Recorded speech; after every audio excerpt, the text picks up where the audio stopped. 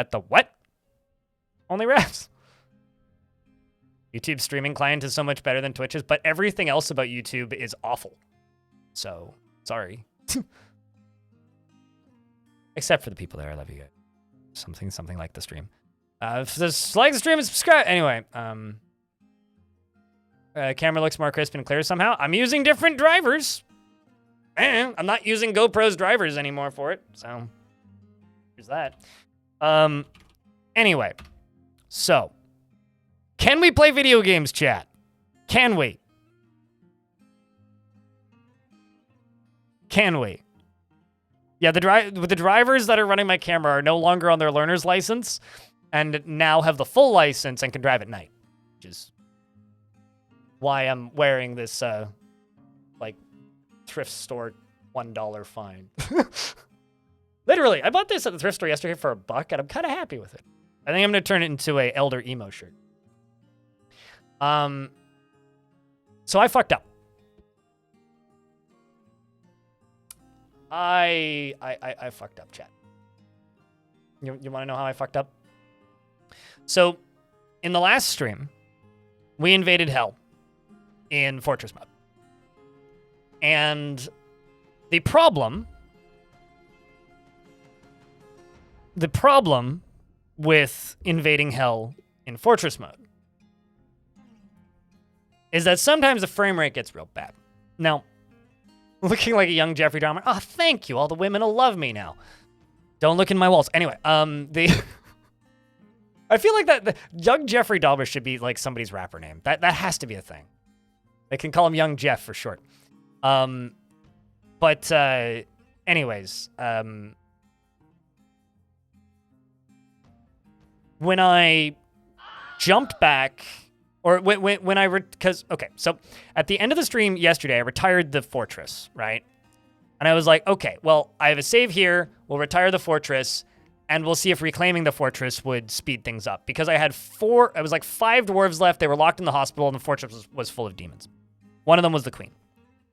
However, the problem is, every time I've tried reclaiming it, and I've done it once on stream and 5 times since then, we lose the queen. So the queen ceases to be the queen. And the frame rate didn't get better. So we have 2 options. We can say, fuck it, FireOrb's dead, or we can go back to an earlier save before all of the dwarves die and try the final stand against hell a second time. Which is what I think I'm going to do, because the whole storyline of them being locked in the hospital is only fun if the queen is also in the hospital. So I think I'm just going to continue from where we were and jump back. It's jumping back about 1/3 of a season. The difference is, instead of having 3 to 5 frames a second, we have 70. And we can try it again. So that's my take of what we should do. Which brings us in here. The final, really, definitely assault on hell. Absolutely. I concur.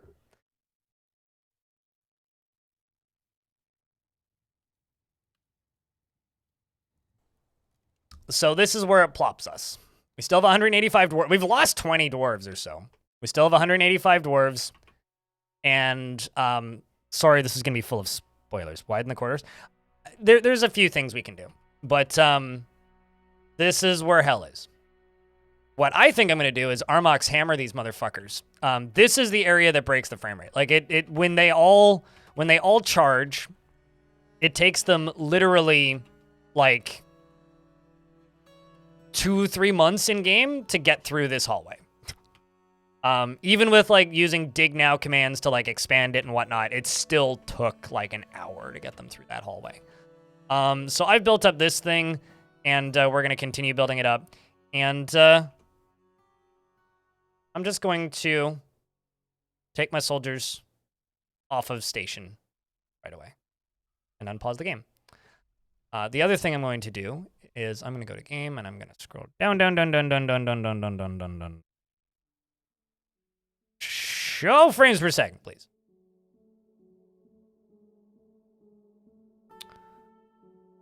And this is a pen pasture. We can just get these dwarves back in here. We can get you guys back in there. And this is my pet dragon. My pet dragon. 2 to 3 months IRL for like a day in game. Yeah, you would rather die at full speed. I'd rather die at 100 miles an hour than die going slow. So we do have an artifact being made. But before I do literally anything, I have to turn my face off and read the dwarfs that are alive. So the living dwarfs in the fortresses is a devilish potatoes, alien slayers, Antronarchs, I'm going to stop doing this. Bastet, Balbansars, Bonesaw, Boom Boom, Danny DeVito, Diamond Destruct, Daramund, Devil Dawn, Gazoom, Ice Hockey Player, Ilmirin, Insulina, Kagenara. Chat, are the Dwarf Redemptions disabled? They probably are, right? Jesse, XV, Kagenara, Cashmere Goat, Puphead, Radbug, Raging Cave, Ryder, Raikalu, Salvadaddy, Sean Enjoys Bacon, Sergeant Donut, Shadow Absorber, and Snail Sauce Jam, Stormwolf, Telenartho, Terminal Wetness, Travanoid, Wuggy, and that's everybody. Shoutouts to my boy Danny. Yes. My boy Danny.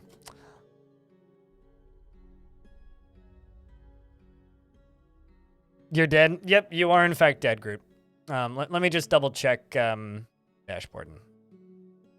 Oh, no, they were enabled. Okay. Darius wants beard.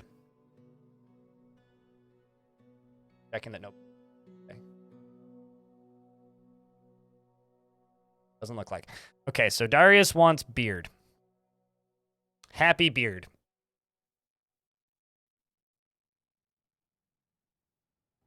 Stokos it is. Bookbinder. Currently brewing. Darius Cardrin. Keep trying to hit my hotkeys, but the hotkey pad needs drivers. He is very slow to anger and he's somewhat scatterbrained. He's confident under pressure and almost never feels discouraged. He doesn't mind a little tumult and discord in day-to-day living, is assertive and often feels envious of others. He has little interest in joking around. And he little interest in joking around and tends to not reveal personal information. He tends to assume that the worst of two outcomes will be the one that comes to pass. And he is quite polite, and he finds helping others to be emotionally rewarding. He lives a fast-paced life, and he tries to do things correctly each time. He is somewhat quarrelsome, and he is bothered by this since he values friendship. He is often nervous, and he is trusting. When he's trying to remember something, he often starts chewing his lips. He needs alcohol to get through the working day and doesn't really care about anything anymore. Green glass, yes. The floors are all glass. Glass. A little bit more about this dwarf. Dreams of mastering a skill. Personally finds the notion that one would persevere through adversity completely abhorrent. Believes those that sacrifice for others should be deeply respected. Hates those who wield power over others. Must like the queen. And believes and sees competition as wasteful and silly and dreams of skill mastery. How do you feel about joining / starting a squad, Darius? He likes Garnerite, Steel, Black Pyro, Giant Deer Hoof, the color Charcoal, and crossbows. Helms, quivers, chains, and nautiluses, sorry, that's hard to say, for their shells. In the words of the wisps of sparkling and the sight of the diamond silver, and when possible, prefers to consume glass-eye mullet beer and hates cave spiders. I realized it sounded like I said mullet instead of millet. Kind of a slip of the tongue, I think. You haven't been, well, you've been here for a bit. You've been here since the spring of 324. It's now 329. You do have a fantastic bedroom. No friends or partners, but you do want to practice some martial art. You, in fact, want to practice some martial art. Is that a wizard? No, that's a dwarf with a very valuable cloak. The higher value cloaks get little like speckles on them that look kind of cool. We're also just gonna straight up be looking for dwarves that want martial training, because if they want martial training, I'm gonna just put Terry.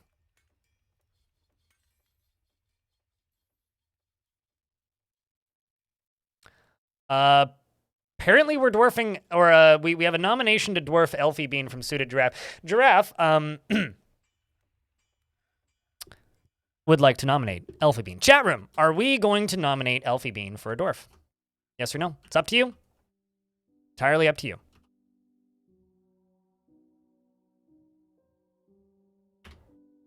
Apparently, I have a bunch of animals that need to be pastured, so let's see. What Stewie has. Stray bull, Oh, I see.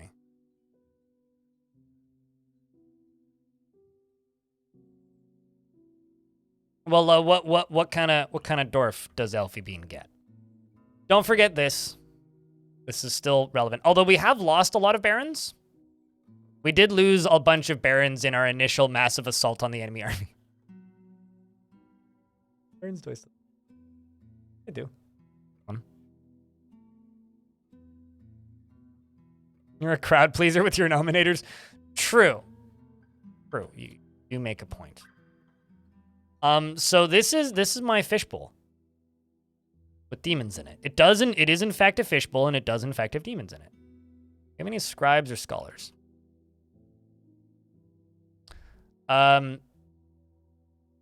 Yes, but no lady scribes or scholars. The queen has been named for a while. The queen is named Alien Slayer. Long time ago. Queen was taken a while. We could go with the Baroness of Past Paint. Actually, that checks out. Because Elfie paints. Is Elfie here today? I don't think I've seen that. Although I haven't been looking at chat as much as I should.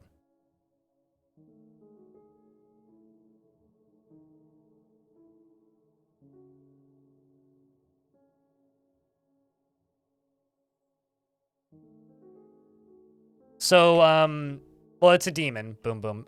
Demons are immune to lava. So, also wants to pray to literally everybody and also be, like, get some martial training, so. Uh-oh. Well, that's weird. I just hit my hotkey pad out of habit, and apparently it muted a microphone and then unmuted it, so I don't know what that did, but let's not worry about it. I'm just gonna move this away where I don't accidentally push buttons on it. All right, so Elfie Bean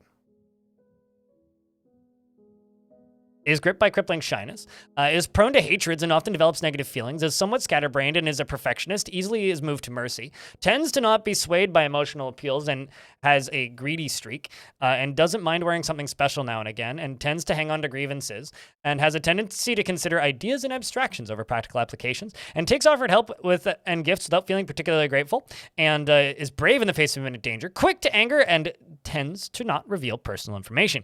Doesn't mind a little tumult and discord in day-to-day living, and laughs in a unique way when she's nervous. She dreams of raising a family and personally views decorum as a high ideal, and is deeply offended by those that fail to maintain it. Finds the ideas of independence and freedom somewhat foolish and values peace over war, doesn't see the attainment of knowledge as important, and dreams of raising a family. Isn't a full member of the fortress, but does live here. Her youngest son is dead. Her niece is dead. Her nephew's alive. And nephew and cousin are both dead. Apparently has had 2 lovers. Her current lover doesn't live here. Most of her family doesn't live here. And she has some kindred spirits. She most recently saw a sermon and wants to pray pretty bad. You heard your name? You've been dwarfed because chat wanted you to be dwarfed. And you want to practice some martial arts, so we're going to tell you to get in the military. Yes. That. And then I'm going to go here. Where that top squad is training. Get them training too.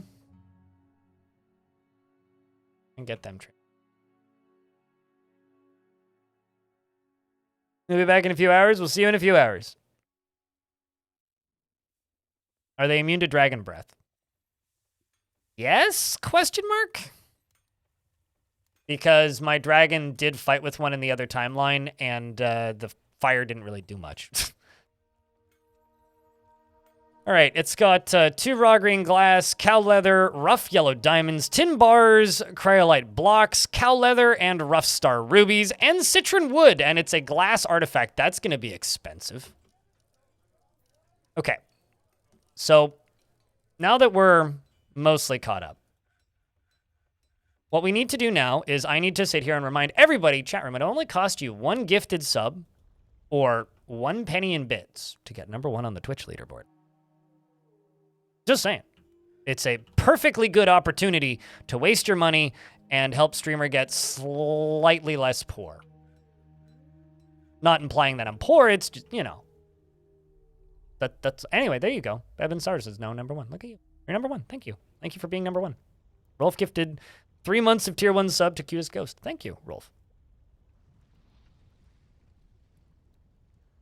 Okay. So what I want to do is Armok's hammer these nuts. So this is the way in, right? Now, an Armok's hammer is when you drop big heavy thing on demon and demon goes splat. First thing I want to do is I want to plug this corridor. This corridor. Thanks for the $10. Kashmir Zero it cheered. X1000. Love this channel. So that the first thing I need to do is I really need to block this. So what I'm going to do is I'm going to make a little block this spot. But if I carve down right here, this ain't gonna work. So I have to do this one layer up, actually. We're gonna go up to here. Down here, this is just going to be a flat piece of floor. And then this upper layer, oh, well, that's inconvenient. Never mind. Anywhere else I can block this? I need to block this. That's what I need to do. Maybe we could do it here. Yeah, that'll work. I need to block this way in because this way in currently is a absolute mess. And if the demons like bum rush it again, it's just going to end with the frame rate going down to nothing again, which I don't want to have happen. So my plan is to go directly below this, right here. The suited giraffe cheered. X100. The last of me chips. Yeah? The last of your chips. Go out and buy some Doritos, and then you'll have chips again. But now, this is going to be built into a cave-in structure to block this off. That's the first thing we're going to do. The next thing we're going to do is I might just drop a big old brick right into here and try and take out some more of these by simply going above this and caving it in through here. But the problem is I've already got this hole here. Elfie Bean cheered. X100. Hype in time tilde. Chesterfield, hello! And also, Elfie, what's up? It's good to see you. So I have to be careful if I'm going to do anything over here. The other thing that we can do today is we have this. This is another, fun tube that is very tall currently and goes down quite a bit and enters hell right here. So that's a whole lot that we could just dig through right now without having to, what's the word? Necessarily go directly into them because they're all sitting underneath this spire that we opened, which is right here, right? So they're all waiting right here. So if we're like stealthily doing stuff over here, they're less likely to notice, which is serious. So part number 1 of the plan is seal off that one walkway. Part number 2, drop a brick on them. Part number 2, that's a sentence. I'm just going to make a stairs. I'm just going to make a stairs. So that's English that I'm doing. Very convenient to tell right about there.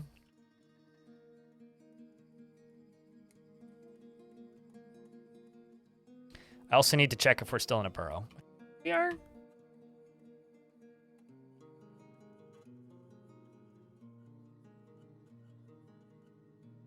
So let's just... this.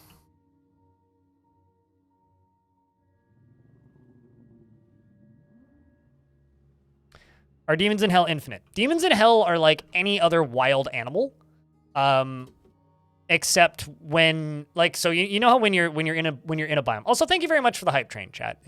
It means a lot. Thanks for helping keep my bills paid.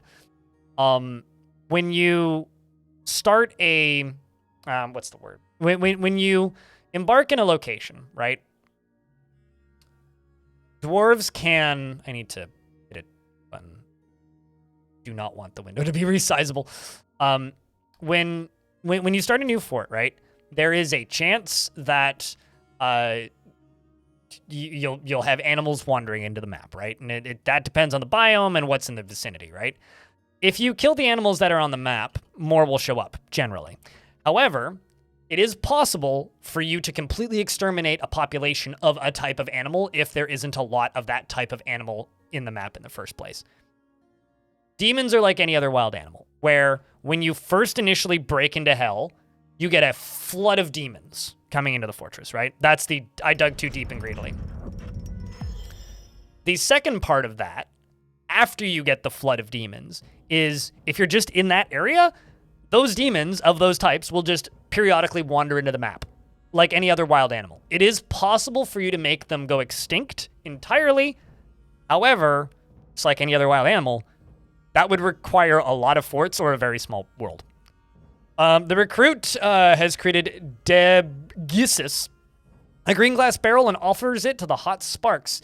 This green glass barrel is probably very expensive. It is, in fact. This is a green glass barrel. All craft starship is of the highest quality. It is decorated with round green glass cabochons and encircled with bands of round cryolite cabochons. This object is adorned with hanging rings of cow leather and yellow diamond and menaces with spikes of green glass, tin, and cow leather, and star ruby. On the item is an image of a leechman in citron wood. Also, I can say this, chat. If you live in the Seattle area and are going to PAX West, let me know, because we can hang out, because I will be at PAX West. Also, I have reason to believe that Tarn's going to be doing a panel again, so lives there. So, all right. I'm noticing things that have been knocked over by Tantrum. Fun.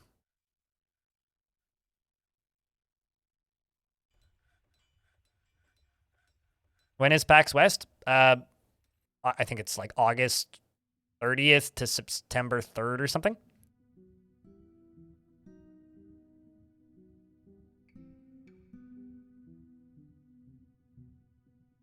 September 2nd. Yeah, there you go. Thank you very much for the little hype train, chat. $12 in bits and 4 subscriptions. Helping me pay the mental tax of installing Linux for the first time in over a decade. We got a dwarven child who's having a tantrum and beat up Wuggy, apparently. That barrel, I think, gonna get plopped onto this.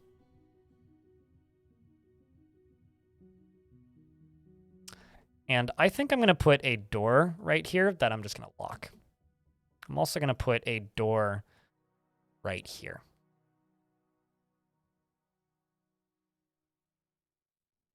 Right before the Windows 10 meltdown in October. You know, here's the thing. Whenever Microsoft does something genuinely stupid, which is pretty frequently, right? I think a child just killed somebody. You just killed... Who are your parents? Asmil the Hammer Dwarf, and your father is dead. Well, Asmil the Hammer Dwarf, I'm sure you're a fantastic Hammer Dwarf. Take your child and be gone. I should have taken you out of the military first so you didn't steal that armor. Well, enjoy your Iron Warhammer. Oh, well, that's good. The enemy have come and are laying siege to the fortress. It's the humans. What a twist. I'm assuming they would like to parley. The Symmetric Realm. So this is not their first time attacking me. It's like their third or fourth time attacking me. But look at all of that armor. You think I'll get my armor back? Well, I mean, Baron of Landstroof is alive. So chat room, I need to use the toilet. I will be right back. We'll figure out this problem in a minute.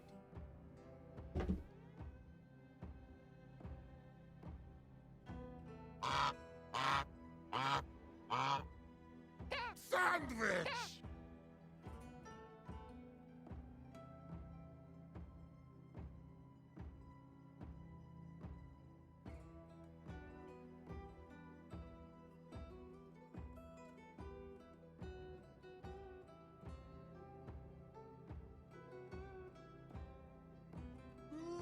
You suck!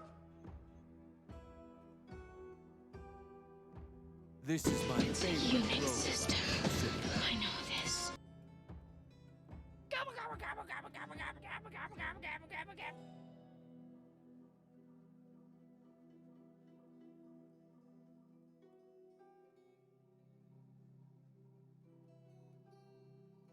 Heal, damn it!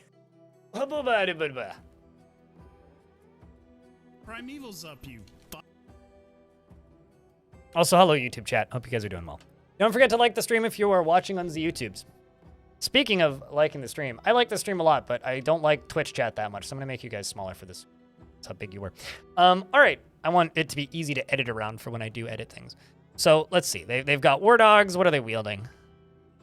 A lot of copper stuff. Some iron stuff.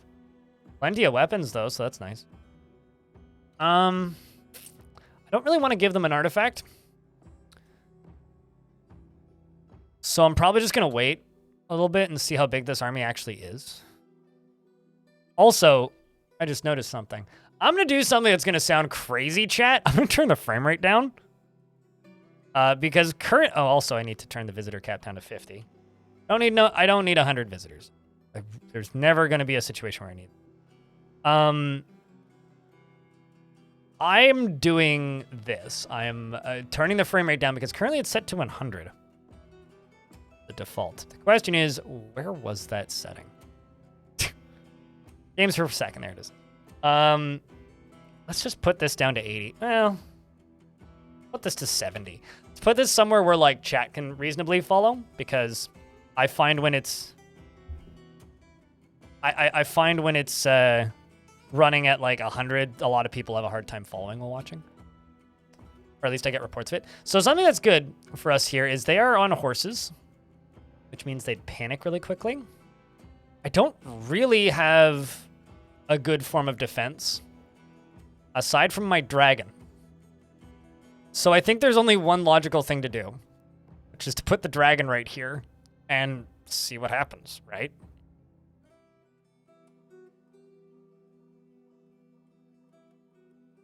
Put the dragon there. Maybe not right there. Let's go right here, pen pasture.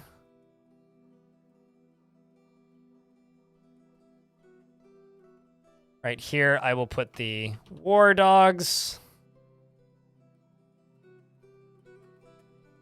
Gonna take a minute to set up. Run them all, we'll try. And then the military. At least the trained squads. Can go up here. Although I'm actually just gonna yoink Elfie Bean out of this. You know what? Actually, no. This squad's not gonna go here. Just won't bring this one. We'll bring you guys because you guys have actually had a bit of training. And this squad, let's check something. Okay, a lot of them are getting ammo. Let's send them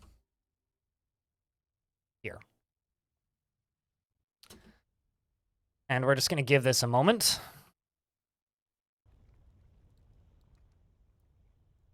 Monia, thank you very much for the 12th month. Welcome back. Yeah, I mean, if the frames are ever like too high, and like you guys can't watch, just let me know. And I'm totally okay with turning the frame rate down. So when you expel a parent, they also take their kids with them.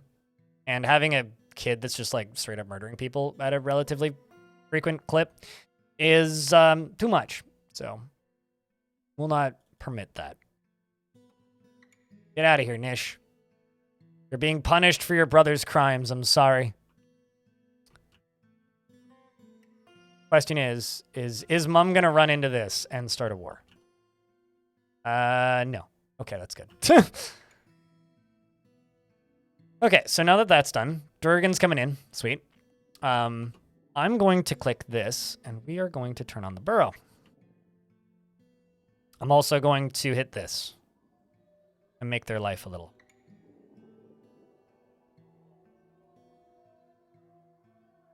That's a lot of vomit. Yes, this is a lot of vomit. 2 murders. Murder 2 people. Get booted.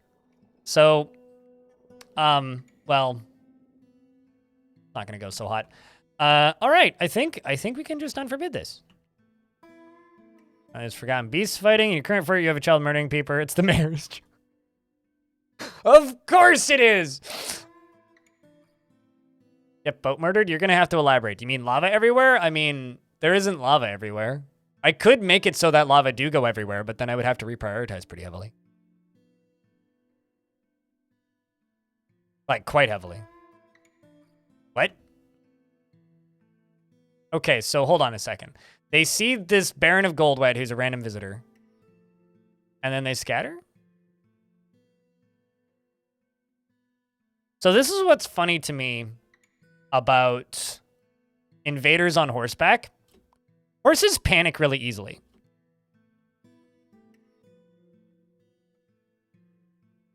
If the horses panic, then they just kind of run around and leave. Okay. I need to do something real quick. How the hell do I turn off friends playing video games notification on Steam? Friends in chat.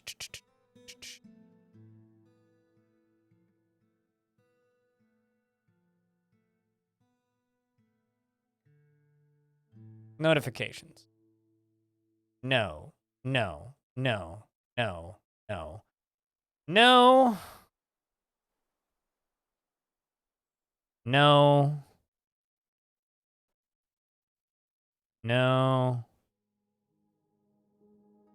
and no. Flash window when I receive a chat message.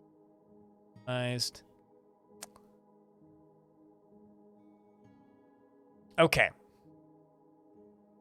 I have now disabled literally everything in the Steam notifications window. So here's hoping that that fixes that, because I do not want popping up when people start playing games. So yeah, anyway, when the animal... Oh, no, I don't want to disable the Steam overlay. I don't care about Steam notifications, period. I had literally everything disabled in Steam notifications previously. So does Steam even have a streamer mode? Just me. Anyway, so we don't need to fight them because their livestock panicked. It's that simple. So we don't actually need to fight them. But yeah, when horses panic, they retreat and leave, which is kind of hysterical. And I feel like is a bug that needs to be fixed. Because like when they're all mounted on horseback, all they need is like a giant bird to be in the general vicinity and they all run away. Like it's kind of incredible when that happens. Or like a single thing to start fighting with them.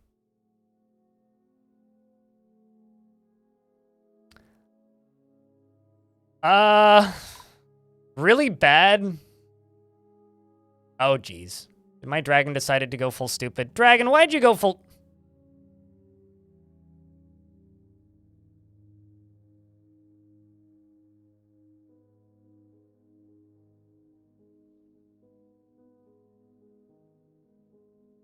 Why'd you gotta go do that, dragon?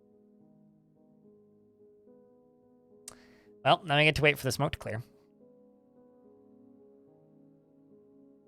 Long story short, bad, you didn't miss much, Alva Daddy. So somebody's getting Dragon Dat. I'm going to set all of my squads to no order. Well, actually off duty. Maybe that'll make them run. I don't know why Dragon decided to breathe fire. There might have been something that spooked it. I had to reload a save. Dragon sneezed pretty much.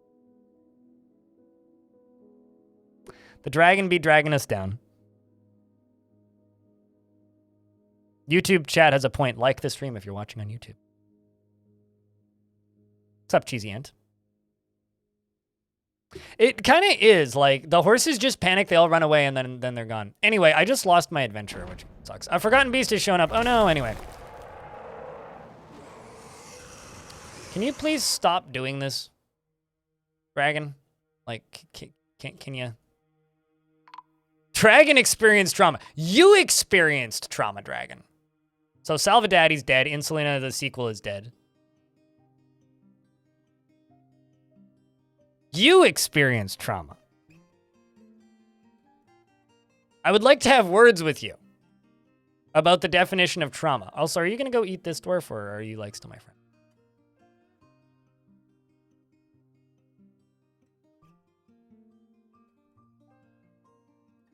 I mean, totally, but like... The dragon's like, that was terrifying! It's like, well then why'd you do it? Stupid lizard. You killed my adventurer, the sloth bear man. God damn it. It'll come back. I mean, I could fix the FPS by literally doing this. All we have to do is wait for the smoke to go away. And then also the fire.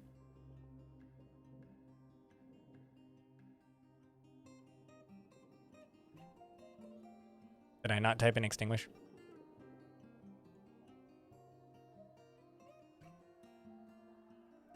See? Frame rate, come back.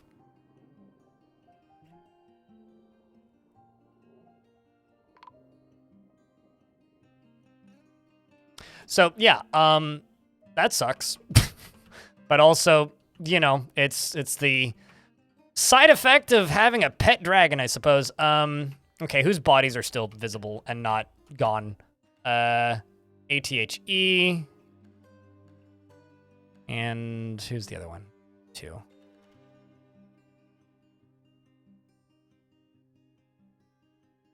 Basically, okay, so just the sloth bear man.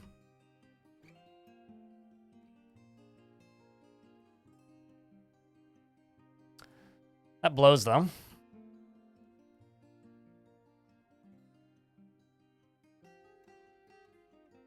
In Selena.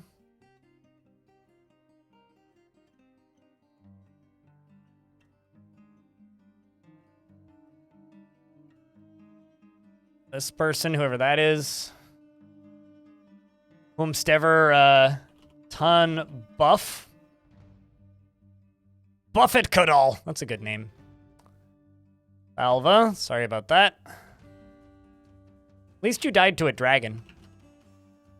There's worse ways you could go. And that should be everybody we need, because the sloth bear is already getting his tomb. Oh, trust me. The frame rate was at 0 for a good 2 hours in the last time we played this fort, so. 4 FPS for 90 seconds won't hurt us. We'll live. Okay, so that sucks. But we can at the very least memorialize them. Was the annoyance of choking on smoke? Totally, yes. Also, I just lost my captain of the guard, by the way. So I'm going to make... Ooh. I'm going to make Sauce Jam into my captain of the guard. Yeah. I'm also going to disband this squad. Or at the very least, like, move them all into a different squad, maybe?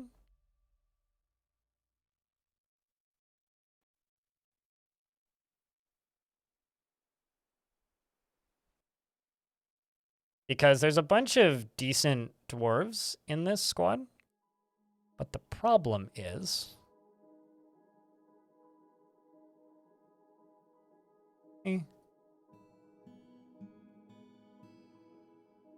But the problem is, I need them to win this squad.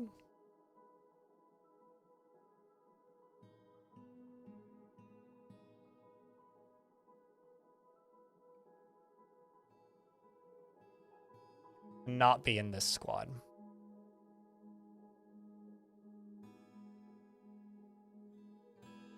I'm actually kind of bummed. I did want to fight that siege because it would have given me a lot of really good materials. Well, got most of them moved out. Where's the dragon at? That's the important question. Where dragon currently? Oh, wrong screen.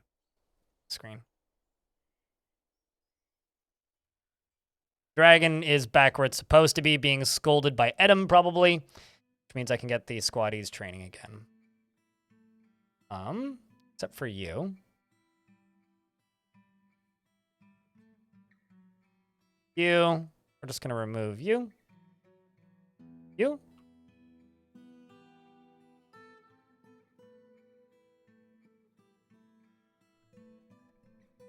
Another melee combat squad.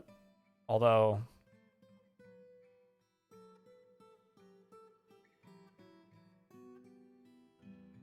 you. And Adil. But instead of that armor set, 'cause I think that's actually like the wood fields one that I had. I set them to just... I lost a hammer, but it's fine. We actually have an okay amount of resources at this point. Just as an example. I mean...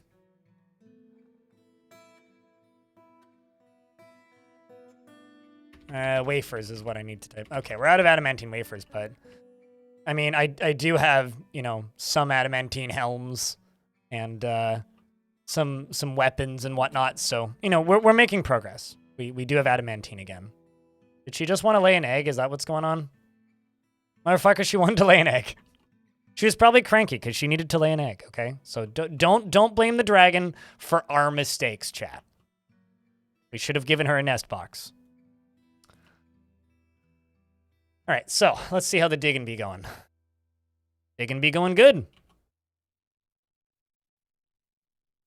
Project Block the Demons is getting close. Oh, just realized this is gonna be really annoying. That's okay.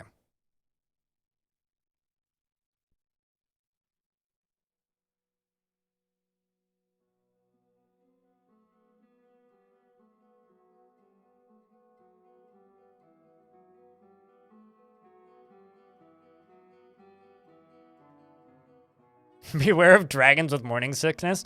I'd be aware of anybody with morning sickness. Doesn't matter, dragons or otherwise. Okay, so right here I'm gonna plop a lever. Dig this up.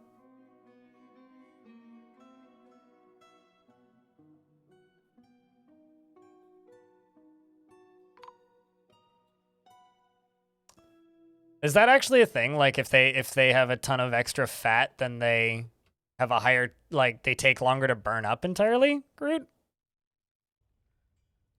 Because I know that, like, dwarves vary in fatness depending on what they've been eating and diet and stuff, but...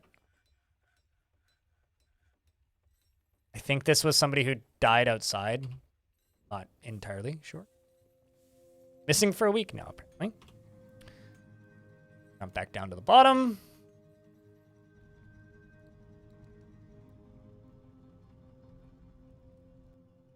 Banner Blunts, gotcha. I had an oopsie with a dumbass dragon that moved because I reshaped its pasture even though it wasn't in the area, and you cut out and lost like 4 militia. Yeah, I don't know. I personally, I like the accidental collateral damage of having a pet dragon because I don't know how else to say this aside from that it makes logical sense. You know, like it is the risk of having a very, very powerful animal in your fortress, you know? Like, do you need to have a pet dragon? No. Is it awesome? Yes. Should it be really dangerous? Yes. Should it be less dangerous? Probably. But I kind of like it. I don't know. It's one of those, like, oddities of the game that I kind of appreciate. But it can be really frustrating, and I agree with that.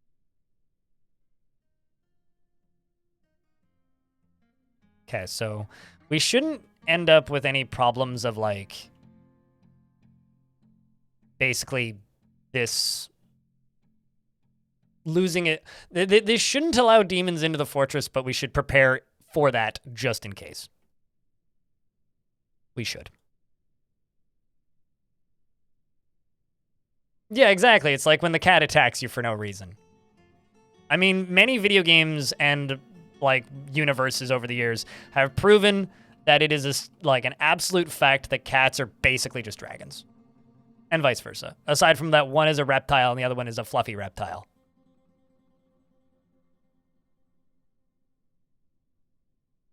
I'm aware of what I said, by the way. One is a reptile, one is fluffy reptile. Also, is the burrow still on? Iframe, that's fine. I think cavern creatures are now unnerfed because I'm pretty sure I had them nerfed in this save, but... Okay, that's done, meaning we can do this and this. And then just the last one here.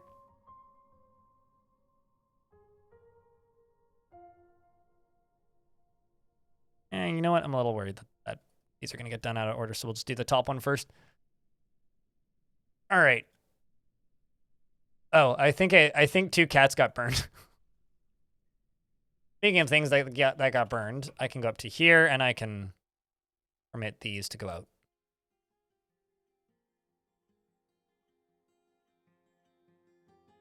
Cats are just waiting for you to die. You know, I disagree that they're waiting for you to die because that would imply that animals understand the concept of death, which I'm pretty sure they don't. Like, yeah, cats hunt, but I'm not, like, one to diss an animal's intelligence, but, like, really know what they're doing? I don't know. I don't know if I believe that. Also, I realize that I'm currently sitting in a state of do not under any circumstances touch anything on my computer. But things, fingers crossed. Fingers crossed. Appear to be running pretty well, at least on stream currently. Cats are fake it. Cats are like the most successful fake it until you make it species. Fish, on the other hand, not so successful at that. They're trying to fake it, but they still stay delicious. They do understand death in some capacity, and they do grieve. I think they more just, well, like, pets can miss somebody, right? Like, my parents' dog has been acting weird ever since the cat died. But, like, at the same time, I kind of... Oh, I've got 2 old crimes from before. Are you... Craftsdwarf punches the Craftsdwarf. So... Zas, Rakust, and Puphead are all in a brawl, right? Awesome. Awesome, awesome. Meanwhile, Kashmir Goat cancels report crime, reason 2 injured. Also, my captain of the guard doesn't currently have an office, I don't think. Oh, wait. No, no, no. No, you do. Captain does. But is currently set to train and should be set to off.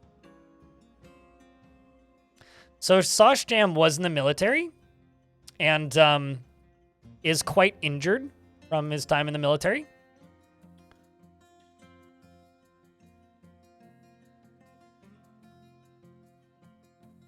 So thus isn't a permanent member of the military, but we're going to make him into the captain of the guard because I think he'll fit the job.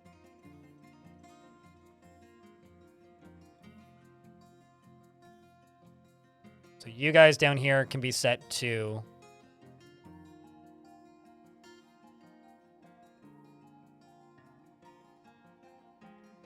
Mammal, like, honestly, the mirror test is so fascinating to me. And elephants are such cool creatures. Like, elephants are one of those creatures where, like, if you hurt an elephant, you are beyond a horrible person.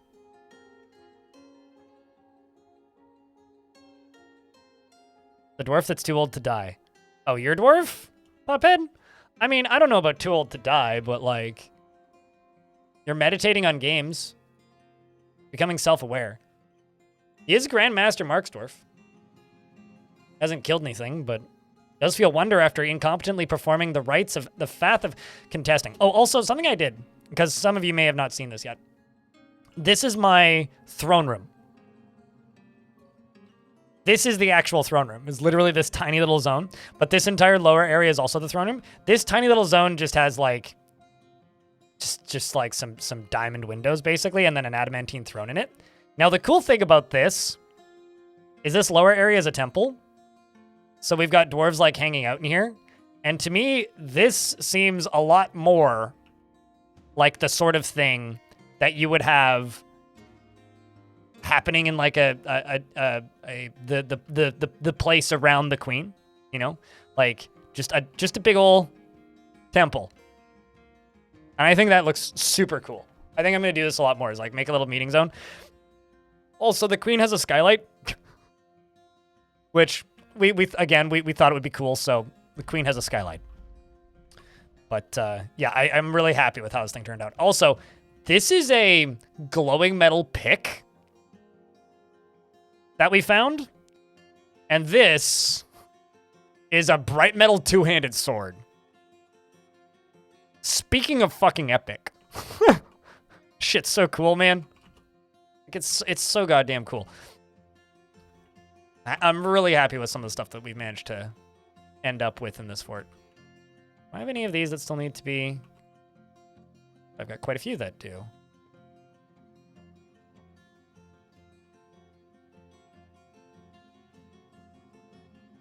So we do have a pretty large One of these for dwarves that didn't get bedrooms. Yeah, and that's one of the reasons I'm kind of okay that I screwed up my saving with this fort is because I would also like to visit this fort in adventure mode. And if it's full of demons, that's kind of difficult. Well, I mean, it's just hard mode, right? But and also, whenever I plan to play adventure mode, we're gonna swap over to and run Dwarf Fort and Proton.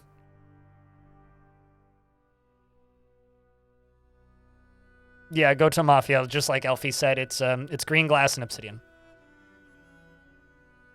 Most volcano embarks have a lot of obsidian on them, especially flat volcano embarks. Like if you find not mountainous volcano embarks, you'll have a lot of obsidian. The first like 5-6 layers will usually all be obsidian. All right, so we got all the doors in. You're all hooked up. So all I need to do is pull this lever, and it should block this.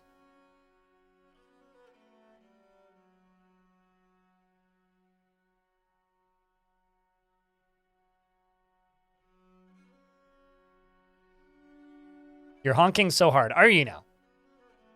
Well, at least you're honking so hard and you're not so honking hard, because that would be a little concerning. All right, well, I'm going to do the only logical thing, which is lock this door and lock this door, and pull the lever. Mint. It's both? Oh, no. Terrifying.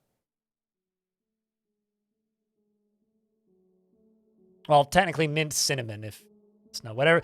The most recent, I think it's Virginia is the current version.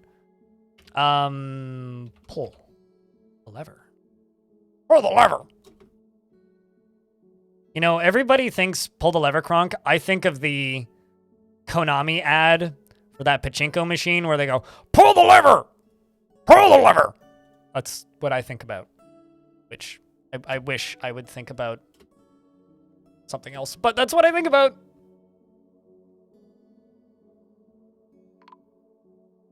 All right, so that should be blocked now. This should be safe. Some lava is going to get shot up. Bunch of boulders melt. And now the way in for the demons is shut. At least one of them is. Because the other way in for them is they can go up this and drop down in through here. So I could block this. That's something I could do. I could also block this. I'm thinking...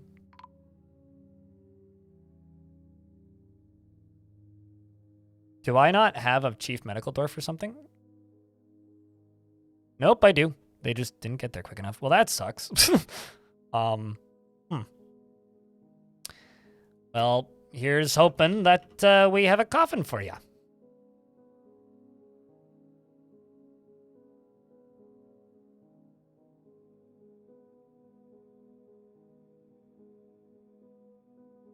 Pretty sure that was you, right? Yep. Rest in peace, you poor dwarf.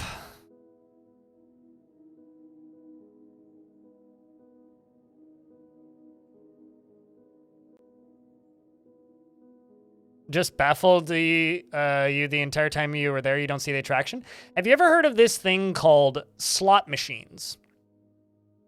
It's a loophole so that they can gamble. That's what it is. That's literally all it is. It's a gambling loophole. Gambling is not legal. Pachinko is. Because in pachinko parlors, it's like, you know, tickets, right? In an arcade where you get tickets when you're done gambling, and then you go sell those tickets at the local store and, like, exchange them for money or groceries. So it's literally just a loophole for gambling. That's why it's popular. Same reason any kind of casino is popular. Because people are simple creatures and have very simple needs. Okay, so I can do a... Oh, fuck. Can't. How can I do this? How can I drop a hammer on? I could drop it from up here. So basically, they're right here. So in order to drop a hammer, I'd need to drop it right there.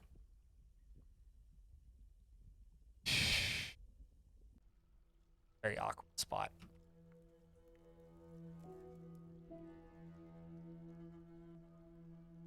Okay, so instead of doing that, what I think we're going to do is we're going to go...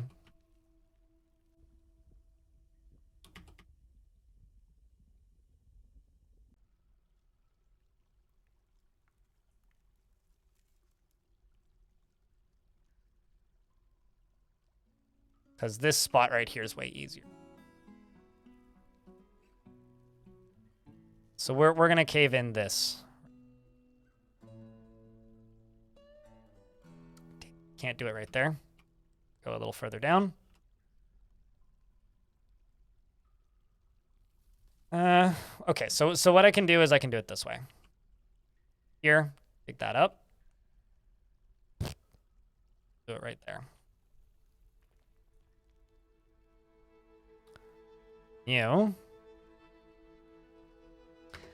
I'm gonna just real quick save and restart. Reason I'm doing that is because I just resized my window by 1 pixel and I will never get it back to being pixel perfect, and I've set it to not resize once I restart it. So I'm just the game real quick. Okay, so that I mean, to anybody who's baffled by pachinko, if you're not a gambler, that's why, right? Gambling is extremely popular in Japan. It's also extremely popular in neighboring countries, and it's not legal in any of them. And it's literally it's a loophole to be able to basically use slot machine. In DF, is it a good idea to equip unique items like swords? They do get bonuses.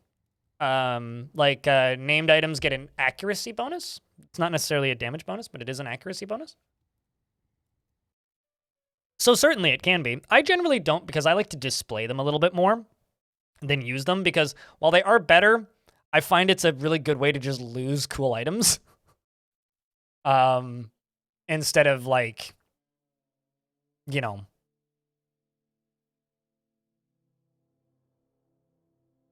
basically, if you're going to give it to a dwarf, make sure that you give it to a dwarf who is good with that weapon and has had time to train with it, because if you give an artifact sword to a dwarf and they run in and immediately die, that just kind of sucks.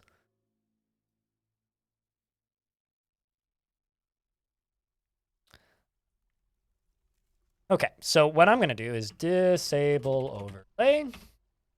Wait.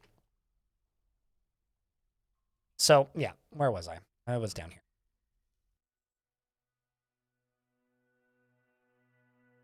Yeah, this is what we're trying to plug. So right here needs to move up by 1 tile. Yeah. So I'm going to make you a flat square. This is going to look a little silly initially, but the reason for this is because the demons have access to this cavern, I can't actually go into any of the caverns at all. So if I do, they will path in through this area and flood the caverns with demonic stuff. With demonic cooties, yes. We're very scared of the demonic cooties. So what I'm going to do is I'm going to start here. Dunk, dunk, dunk. And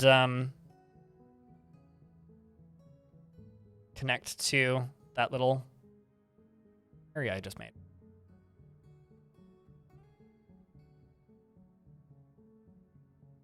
Adventure mode isn't available in any of the default branches, but it's available on all supported OSs in the beta branch.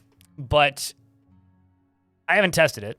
But I've been told that adventure mode is stupidly borked in the beta branch on the Linux branch.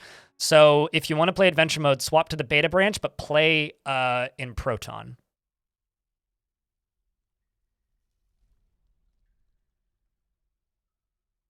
Saying that casinos, like saying that Singapore is close to Japan is almost the equivalent of saying Las Vegas is close to Japan. And, you know, I've been to Las Vegas twice now. And what I have to say is there's a lot of people from Japan. Also a lot of people from like Taiwan and like mainland China and Korea. And like there is a lot of folks from Asia there. A lot of them. When does it come out officially? When it's done. I don't have a release. Literally when it's done. I've heard some estimations, but I'll believe those when I see them, and I'm not going to repeat them. Let's just say they're optimistic, putting it bluntly. I mean, I would like it to come out tomorrow, because that would be great. Actually, no, I wouldn't like it to come out. I would like it to come out next week. Well, no, the week after next week is when I would like it to come. Right when I come back from Formula 1. So, like, if it could release, like, second week in June, that'd be pretty great. Like, if they could just, like, you know, chill drop it, like, June 18th, that would be perfect for me. Absolutely perfect.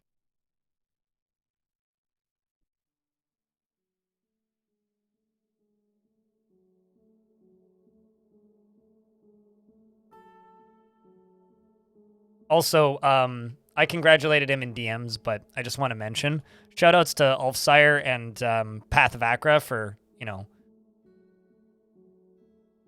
getting 1,000 reviews on Steam. That's pretty rad. Hard thing to do.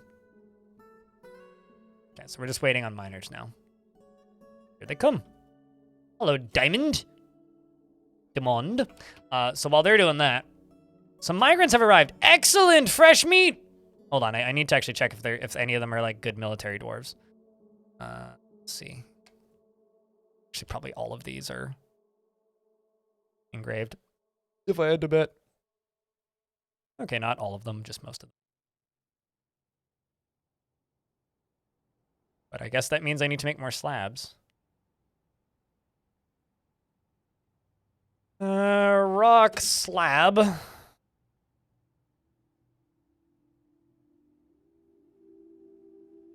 $50 obsidian. Also, today's stream is going to be a little bit shorter. Probably going to do about 8 hours today. Because I have a meeting, a strata meeting this afternoon. So I will have to take well, not take a break, but end early. Which is a little bit exciting because this one's actually happening in public this time. Holy Jesus.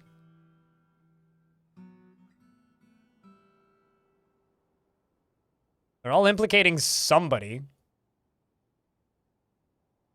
Okay. Let's interrogate Shadow Absorb. Gardening question. How do you remove gnats from potted plants? I'm growing basil.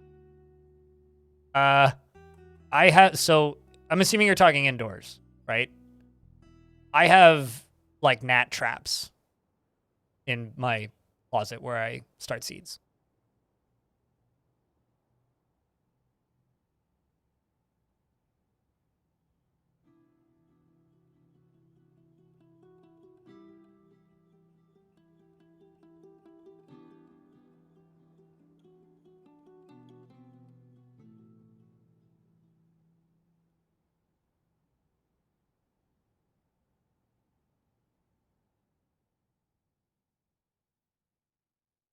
Oh, sure, you can do that, but, like, the way the easiest way to make a gnat trap is literally just take, like, either a shallow bowl or a small container, a little bit of apple cider vinegar, and, like, 1 milliliter or, like, a droplet of dish soap, and you will have a bowl full of dead gnats in a week.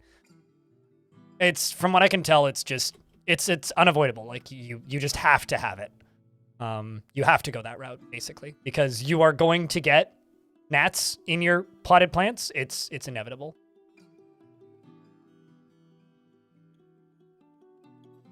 Yeah, that'll do her. I like a little bit of apple cider vinegar and just a small container. That's all you really need. So we're interrogating Shadow Absorber because they witnessed a crime. Also going to give you jobs again so you can go craft objects and whatnot. Because this dwarf needs to craft an object. And also acquire an object.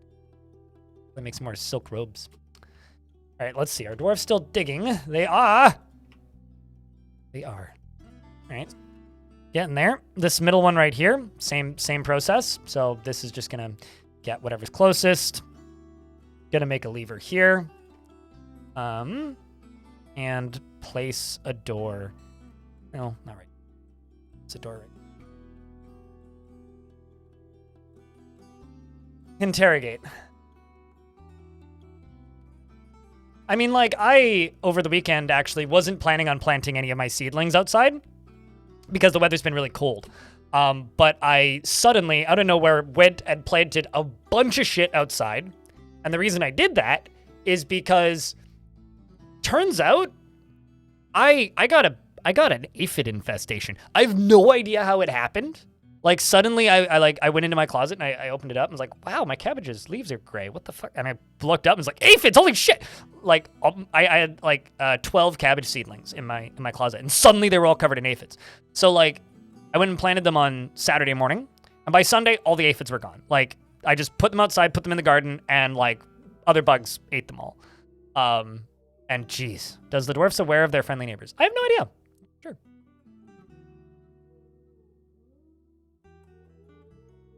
Yep, I mean that would work, enemy. Yeah.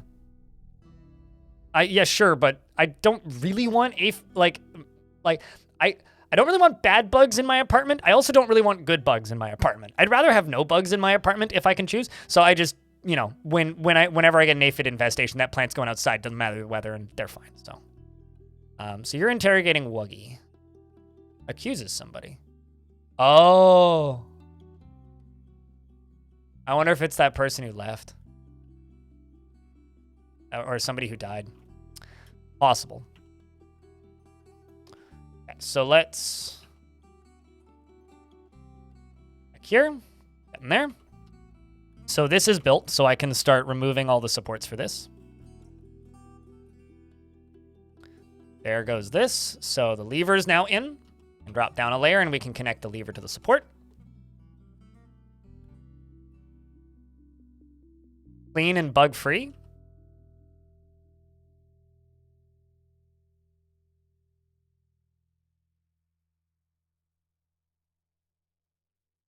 You had a Christmas tree that was infested with aphids? Wow. You must live somewhere warm. Because they're all dead by the time we were getting a tree here. Yeah, no, it would, which is why I didn't make it out of actually which is why I made it out of blocks and not actually transparent. You live in NC. I mean, like, sure, but like that, it must have been grown indoors or something. Because like if it's below freezing outside, aphids die. So like if you're talking like holiday season, it was just covered with them. Oh, that's awful, dude. I'm actually getting like, you know when somebody says something really gross or something that you don't like and you get like that prickly, like itchy feeling? I'm getting that right now just from that statement. Like, geez, man, that is concerning. But yeah, no, when bugs in plants, plant outside is my way of going. I mean, it has to have been a greenhouse, right? Has to have been warmed somehow. Has to have been. That was the last year you got a real one. You know, I'm not legally allowed to have a real tree, and also I'm not a big Christmas celebrator. It was that holiday was always a holiday that I celebrated because my family celebrated it, and I had to celebrate it because my family celebrated it. So the result was I've never been big on Christmas. I don't think I ever will be big on Christmas. So this should ideally drop from here, smash through this floor, smash through this floor, and smash through this floor, and then smash into here. Now, the problem that I'm noticing is it's probably going to leave a hole right here. So we have two options. We can drop it down this way, and I can tell a dwarf really quickly to go put a piece of flooring right here. Or we can cave in two simultaneously and also plug this side.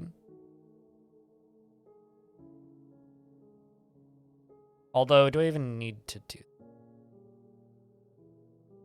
I don't think I need to do that. Okay, we should be good. Should be. I do have a backup locky dory that I can lock if things get bad. I'm gonna wait for this human to go running out. That stupid head, my adventure. And pull the lever.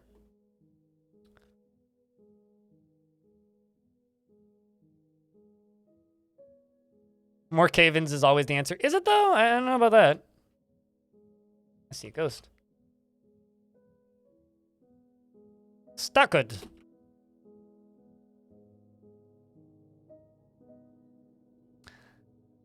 I love how just Fath's finger is right there.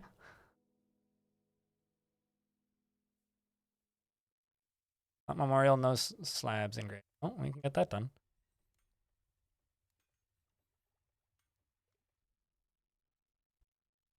How come you're insisting to me that you haven't pulled when I'm quite sure you have?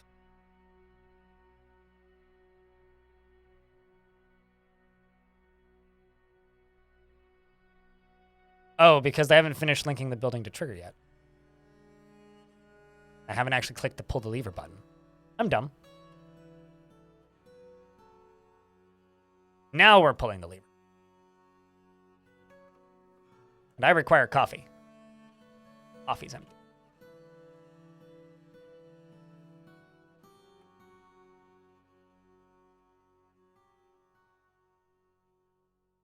But yeah, for anybody who is like sitting here curious about my weird experiments learning how to use Linux, I'll just say this. I am working on a little video with a bunch of footage of the actual install, plus like talking about my thought process and why I'm switching. I'm not going to become a Linux YouTuber. Don't. But that is a thing that I am working on, and it's still a work in progress. So it's going to punch through there, hopefully not leave a hole in the ground, but it might. Like you. So now I need to run into here.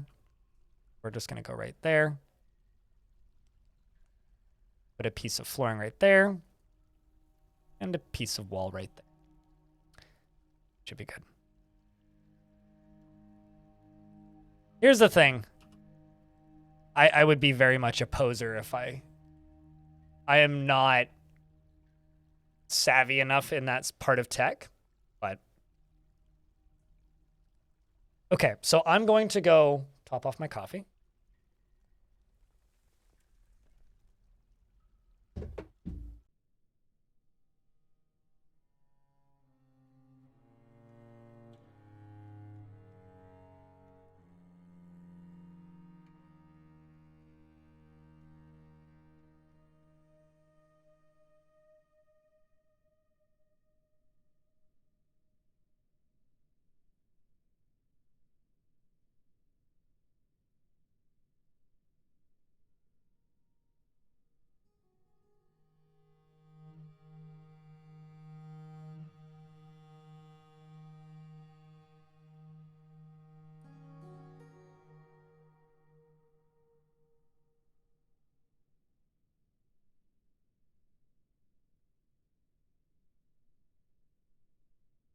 Although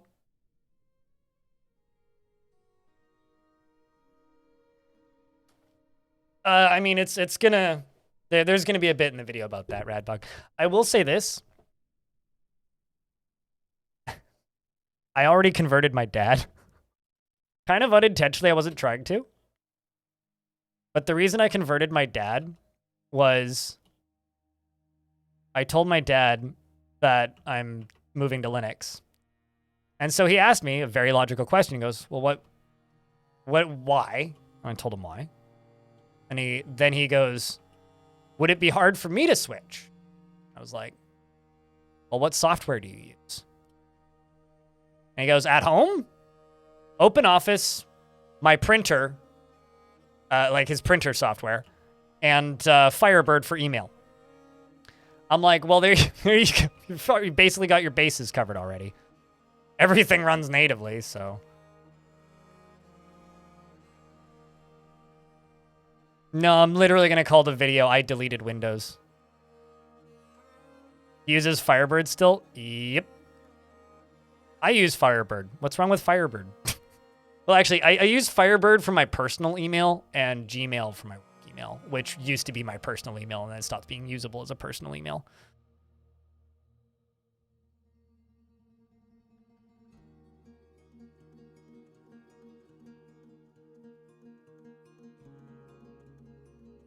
I mean, it still gets updated. I mean, it's been around forever. I guess using Thunderbird for email is kind of like using IRC, or like still being a person who uses like Ventrilo instead of Discord or something. Similar vibe. Like wait, are they running Chrome OS or Linux? Because Chrome OS is its own weird thing. Okay, let's get this Bone Doctor memorialized. That should be done by now. I was gonna say, I'm pretty sure Chrome OS is Chrome OS, not Linux. Like, it's a different thing. It's like saying shochu is whiskey.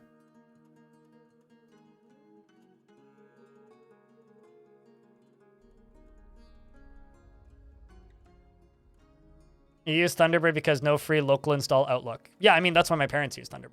Because they used Outlook for a bajillion years.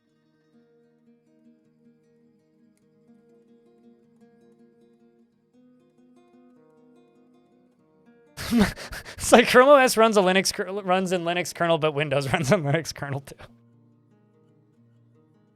Those emulates. Okay. Curve that corner off.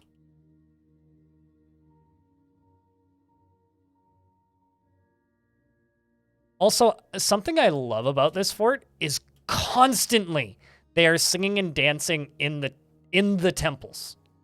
Like, I feel like I never see that. Like, it's very, very rare that I see dwarves singing and dancing in temples. But in this fort, they're constantly doing it, and I love it.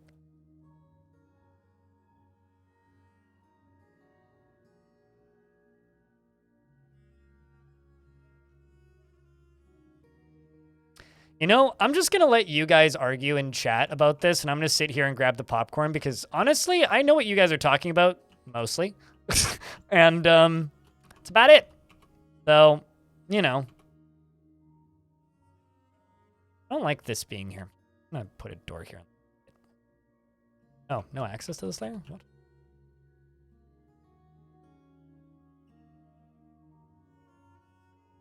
Oh, right. Okay. Yeah, no, there is straight up just no access to that. I get it. I understand why, because I have that lever pulled.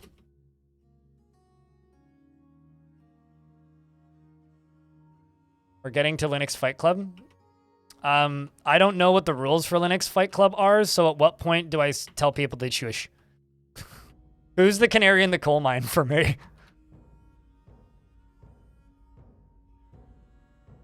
Okay, so now that we've done that, let's reevaluate.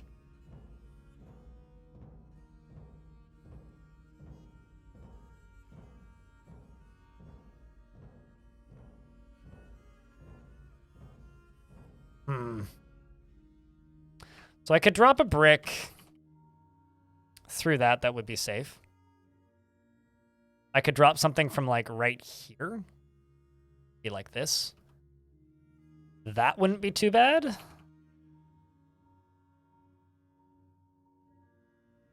could drop something from right here. That would be pretty good. Take out these ones.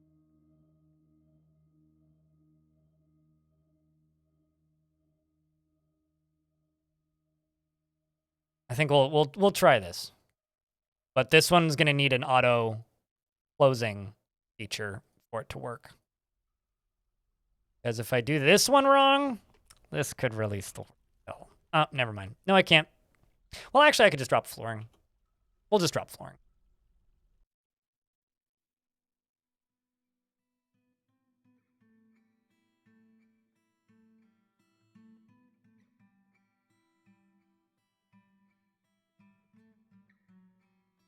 Can just dig over here from this side.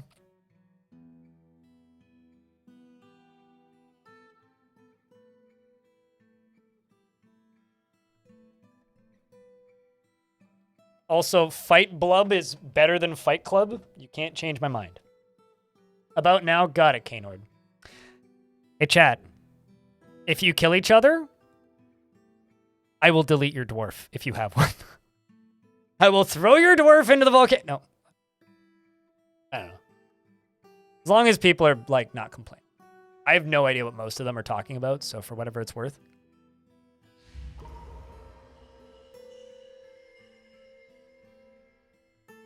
Well, I mean, you guys have already broken the... Here's the thing, right?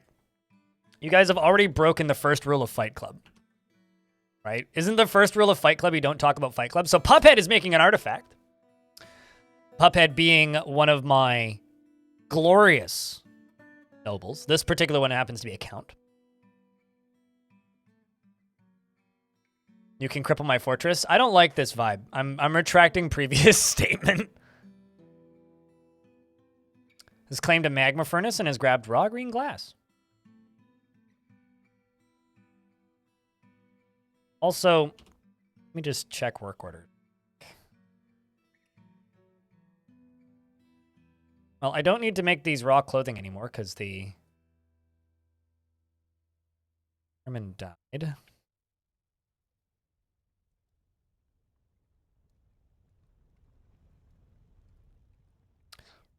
We're basically out of cloth. Okay, got it. No, don't process plants to barrel. Process plants. Can I process plants? Nope. Okay, well, let's do this. We are growing rope reed. I'm going to go here and make a pretty big square, and this is just going to be rope reed. You, though, are going to go shear animal. You're making cheese just kind of on repeat. You're going to go shear animal. You're going to go shear animal. You're going to spin thread. Although I need to do that.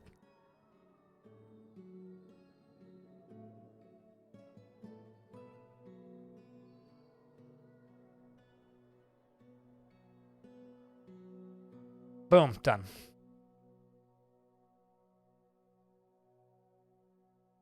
We'll check in on Puphead's artifact in a moment. Probably also don't need any of the collect sand jobs either.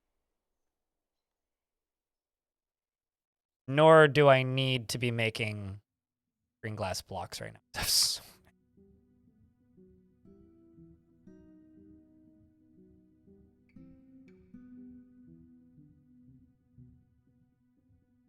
Do need to be extracting metal strands, though.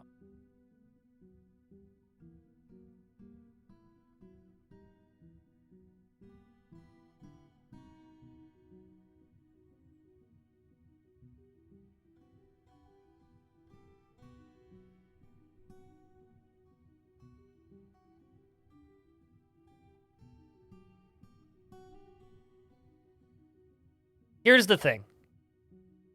Only Ravs. Remember how I said keep it civil? You're saying this thing sucks. Don't say that thing sucks. Say that you don't like a thing and prefer this other workflow. Keep it diplomatic, or I will step in. Liking a separate workflow is totally fine. But the second you start saying thing that other person likes, for whatever reason, sucks, that's how you start fights. Really want fights in my chat, please. Funner otherwise, because the problem is it will, if it starts a fight and it starts an argument or a disagreement, the natural conclusion is people get annoyed and want to talk in chat. I know it's mostly a joking discussion, but it's difficult to read intent in text, so be very careful with your text. Right. Why does your embark, that's at least 10 squares from any evil biome, get evil rain? Because you are within proximity of evil biomes, and evil biomes spread quickly. So the thing is, the way the evil biomes work is they're like a slow spread, right? And they have like basically this, I don't know, fog or like cloud around the edge of them that spread out slowly. And the intended long-term way that they'll work is like we're right here, right? This is an evil biome, right? We're pretty far away from it. But like if you were to be settled close to an evil biome or close to a tower, like there's a tower right here, right? But this is a pretty new tower, so there's no real evil biome around it aside from directly underneath it. If you were to settle like right here and play that fort for 10 years and not kill the tower, eventually your fort's biome would become evil, right? Now, that's not the way the game works right now. It just works that way in World Gen, but that's what they want it to do in the future. So if you are playing the game that way, the intended outcome for long-term development of the game is, you know, your biome could slowly become that. So basically you've encountered a half-finished feature is what I would say.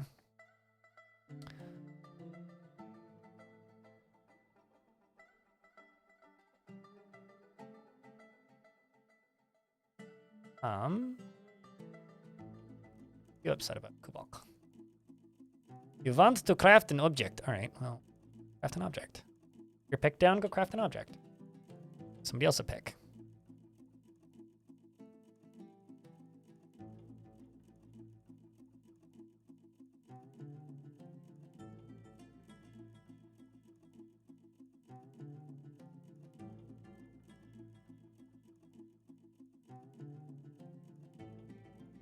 Yeah, we don't need to be making green glass blocks right now. I mean, we have a couple, turns out.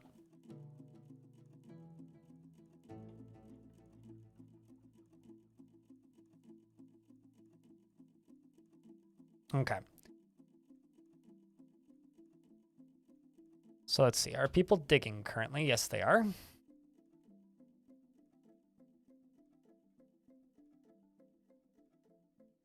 This is done. And that is done. We're going to go one layer beneath this. Let's make it out of gabbro because it's close by. I'm going to go... Do I still have that lever installed? No, I don't. Okay, that's fine. I'm going to go over to here and plop a lever. I'm also going to this just so this corner looks a little nicer.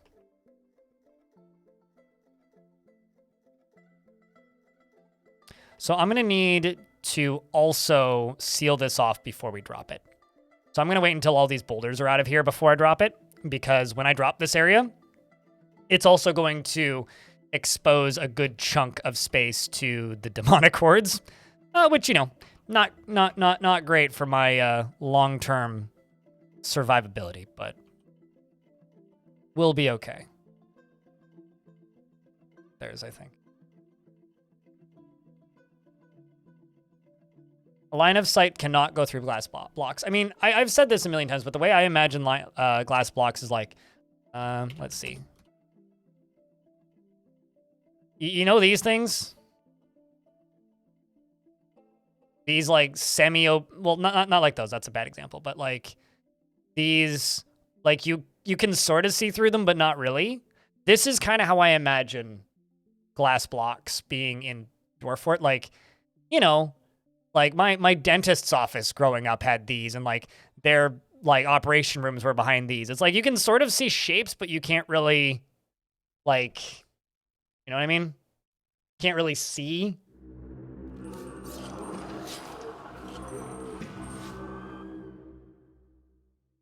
Gonna say that sounds bad, but no, it's just a forgotten beast. It's fine. Get him, beastie. Rack up that kill count. Proud of you. So Puphead currently is sitting here and has claimed 3 pieces of glass. What do you want? Stacked cloth. Got it. More glass. Got it. What else do you want? Stacked leather. Got it. What else do you want? Shining bars of metal. Okay. What else do you want? Stacked cloth. Got it. What else do you want? A quarry. Okay. Got it. What else do you want? Cut gems. All right. What else do you want? Stacked cloth. Okay. Jesus Christ, cloth. Glass. Stacked leather. Okay. I'm pretty sure I've got yes, I've got lots of gems. So what I need probably actually is to just butcher an animal and get some leather. Do I have tanned hides? There. I don't. Okay, so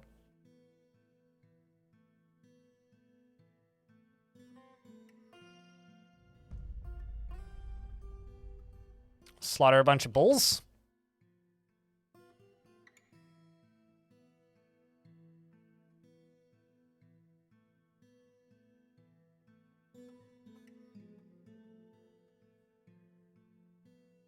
It's gonna be an amazing sock. It's a glass artifact, and I don't think you can make socks out of glass. Like, they would need to be made at a weaver's shop for it to be a sock. Okay, so let's jump back down to where we were.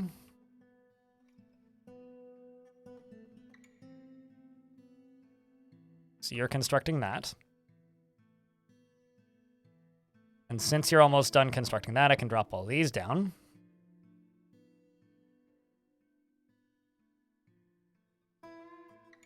You right here get linked to this. So essentially, before I can dig this out, I need these boulders gone. And then I'm going to block this off, and we're going to do the cave-in.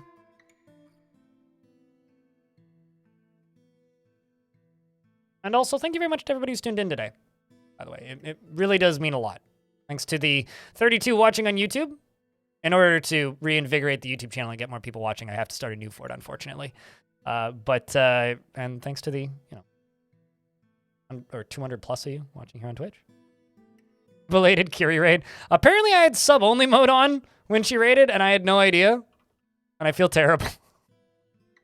So, thanks for the belated Curie raid.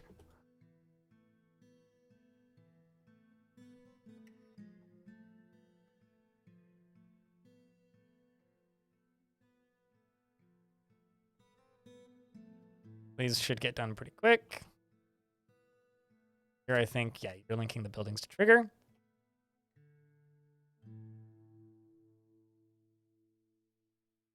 Those two are getting taken out. Miner, first one.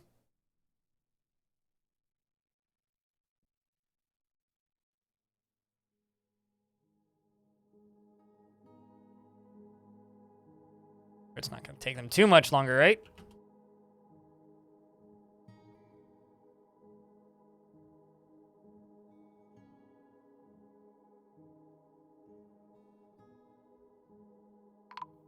Uh-oh. Oh. Traders.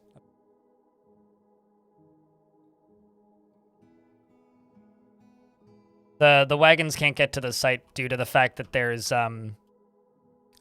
far too many trees here to be even remotely reasonable. So let's check in on Puphead. Puphead is zipping off and has grabbed cow leather, nickel silver bars, and some cave spider silk cloth. So is definitely getting to the thing. I think we do this cave-in. Once this cave-in is complete, then after that, we'll go do the trading. Because all I need is this done, and then I need a wall right here. Let's see, where's that dig channel? Also, hi, Power Tools and Beer. Also, I realize I haven't said hello to anybody today. Devil Dawn, Radbug, Only Rafts, Napalm Sideburns, Aeronamo, Rolf, Frog for Hire X, Power Tools and Beer. Hello, everybody. Also, Tom T and Cizerti over in the YouTube chat. This one has webs. It is named Luzdum, and it's an enormous hairy slug. It has wings of stretched skin, and it appears to be emaciated. Its burnt umber hair is long and straight. That won't live too long, because you just need to poke a few holes in it, and it'll leak all of its stuffs out. Alrighty, Tekid. Since you're here, do green. It's right there. So this is all hooked up. All hooked up. So that's a floor piece. I need a wall piece, not a floor piece. So we just need to wait for this to get constructed, which may actually take a minute. So let's start trading.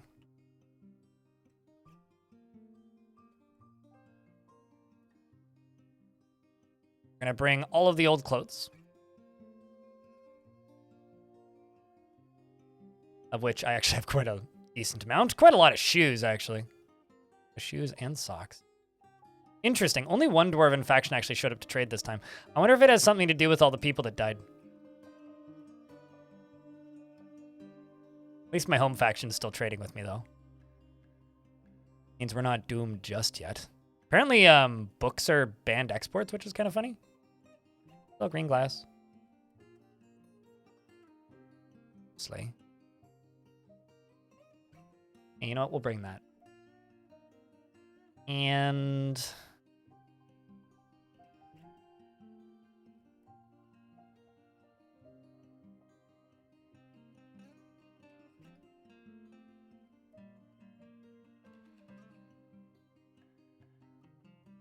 Queen hates education. Wouldn't that be the opposite? It's like Queen values knowledge instead of hates education. It's an odd read to pull from that. Like, I would read that as the opposite. Like, Queen doesn't hate education. Queen wants more more and betterer education by like making all the books stay here.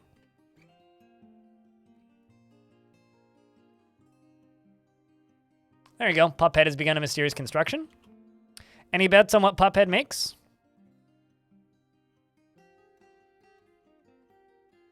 They are using 3 pieces of raw green glass, cow leather, nickel silver bars, cave spider silk cloth, rope reed cloth, and round green diamond cabochons, and a boulder of gabbro.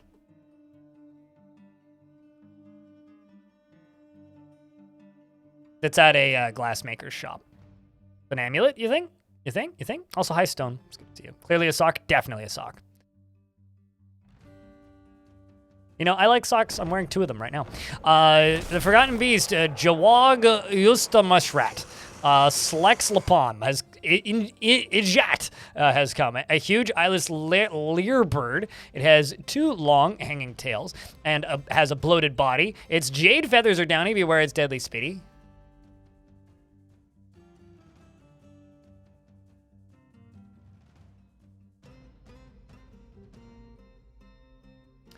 FireOrb had a rebirth because I kind of screwed up the saving, and I didn't have a hard save when I retired the fort. I thought I did, but I didn't. So we had 2 options. Lose the queen and have just about all of the remaining people die immediately upon reclaim, or jump back. So we jumped back.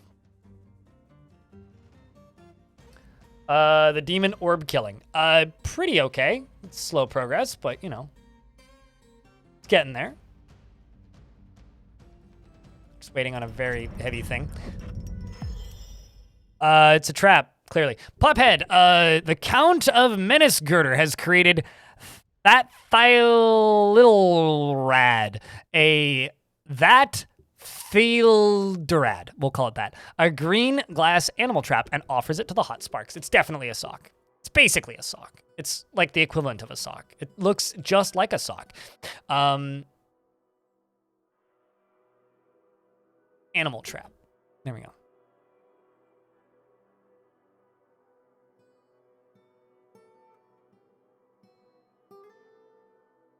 But, you know, currently, like, I installed a new OS this weekend, so I'm kind of just wanting to run on automatic and not worrying too much about other things. Enjoy your lunch, Elfie. To give you an idea on how late I was up last night, my lunch today is cheese breadsticks. Because that's all I got. Because I didn't have time to meal prep. But, you know, you could do worse for lunch.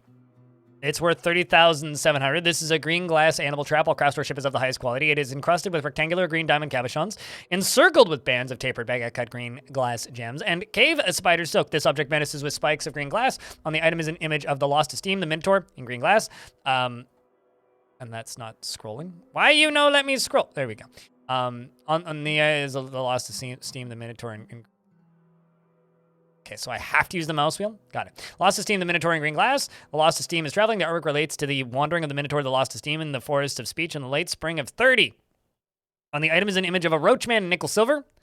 On the item is an image of Duad, the raw adamantine amulet in cave spider silk, which is the most expensive artifact in this fort. The dwarves are on the item is an image of dwarves and dwarves in Gabbro. The dwarves are speaking with the dwarves. The artwork relates to the visit of the merchants from the still mirrors to the hot sparks at FireOrb in the late autumn of 323. I don't think I've ever seen like image of traders trading. I think some migrants have arrived. Hey, whoa. What did I just?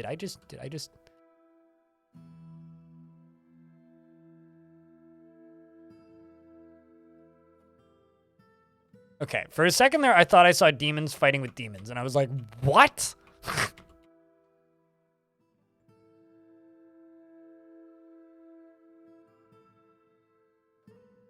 Okay, so this is gonna be a little fiddly, but okay, we'll make the most of it. I don't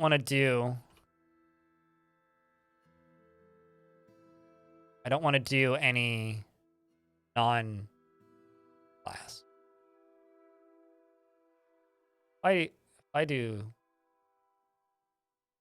actually this work.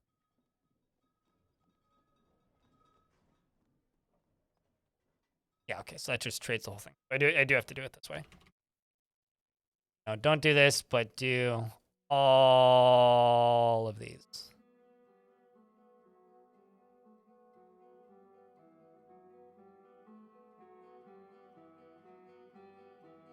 The ones that don't have the absurdistly high values.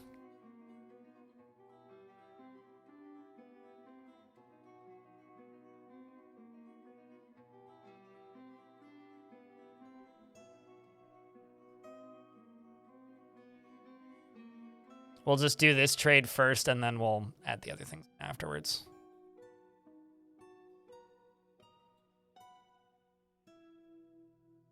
Okay, I will buy these bars.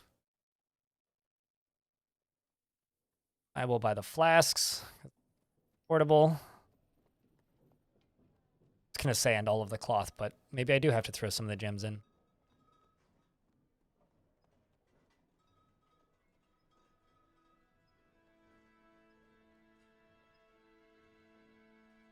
Literally can't afford all of the bins.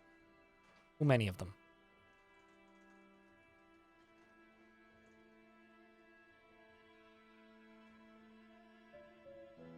These bloody silk ones. So expensive.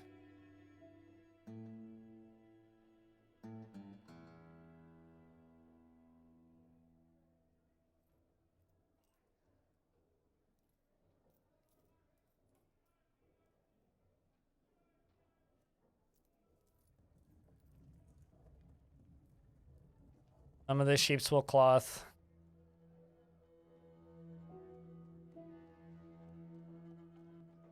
This. He is an overlord. So that either means that that person is running a goblin faction or a goblin-aligned like group. Might be worth looking up. Probably means that they're a criminal of sorts. Well, actually, that almost guarantees means that they are a criminal of sorts. They're probably trying to steal your stuff. I would interrogate them if you happen to have a captain of the guard. Few more of these. No. Done. And then do that and that, just to move everything from trading so that they bring it back to stockpiles. Then we can head back down. So you're ready to go, you're ready to go, you're ready to go. All right, let's do this cave-in. Time for an Armox hammer. And also... Well, actually... I'm just realizing I could, like, do this repeatedly for a while. Puphead's made that. We've got some more migrants.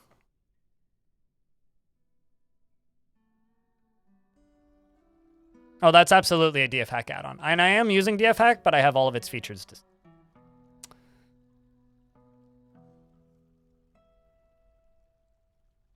Don't worry. People have been telling me about DF hack add-ons that I'm very much aware of for a very long time. Just kind of comes with the territory of playing the game in a vanilla state. Because mechanically, I play the game with vanilla UI and vanilla content. Because it actually makes it possible for me to give legitimate feedback to the game. Which is something that I think is kind of helpful. I mean, I'd rather be helpful to both new players and the developer of the game instead of just appeasing the desires of efficiency of long-term players, which, you know, may or may not be in my mythos for a while. Clicking in the game got too harsh for you? I've never found it to be a problem. But then again, the ergonomics of my computer setup are very, very, very, very, very, very, very, very, very, very, very particular. For that reason. It's like most of the time if I get weird pains, it's because something is off about the height of my chair and not the clicking in the game. And besides, it's a lot less clicking than it was, let's just say, 8 months ago. And I personally find a lot of the trading stuff to be kind of cheating. For me personally, like if you want to use it, go nuts. But the reason I find it to be kind of cheating is because hearing Zach and Tarn talk about the way they built trading in this game, they want trading to be tedious and annoying because it makes you make mistakes and start wars accidentally and sell stuff that shouldn't be sold and all that. They like that. And to a degree, I kind of respect their wishes there.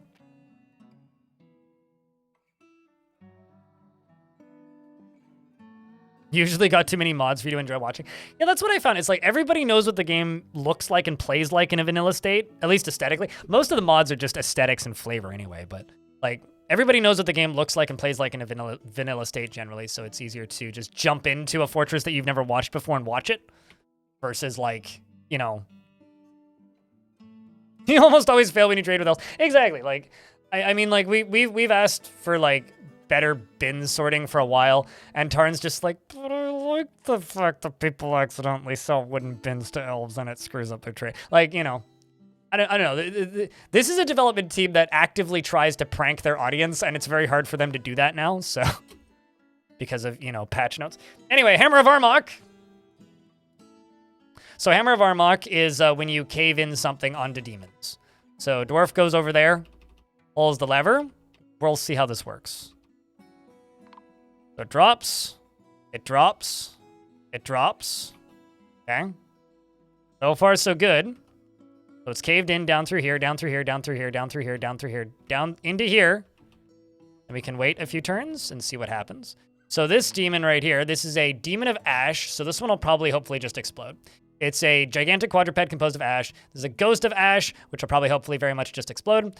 It has large mandibles, and it appears to be emaciated. Then we've got these salt specters, which are just made of salt. And then these black monsters. These are giant birds. They're really tough. So let's see what happens.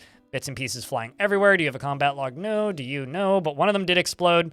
I did actually manage to punch a hole into this lava, which is now spilling down into hell, alongside of Zathan's mangled skeleton. So that's lovely. And it also did exactly what I needed it to, which is down in hell, you can see all of this shrapnel and bits and pieces are flying everywhere. I just saw a demon fall into an endless pit. That's great. Hopefully they get bashed around and a bunch of them die. Yep. So all of these are now dead. So there is one living red spirit on top of a pile of dead things. But that was very effective, actually. So now we can just let the lava flow into here, which thankfully isn't in an infinite flow spot. And we didn't actually kill any of the ones up here on the surface, which is kind of funny. But the underground very much did some damage. We have a black monster left. Those are all corpses now. And these are all corpses. Wow, yeah. No, that was very effective. So there's basically just like one black monster left down here. I mean, I'm sure there's more, but yeah. Okay, so all these ones are still up in the air right here. We got like this one right here that's bleeding. But basically the ones on the ground all died. These red spirits are made of fire, so those are pretty rough. I like how it's literally them colliding with each other. Also, this one fought with a forgotten beast. Caught in a burst of boiling magma. This devil is caught in a cloud of the red spirit's flames. Yeah, so like literally like they got caught in bits and pieces of dying things. What actually just happened? So up here, I caved in a piece of floor. This piece of floor fell and exploded right here, basically. Punched a hole through this piece of floor right here, punched a hole through this piece of floor, which then caved in all the way down into here, which shot dust and shrapnel up and caused a bunch of demons to explode. That's what just happened. Now, the result of this is very quick and sudden death of the enemy. But if you do it poorly and things get out, then you have to deal with demons now. But because that was a success, I'm going to go up to here, and we're going to do this sucker again. So you can see right here, there's some flooring. So if I do this, I do this, I can now see where we can drop stuff. So what I'm going to do is we're going to make another one right here. It's an area I have access to. Yes, it is, actually. This is very convenient. So we're going to make a multi-tiered one, probably. We're going to do like 3 or 4 layers. Down here. That's the first one. Let's go down a layer to right here. And take out that. Let's go up a layer. Because this is going to go up a layer. So then the up a layer can dig out this. 1 layer up. Dig out this. One layer up. Dig out this. One layer up, dig out that. That's as high as we're going for this one.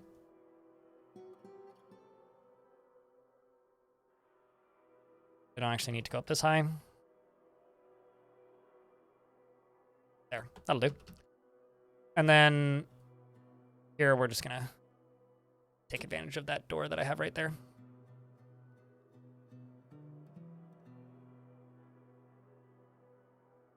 Is hell paved in the Slade? Yes. So if I fly down into here, see, Slade wall. So the one wrinkle here is if I do this, it's also going to open this cavern layer up. This sucks. But like, that'll be okay.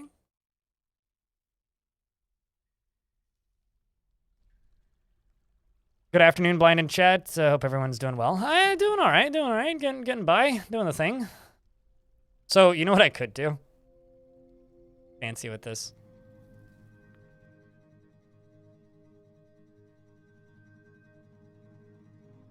I don't know about that.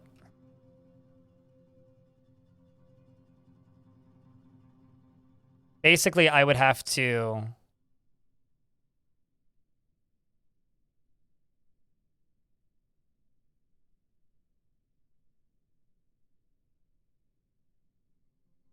You know what? I could make this work.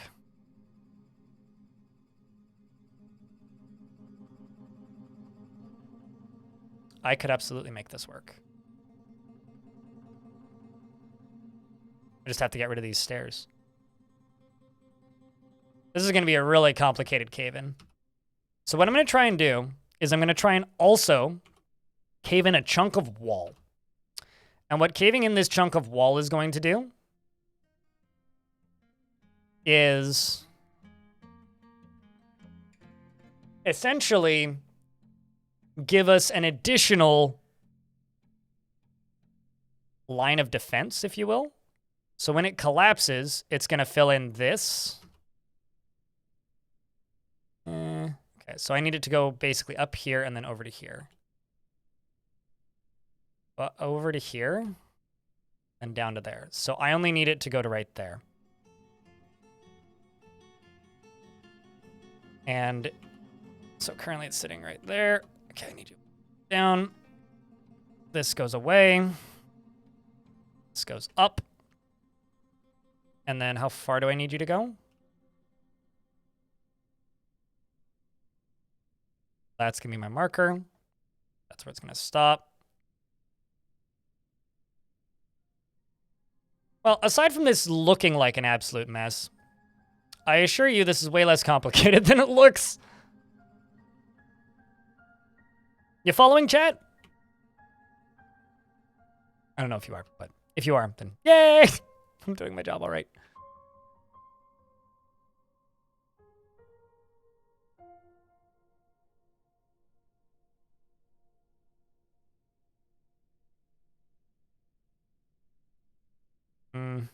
Oh, it's gonna get up anyway.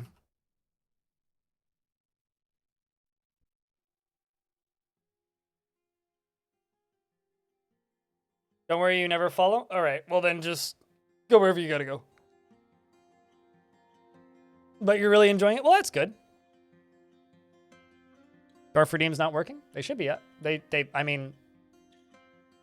So, no, they are working. It's just somebody redeemed it 16 minutes ago and I completely missed it. So, no, they're working. I just didn't see it pop up. So, on the old OS, I had a very sneaky little script which played a beep sound in my headphones, which I got working like, I don't know, 6 weeks ago, maybe, not even, a couple weeks ago, when that was used. And you guys couldn't hear it because of the way I had it set up. Anyway, apparently that doesn't work anymore. So, what kind of dwarf would you like? My bad. Sorry. You're a DF noob anyways. This is pretty, like, endgame. Kaisa. Kaisa?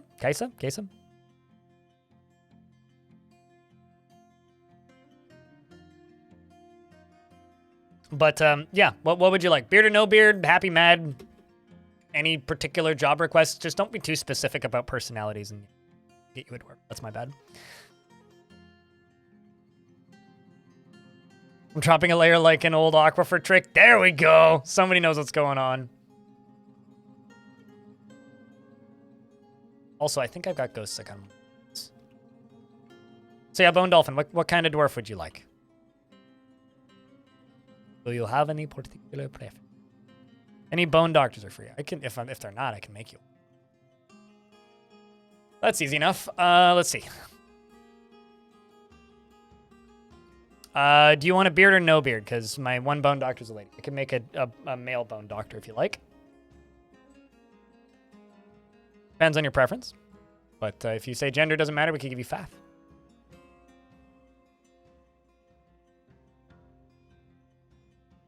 She's quite happy too. That work? Thumbs up. Apparently you're being haunted by the dead. That's unfortunate. Sorry about the wait there. Just yell at me next time. Is truly fulfilled by assisting those in need and never acts without prolonged deliberation, even to the detriment and harm of those around her. She finds something humorous in everything, no matter how serious or inappropriate, is very quick to anger, and is bashful. She is confident under pressure, and she tends to avoid any physical confrontations when she works to square this natural tendency with her respect and martial prowess. She is grateful when others help her out, and she tries to return favors. She can easily fall in love or develop positive feelings, and doesn't cling tightly to ideas, and is open to changing her mind, and is quite ambitious. Occasionally overindulges, and is currently more confident. She often talks to inanimate objects when she's nervous, so do I, and she needs alcohol to get through the working day and doesn't really care about anything anymore. Dreams of mastering a skill, and this dream was realized. Personally, greatly respects those that observe decorum and maintain their dignity. Strongly believes that a peaceful and ordered society without deceit is best, and finds the idea of fair dealing foolish and cheats whenever she finds it profitable.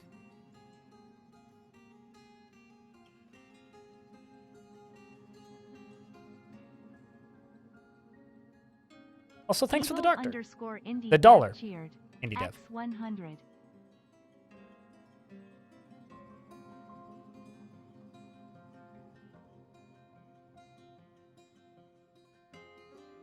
All right. And also, thanks for the first notification of money in what? Hour and 25 minutes. First bits in 2 hours. She likes bronze, white, opal, and amber, and donkeys for their stubbornness. In the words of the pantomime of platypus. Wait, what? The pantomime of tweeting. Sorry, my bad. And when possible, prefers to consume giant platypus, parsnip, plants, and maize beer, and eggplants, and absolutely hates snails. Her hair is clean shaven, and she has a prominent chin. Her lips are slightly rounded. Her gold eyes are slightly sunken. Her hair is raw amber, and her skin is pale pink. Welcome to Z Fortress. Merlin, what up? When we're nervous? I mean, yeah, right. Mood. All right, so let's see. We've got another Hammer of Armok to drop. Okay, so down here, I'm gonna need a few of these suckers. And this is gonna be a lot of work. This one. First one. Second one.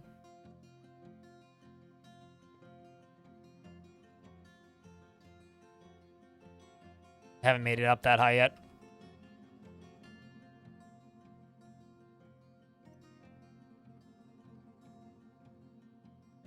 Wild Peak, what up? It's good to see you. Yes, Elfie did go for lunch. Call Elfie saying something.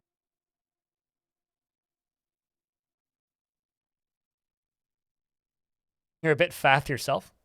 Well, I can tell you one thing. You might be fath yourself, Bone Dolphin, but I wasn't very fath to fill your redemption request, so I apologize once again.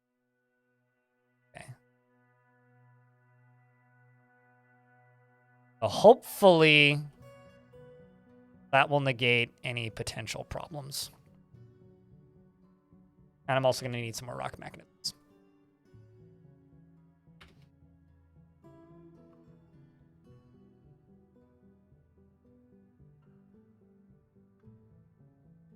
Make 50 rock mechanisms and make them out of obsidian. I'm also going to get rid of these. This. Also that. Slowly working on all that yarn stuff. Assuming I could just pop over here, actually. Our processing plants, that's a good sign. I do these manually, and chat can report on this. I find whenever I automate sheer animal in any way, it just causes the frame rate to go to nothing or like lose a chunk of frames like real bad. Have any of you guys encountered any issues like that? Automating like shearing animals?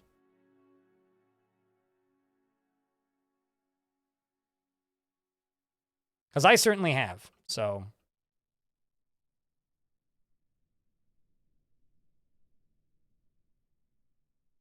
No, actually, it's this way.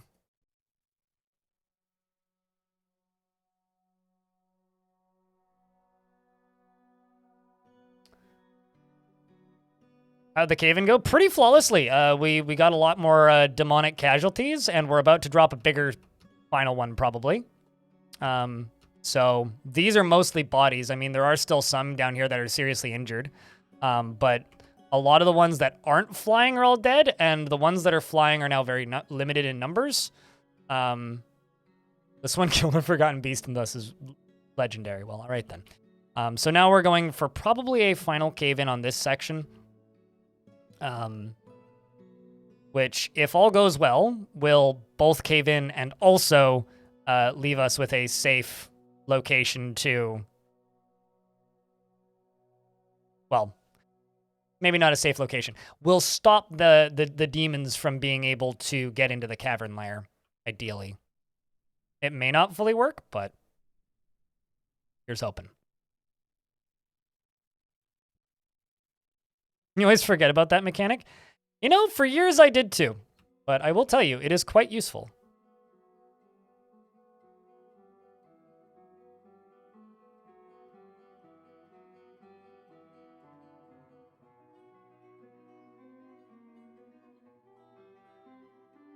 You usually just set spin and shear on repeat.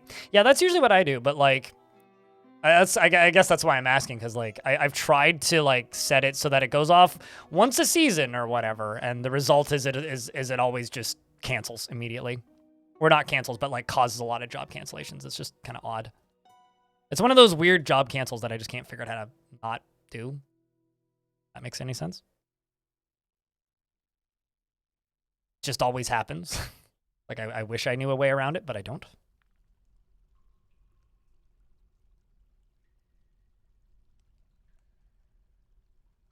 Doing a lot of channeling. Also, Hidden from the Sun has just become a YouTube member. Chat, can I get a round of beers in both chats?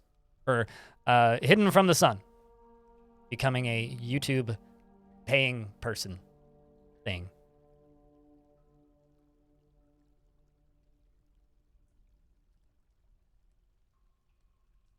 Here's hoping I just need to connect to.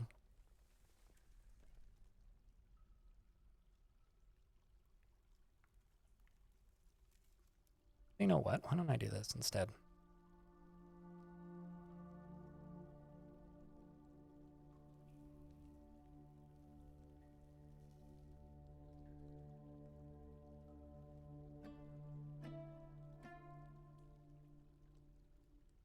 Yeah, that'll be fine.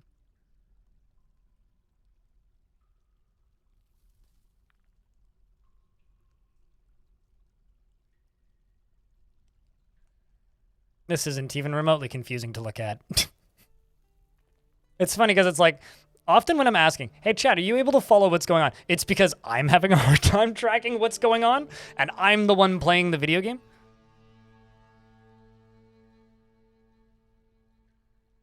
Yeah, I think that's the issue. It's like the condition, right? Yeah, because Milkable does the same thing. It's just occasionally I just go and queue it up to repeat.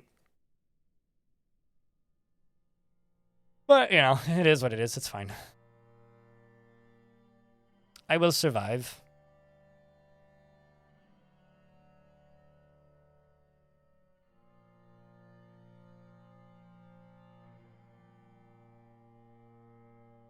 Not gonna lie, I always get super nervous when doing this sort of thing. I always expect it's just gonna like break stuff. I'm also going to like forbid all of these boulders. And the reason I'm gonna do that, and also the clothing, because I want as much shrapnel to fall down there as possible. And these boulders are kind of that. You know, ooh.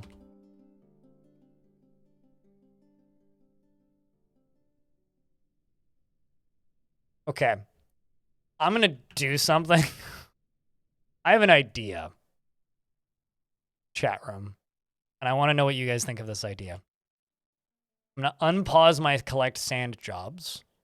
And I'm just gonna queue up like, oh, I don't know, 100 or so serrated green glass discs, and then just put them in a stockpile down here and drop those with it. I think it's once per season per animal, isn't it?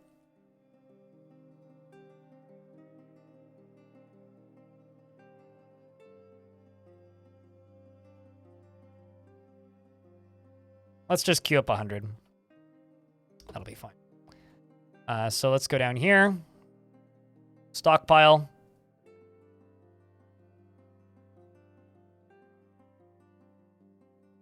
Under here, right? Large serrated green glass disc. Yeah, all of this. This doesn't matter. And green glass. That's it.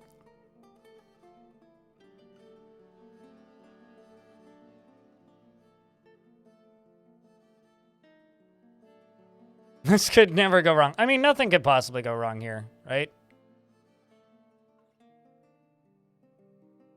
Besides, they don't have that much time to fill it up, so I'm also going to... Let's do that. We're just waiting on these, basically. Get hooked up, and then I gotta dig out the rest of this.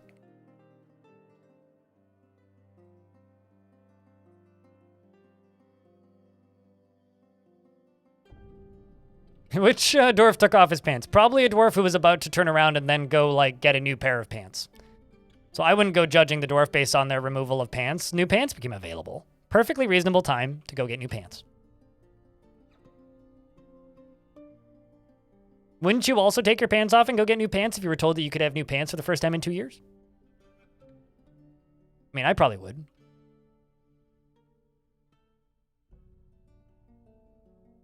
Like, truthfully, I probably would. Maybe not the moment I finished, like, setting a trap for a demon, but I still would go get new pants. I think that these are done? No, not quite. One more to do. I mean, I take off my pants every evening, so, you know. I'm such a pants removal enabler. Well, it's more like justifying, less enabling. You're not even wearing pants? See, chat, Eurist Games is just ahead of all of us here. We're all, like, trying to justify the removal of pants, and Eurist is like, what even are pants? Which, honestly, probably pretty accurate to this video game. Fitting that your name is Eurist, Eurist. Eurist has risen above the pants. Yeah, they have.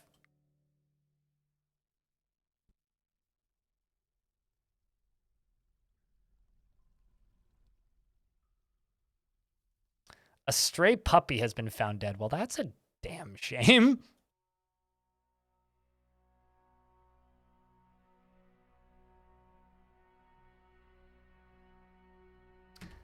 All right. Well, we are certainly currently lacking all of the green glass discs I told them to super turbo power makey. So I will remove them from this stockpile because that's probably where they're going to end up.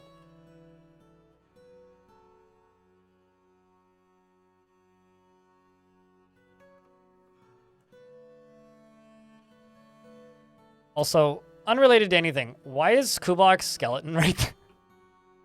That was a dwarf.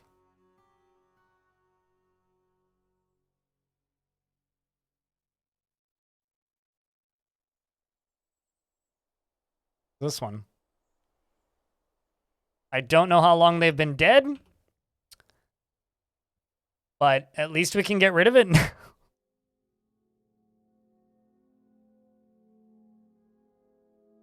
But what if I don't want big pants? I actually want like medium size pants. I don't wear big pants, so I don't really care what big pants is trying to do to us. I care more about like the accessibility of like pants that fit me.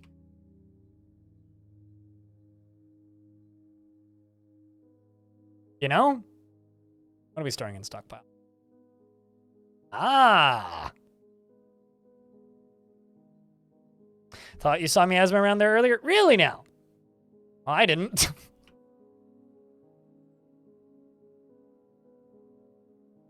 It's okay. It worked out. We found it. Scared a couple dwarves in the process, probably. Actually, let's go here and just type in undead. Nope, we're good. All right, so since we've since we've become good on that, yes. If I go down to the future Armok hammer, I'm just gonna see a whole bunch of dwarves like running in here in a moment, all carrying discs. Yep. Very much so.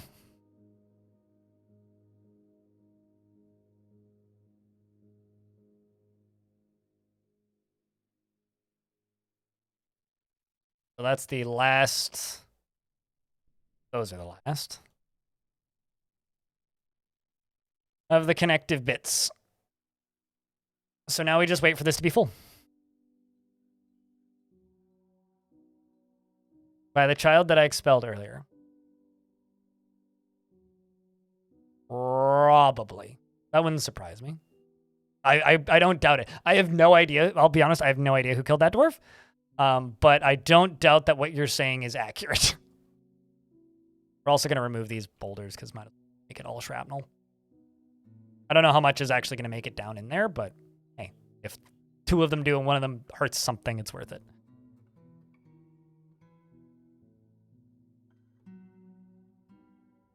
You know, there's few things in Dwarf Fortress that are more satisfying than watching them fill up a huge stockpile area. Oh, shit. Oh, God.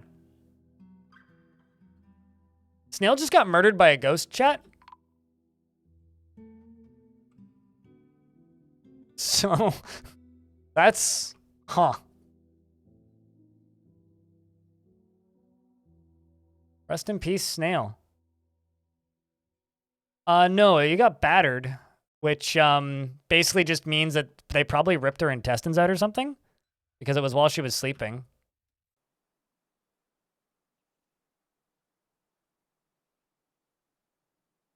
Also, unrelated, I have a bunch of dwarves that have no bedrooms.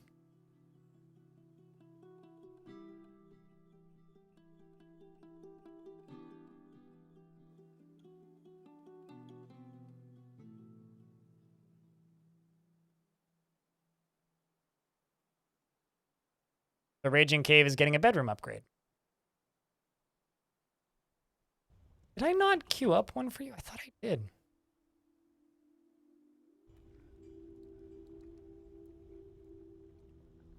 Get it done, please.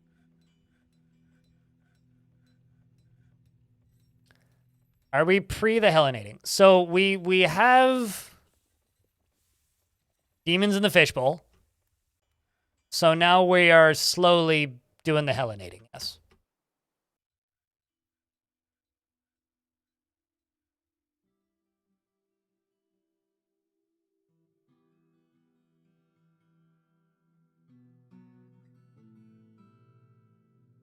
Oh, also, Sosh Jam, you are now the captain of the guard, because our captain of the guard got turned into a...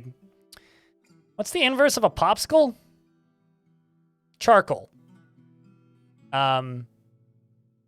Heat stick. I don't know. It got turned into charcoal. By the... Kind of melted, actually, by the dragon. Which, you know, kind of amazing, but... not brilliant. Shall we say?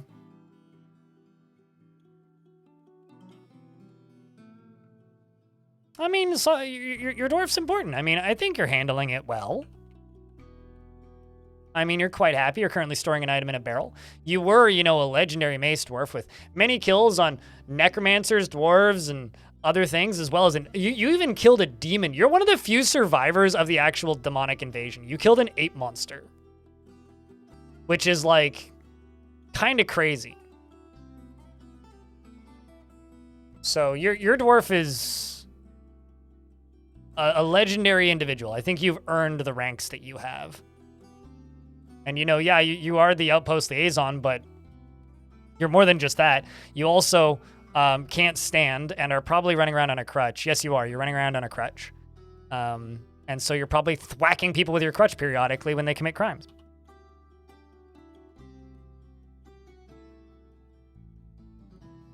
Yeah, I was kind of like just thinking that. I mean, like the one crazier thing than actually like, you know, killing a demon is you killed a giant, not just a honey badger, a giant honey badger. That is a truly impressive feat of dwarven dedication. Hidden from the Sun in the YouTube chat says, don't know if my question was answered, but do you usually build fortresses spread out on each floor? It changes. Part of the reason I tend to stick to one large floor is because it's easier for people to watch. But it does change in every fort. Sometimes I build forts pretty vertical. Sometimes they're pretty horizontal. This one's particularly horizontal, though. Because I find like a fort like this is much easier for chat to watch than a fort that's vertical. It doesn't really matter much frame rate wise whether or not it's a big flat space or a big vertical space. It doesn't really impact much in the frame rate department. But I do need bedrooms, so might as well work on these in the background while other things are getting done.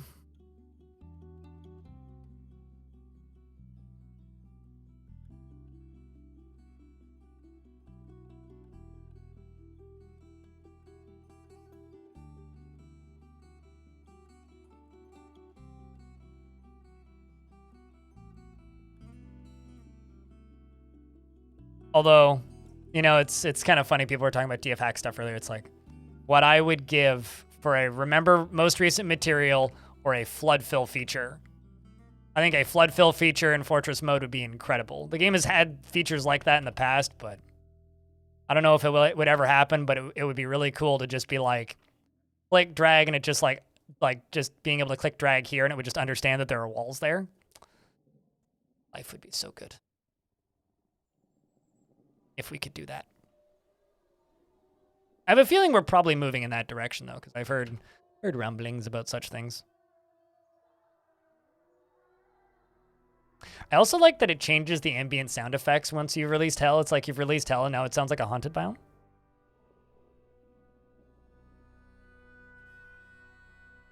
I'm pretty sure DF hack has a last material in it. But, you know, because I'm a stubborn twit, I refuse. I will suffer like G did until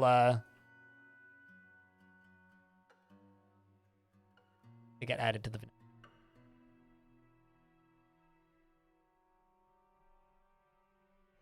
I don't understand the connection. Do you mean like the shirt that I'm wearing, Diamond?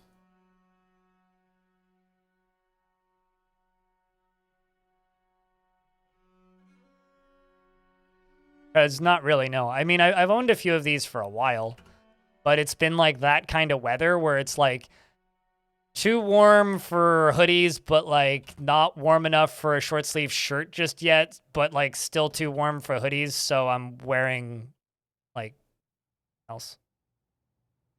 And I don't like wearing not button up long sleeve shirts. They feel to wear them. But yeah, if you're asking me about my shirt, I bought this for $3 yesterday at the thrift store. And so thus I'm wearing it. But I've owned a couple for a while. Every now and again, it's nice to change up the wardrobe ever so slightly. Thanks for the tier 1 on Twitch, too, Hidden from the Sun. So Hidden from the Sun becomes a YouTube member and then becomes a Twitch subscriber. Thank you.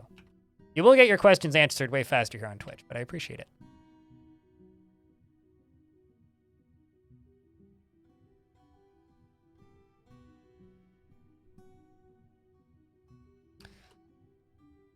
Okay, we'll let them do that.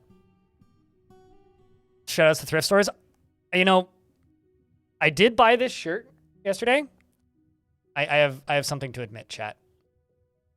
I almost bought a Laserdisc player.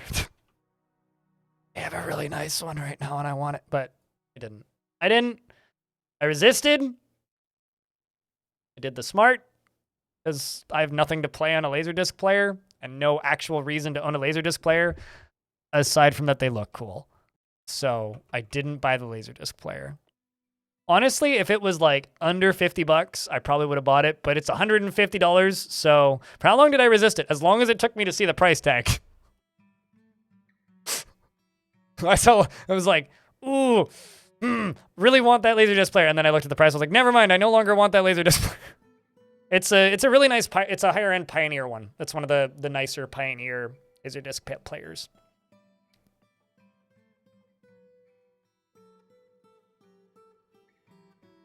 Why is that, JJ? Also, we'll see you when we see it, JJ. Take care. I will be on Monday, Tuesday next week. Also, Monday next week's my birthday.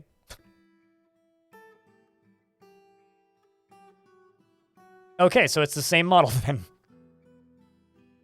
But yeah, I'm not spending $150 on a used Laserdisc player. I'm sorry. As cool as Laserdiscs are. What's up, Trash Panda? Wait, really? Oh, was after Laserdisc? Oh, that's kind of neat. Not the era that I really like, but...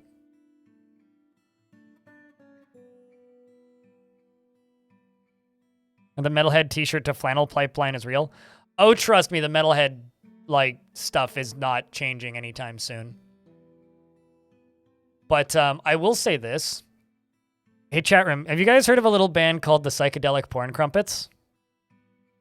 I got to see them live. Like 3 years of trying. Finally. Took so long. Well, cheers. Hidden from the sun. The Psychedelic Porn Crumpets. It's a very normal name for a very normal band.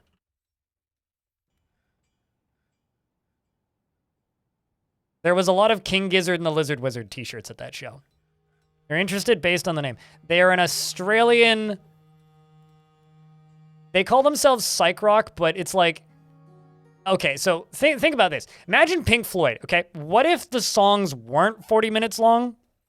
Okay, they're not 40. What if the songs weren't 10 minutes long, had a much higher BPM and way more overdrive, and were also a lot louder? That's the Porn Crumpets. It was fantastic. There was like 9 people crowd surfing at one point, including me. It's fun. So prog rock? I don't know if I'd call them prog. Because like I also really like prog, but I don't know if I would call them prog. Here, let me show you guys a video that probably is going to be rotated in the wrong angle. I just discovered a Linux hotkey, which startled me. All right, apparently hitting shift and scroll up just like pastes the last thing you copy pasted. Okay, so there is a non-zero chance that this makes all of you deaf, so I'm going to mute this for a second. Yep, it would have made you deaf. Made me deaf. Let me pause this, make this full screen.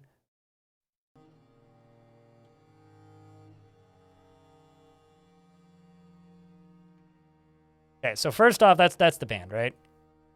But first, is this the wrong one? Yeah, this is the wrong one. This isn't the one where you can see me crowd surfing. Hold on, where's the one that you can see me crowd surfing? I think that one's actually vertical. Yeah, it is. So you guys are going to have to hurt your necks to look at this, but... Hey, look, at me. And yes, I'm throwing a plastic rose at the band. But fantastic show.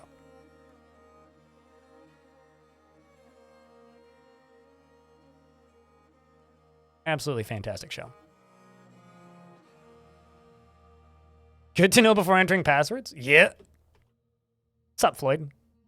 Fantastic band, yes.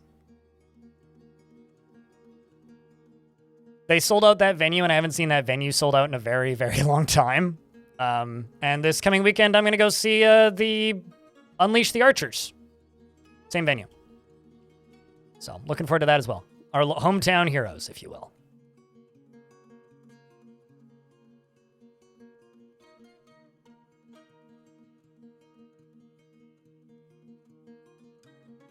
Why? Do you want me to post it somewhere publicly? I haven't yet. It's literally just sitting in my friend's DMs. Because my friend filmed it, not me.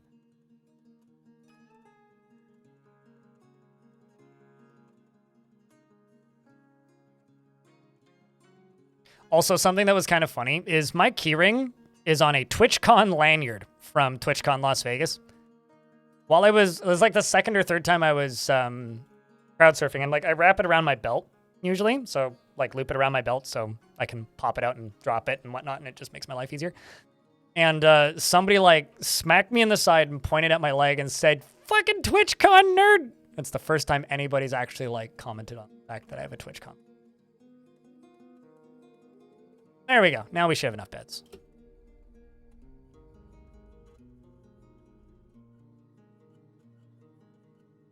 And I've been walking around with it for like over close to a year now. Walk around with that lanyard. Enough beds. Good, good, good. Peace is returning. Okay. So now that we've done that, let's jump back down to the next hammer. This. Only a few more tiles to fill.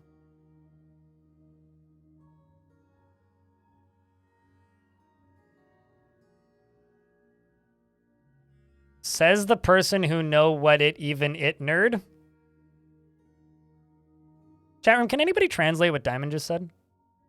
But yeah, no, give me like another 3 weeks and I won't be wearing the flannel anymore. I'm literally just wearing it right now because I have them and it's like not warm enough to just be in a t-shirt. Yeah, me too. Although Diamond has that effect on me sometimes. Also, Master Spike, I completely missed that resub. I really need to fix my heads up notifications for me. Thank you very much for the 20 months.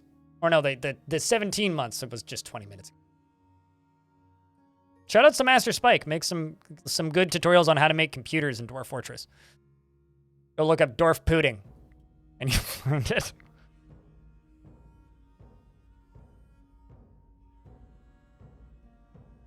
I mean, when do people actually call people a nerd, like, unironically in the current year? Like, people don't do that anymore. Like, it's when people call somebody a nerd, it's never really intended as, like, an insult. Maybe, like, decades ago it was. You know what, screw it, we'll fit all of this. Drop all that, please. Thank you! Just this dwarf running around dropping all of these. Look how many you had in your inventory. It's hysterical.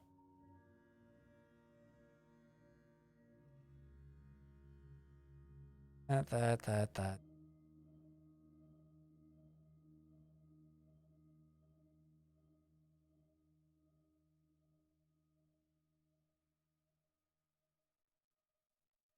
All right, I think this is good. I'm gonna get rid of this. I'm gonna go right here. I'm gonna wall this off, not floor this off. Wall this off. There with obsidian. Once that wall is built. Yeah, nerd can absolutely be used lovingly. Grass vortex. Like, oh, you nerd. It works.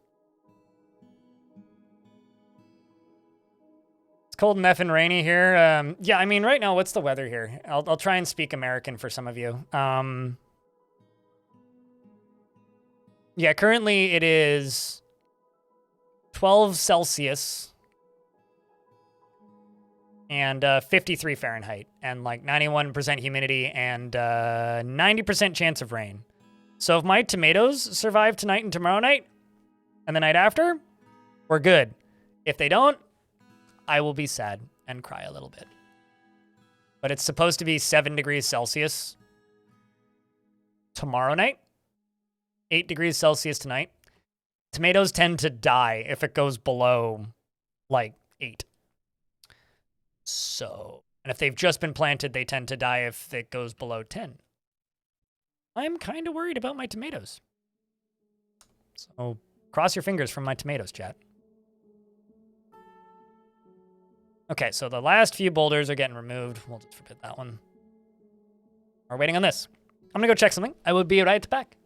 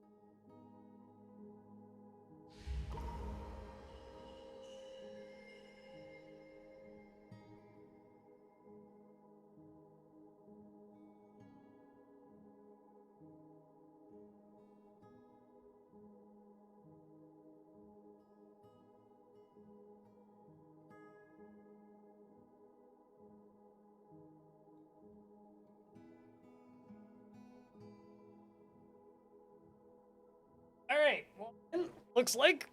Sweet. Also, apparently I just got welcomed to the chat room. Yes, I did connect both of the levers. Both of the levers are connected. So this goes all the way up to here. So this is going to be a three-pronged approach. It's going to drop this, which should land right here. And should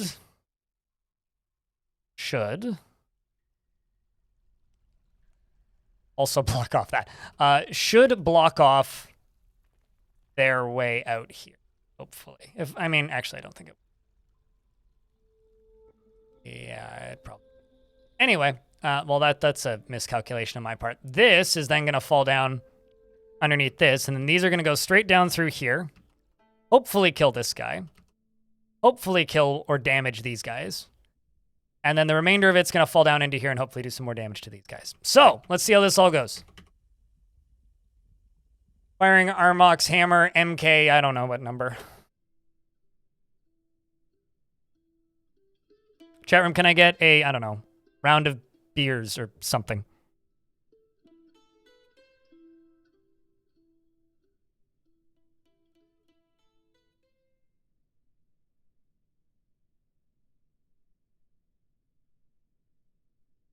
Also, I've got another artifact that's started.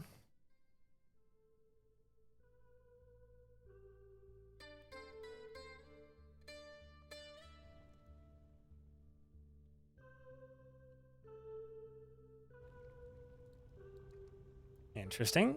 Frame rate, where go? Frame rate, why go?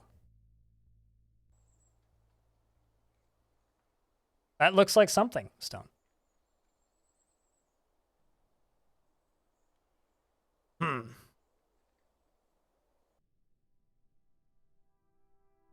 Okay, frame rate back. That's all is good then. Dwarf come down, pull thing. Yeah, it didn't work. I fucked it up. That's fine. I could fix it if I really wanted to, quite easily. All right, well, that falls down all the way down into here. That's where it currently is. And this is where these guys are. And it doesn't seem like it's really flinging around too much of the shrapnel, so that's a bit of a shame, but I'm seeing some of them falling down now on the further down layers right about here. Seeing bits and pieces flying. I am seeing damage being dealt. This thing, oh, there we go, see? I'm also seeing slate and various other things falling down. This Ghost of Ash, and these guys are getting jostled around. This black monster doesn't have any combat logs, but is getting jostled around. And then down here, sweet. We are getting more damage. So let's see. So these all fall down and stuff is flying everywhere. There's a pickaxe in here now. Stuff is flying everywhere. So let's just unpause the game and see what happens. Well, kill count wasn't as high as I wanted it to be. Yeah, I didn't take out the ones I wanted to. Well, that's a bummer. The problem is, I just released the demons in caves. Well, that sucks. Miscalculation.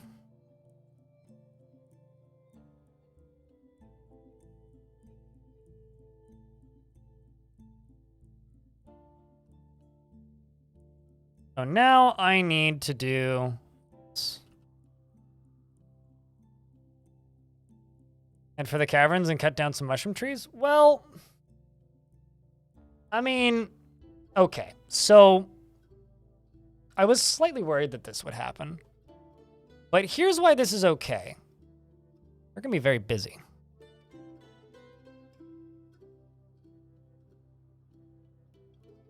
I'm curious how many of them are actually going to go in there, though. Seems like it's just the one. It's the one eyeless devil. And off to. Oh, there it is. This guy. I mean, maybe the Crundles and Bug Bats will help invade hell. I'm sure that would be fine, right? They don't have any way into the fort from in here, so it's more just like gonna be a pain to track them all down kind of deal. Less of an actual immediate problem. Oh, there goes a slush banshee. This thing will die to a troglodyte. This thing is just a gigantic. It's gigantic and it's made of snow, so it just needs to be looked at funny. But marching into hell, like, I mean, the Krundles are just like doot, doot, doot, doot, doot. Don't even know what they're up against. Well, we'll call it a distraction tactic. I think that next project should be this. The real shame. I have to be way more careful about digging into this now. That's a bit far. That's not a good spot. That's also not good. So let's go to right here. Okay, so this side is safe.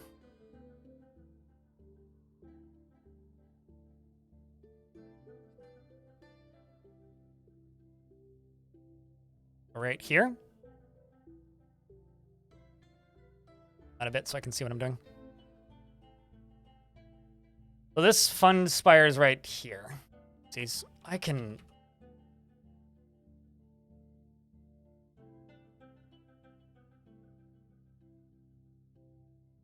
There we go. That's all I was trying to do. We're going to go dig into this. And I'm also going to widen this a bunch.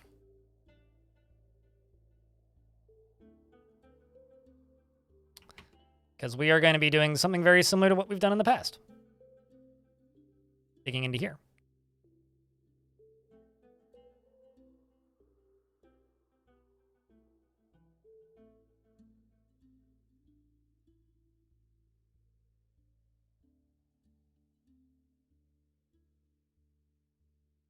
Can I ask for a little advice? You have a map with no trees. What is the best way to acquire farm and wood? Well, if you have a map with no trees, you've already answered your question. You have to go down to the caverns or import it.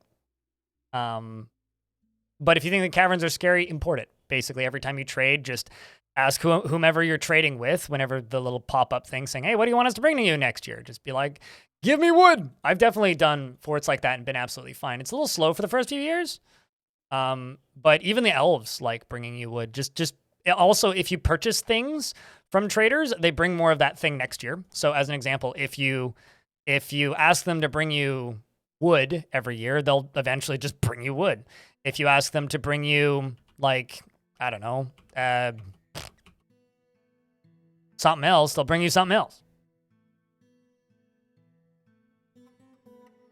Yeah, or you could open the caverns and seal them off. I'll also say this, don't be so scared of the caverns. Just go into your difficulty settings and scroll down in the difficulty settings and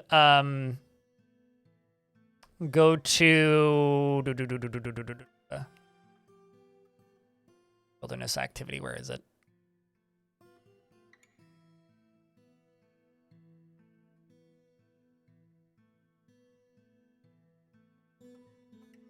Cavern dwellers scale. Lower these numbers. Also, I'm at default settings, which means they lowered them. But yeah, so by default, previously these were set to like 200, 300, and something else. Just lower these numbers down. Just lower them. So, because that's the number of dudes that can attack you at a time. I like having like 3 to 6 cavern creatures attack. Unless it's like just locked. Actually, it might be saved to this save. But yeah, they attack you by default. I think it's 10 and then 50, which is way too many. Yeah, trading can easily bridge that gap. Also, yeah, Edward Grin is correct. Wood is very cheap. Wood is very cheap.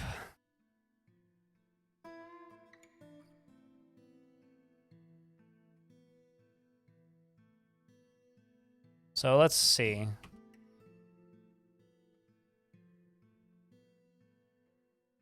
Well, it looks like the demons running around in the caves appear to just be going around executing forgotten beasts, which is kind of funny. And trolls. Well, cavern cleanup crew, I suppose. Yeah, the default numbers are a little whack for that particular feature. I do think it's a good feature as a whole, but the default numbers are kind of nutty.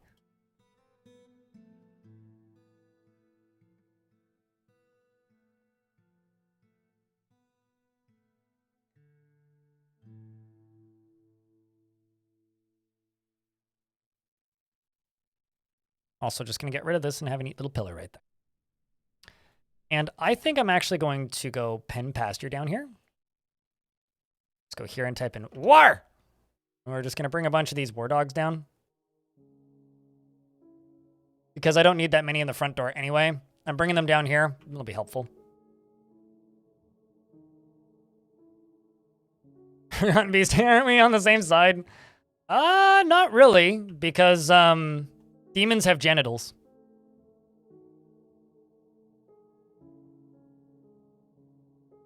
For soap and fertilizer? I mean, if you use fertilizer and if you need soap.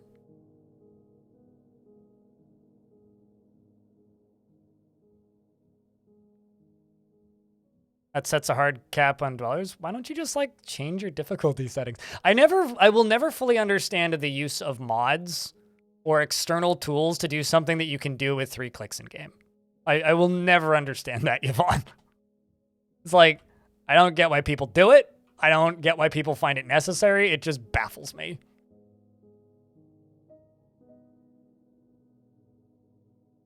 And always will.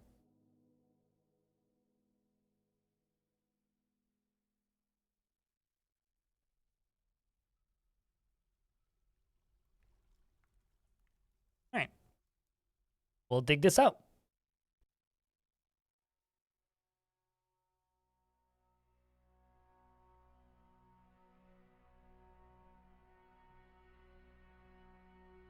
Thank you, Boom Boom. Something that's going to be a pain in the ass for my videos now is doing subtitles. I don't have an easy piece of software that just generates subtitles for me. I'm sure I can find something, but geez.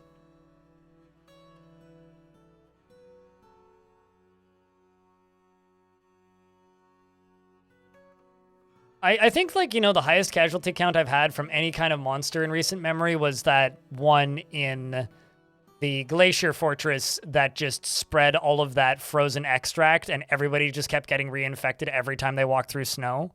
That was horrible. Horrible. Like, genuinely awful. One of the worst things I've ever had to deal with in Dwarf. So all these bedrooms are done. We can lower the priorities, but get this stuff smoothed.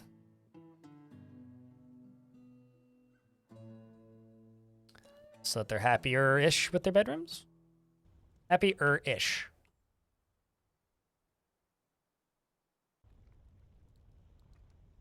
Are werebeasts the worst that can happen? Like, are they the worst thing that can happen? I consider them a non-threat. So maybe I'm a bad person to ask that question.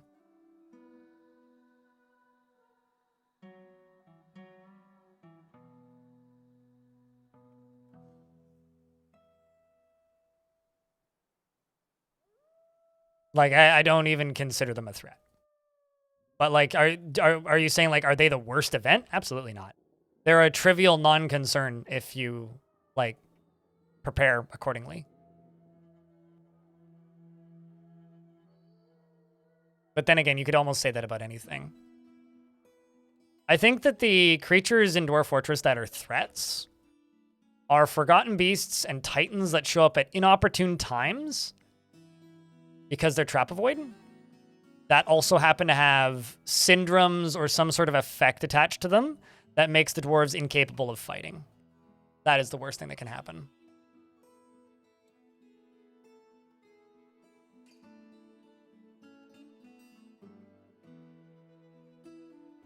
Yeah, deadly dust I've also had a gas that's been pretty bad. Like I've lost whole squads to gas before. Fire breathing isn't so bad if you have ranged weapons. The problems with fire breathing is not the fire itself, actually, it's the smoke. Fireballs can be blocked pretty effectively with shields. The issue is the smoke. So what happens is dwarves can't see through smoke. And if dwarves can't see through it, they can't path through it and they can't fight through it. Basically meaning the enemy that is breathing fire, which can see through smoke, just stands in the smoke and is unhittable unless it's a ranged unit. Ranged units can hit them. So if you're using Marks dwarves, fire beasts aren't so bad. But if you are in close range, good luck.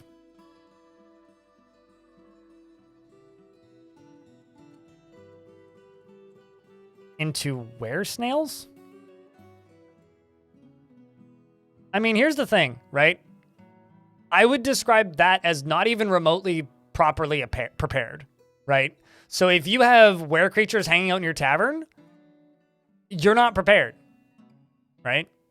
I consider them a non-threat because I know how to avoid them. But like, if you're either intentionally allowing them or not doing anything to combat them, that's on the player.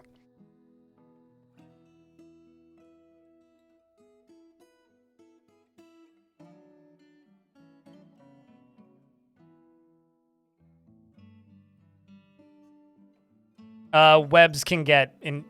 Dwarves can't get entangled, but they can get webbed, which is basically the same thing. It basically forces them to lie down and makes them unable to hit and makes them able to dodge. So if a dwarf is webbed, they're a sitting duck and the enemy just gets to get free hits in on them, which per turn, which is like per tick, is 10 hits. So because it takes a good couple of ticks to get unwebbed, unless they're very lucky, it's basically guaranteed death at that point. And that's why giant cave spiders are so dangerous, because not only do they have webs, they also have poison, which paralyzes. So they get webbed, and then they get poisoned, and then they're just dead. And it's like, well, rip. It was fun being alive while I was. Yeah, webbing creatures are pretty bad. Although, for creatures that don't have poison, but do have webs, are less bad. Which is why giant cave spiders are probably one of the scariest mobs in the game. The exception of, like, maybe jabberers, but that kind of depends on whether or not they're armed. Build a door in front of your fortress, and when one shows up, lock it. When one shows up in your fort, lock all the doors around them, and then let the problem sort itself out. Until there's one left, then you cage trap it. Memorialize all the dwarves. Basically build doors, and when they appear, lock the doors. Or wait until the season is like in between. Cozy. What? Cozy is such a weird word for me. I don't know. I've got like almost nothing but negative associations with the word cozy. But hi, Sui. How are you? Because I don't think I've ever been cozy in my entire life, personally. I'm assuming you mean the shirt. Comfy? Sure. Yeah, I'm pretty comfy right now. Cozy? Mm-mm.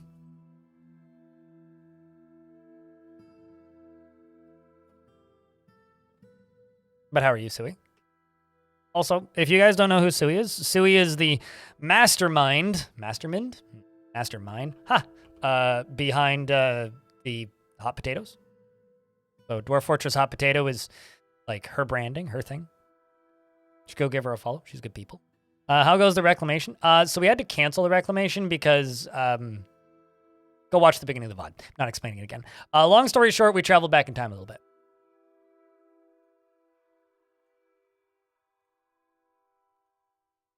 School year is almost done, so there aren't a lot of jobs available. Oh yeah, I mean, such is the life of a substitute teacher, right? But that's the life of a teacher, is you get to take the summer off, right?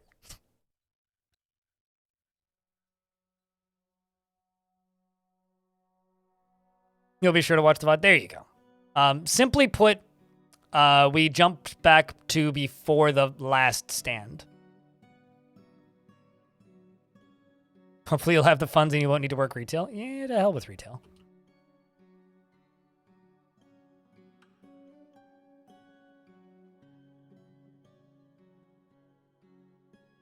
Did I have an artifact that I missed? I must have.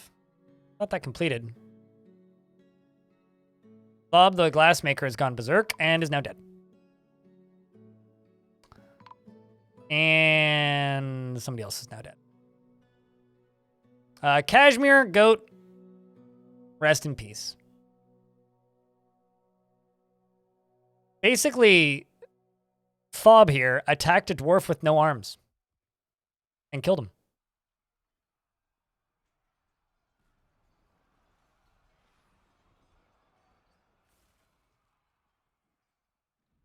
That's kind of dark. Kashmir said, "Can it all end so quickly? Begone fear!" And then he died. What a big meanie. You murdered a paraplegic. Hell.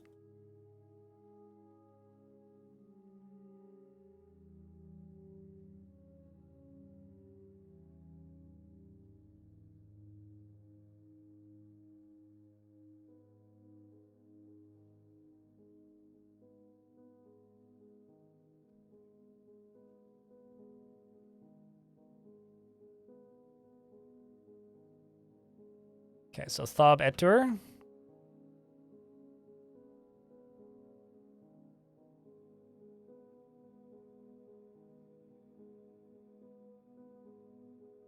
What? Oh, you must already have one then. EHOB. Huh, odd. Kashmir then.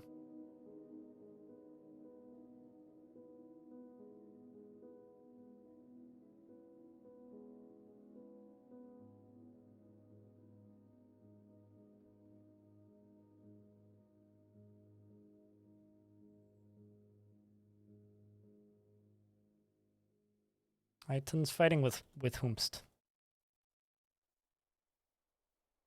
Or are you just vomiting? Okay.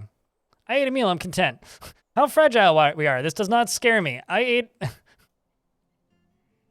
at a crowded table. It's irritating. I ate a meal. I am content. But like, how was it crowded?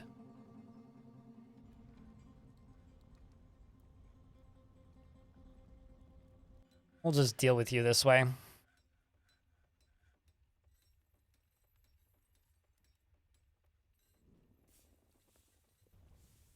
Suffering.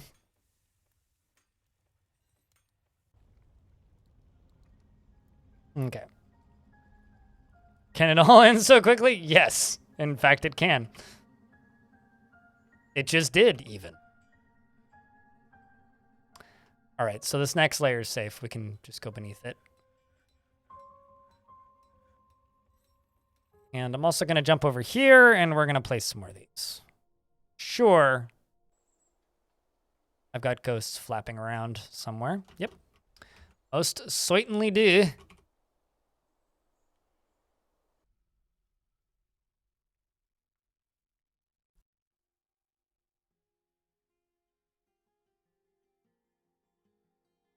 So I'm going to dig those down. And then directly beneath this.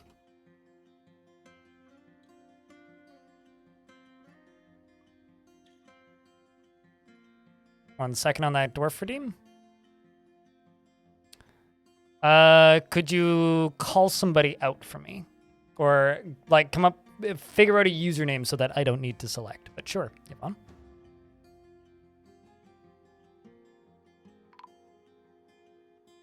Stack of the ghostly Marksdorf has finally been put to rest.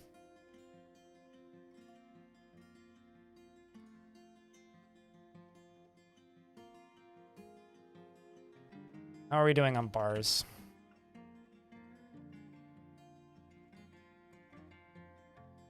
Not great, it turns out.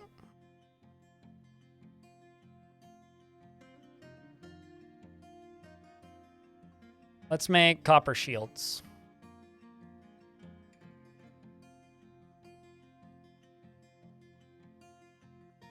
Four of them.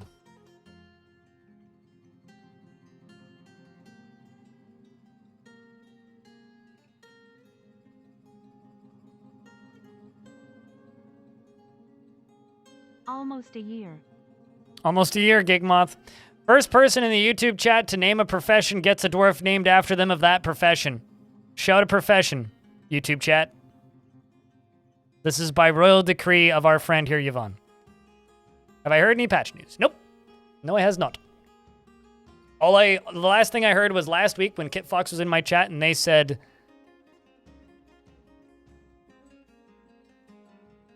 no news. So, chat room, can I get a round of beers though? I'm gonna say no, Noel man, because you're also in Twitch chat. So go to Mafia's getting a butcher.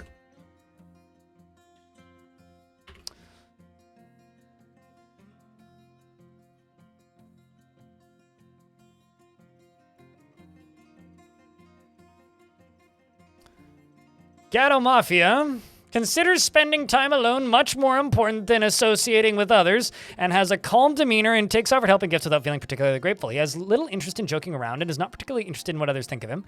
He tends to not reveal personal information. He doesn't try to get things done perfectly. Occasionally focus on the matter at hand. Tends to assume that the worst of two outcomes will be the one that comes to pass, and is trusting. Occasionally overindulges and isn't given to flights of fancy. Has a tendency to consider ideas and abstractions over practical applications, and often tells pointless stories when he's nervous, needs alcohol to get through the working day, and does not mind being outdoors at least for a time. Dreams of mastering a skill is put off by trade and commerce, and likes petrified wood, tin, red zircon, giant deer hoof, and the color dark olive. Weapon racks, some catapult parts, and goats for their eating habits. And when possible, prefers to consume helmet snake, anchovy, and 2 humped camel's cheese. Cabbages, pineapple wine, which we have, and hates rats. Means you're probably happy about having a pretty decent drink. Assume.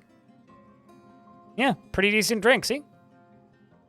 On top of the euphoric about inebriation. This dwarf has no family, just passing acquaintances, and moved in this year. Clearly wanted to see the demon ball.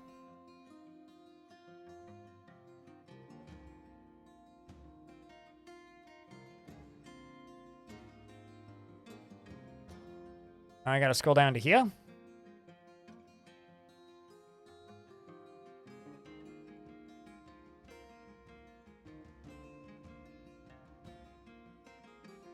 And apparently a yak bull starved to death, and there was great rejoicing. I mean, and there was great grieving.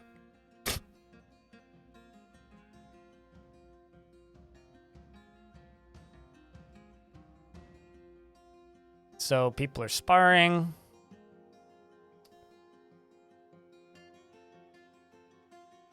Devil Dawn, thank you very much for the 5-pack of gift subs. Holy shit. Almost a hype train, too. Oh, hey, you got porcelain. Thank you so much. Which is, actually, what?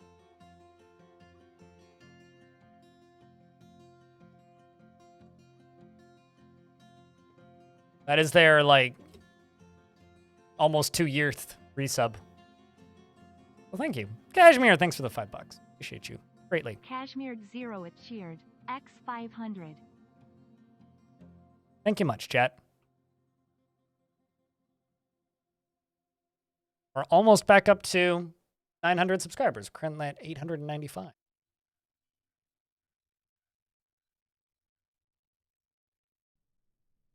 Well, thank you. Just a reminder to everybody. Next week is my birthday. And next week I will also be going away for a while. I will be streaming on the 3rd and the 4th, my birthday and the day after. And then the 5th, 6th, 7th, 8th, 9th, and 10th, I won't be in the city. I will be in Montreal doing Formula 1 stuff and just hanging out with friends. So I'm kind of going on a little bit of a vacation, which means first stream back, realistically, it'll probably be the 12th. So I'm going to be gone for like 6 days. Hopefully I will have enough content up on the YouTube channel by that point, but if I don't, well, that's why. I guess. Don't really know where I was going with that sentence, but I will be gone for a little bit. Probably not too long outside of that, though. Which means all of the patch news is going to happen while I'm gone, right? So expect a bunch of patches during that. When I'm away, can't edit videos, and you know.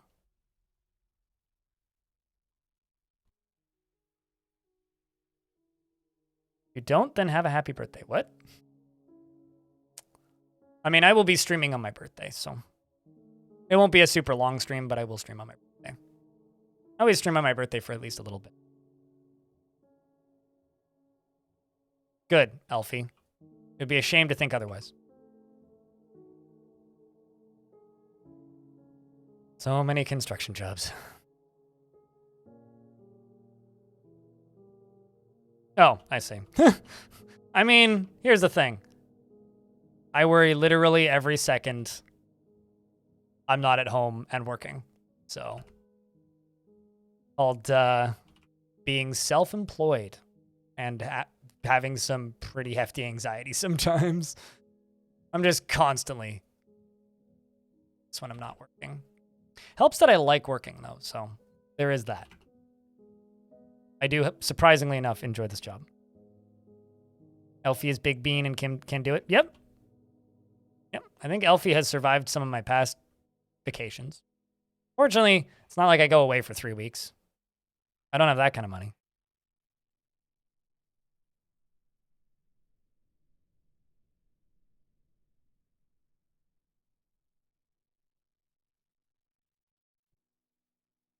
Okay, so we'll get them to do that. It's going to take a little bit.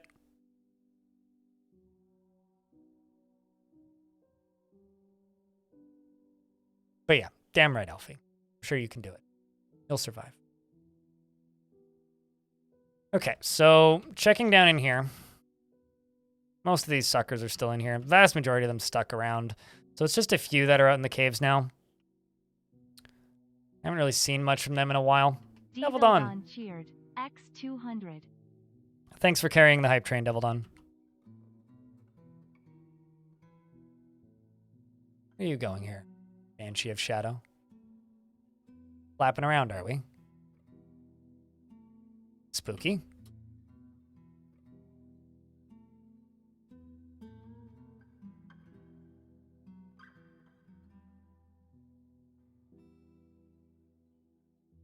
Just under a minute left on that hype train. Currently, it needs, I don't know, like, a gift sub or two. Level up. Now it needs a gift sub. Or a small amount of bits. Like $4 or something. Maybe 5. Level it up. But thank you very much regardless for the hype train, chat.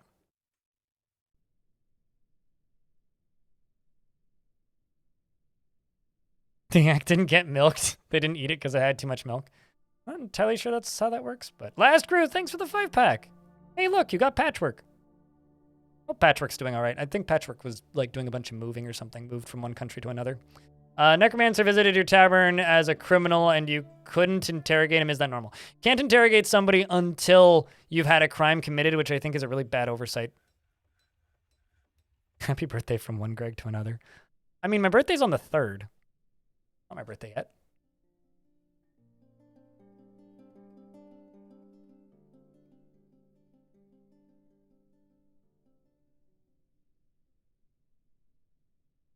You hope that Forgotten Beasts and Demons get the Necro Experiment treatment in the future. You define Necro Experiment treatment.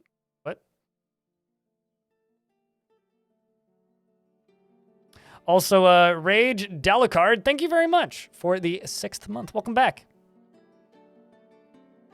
Seriously. Thank you for continuing to support this. They left your corpse alone. They won't go after corpses or bodies unless there is something threatening their life. So it's like, it's a self-defense mechanism, basically. So if there are, Huh.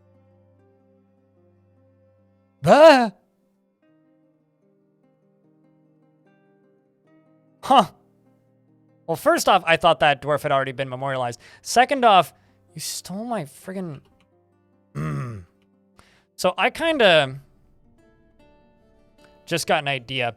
I should actually drop... Cashmere Zero. Can I actually do that? X500. Happy BD from one Greg to another. Yeah, I can. I should save this area in right here. Ooh. About this.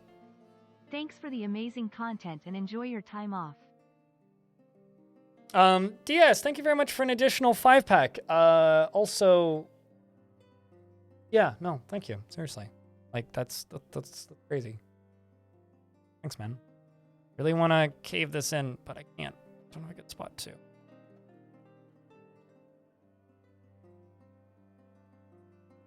Guess I could. Really? I could do it here.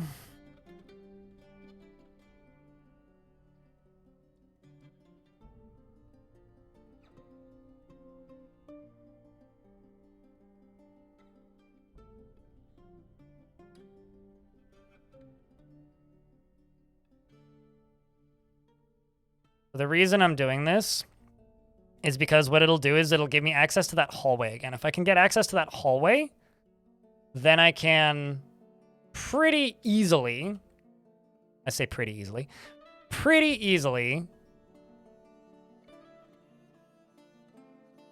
pump out this lava, because there's lava in here, and get these weapons back. Because there is this thing, but it's dead, so it's not a huge threat to me. But if I... Ooh, actually, no, I can't do it on this layer. I have to do it one layer higher. But if I can gain access to that, that would be really...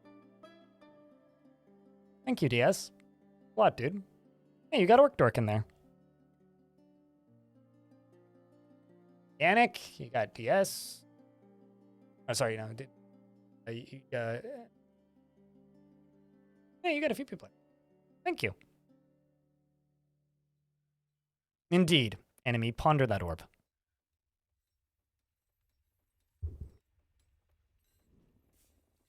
I'll be honest with you. Can't remember the last time I had milk. Just based off of the random, like, side statement about what's going on in the YouTube chat. I can't remember the last time I had milk. I'm also going to make a little room down here. This is going to be a dining hall. And it's going to have food and drink and tables. It's going to have.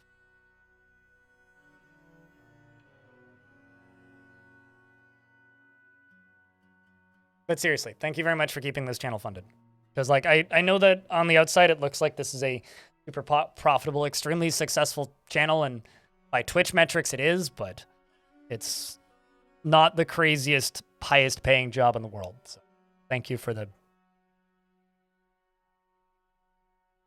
I do exist based on the whim of donations. That's what pigtails crave. Probably true. YouTube chat.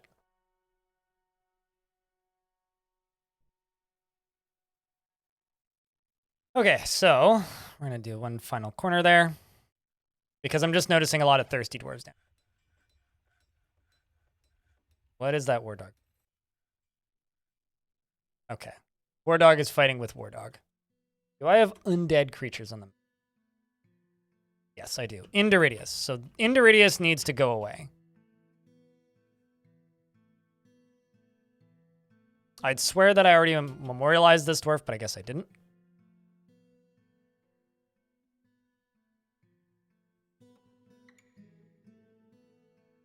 Enjoy the ad-free viewing. Filler. And Gabriel Trash Panda. The ad-free viewing and the emotes. Are those new emotes on the hype trains? Did they put out new emotes that I missed? I think they did.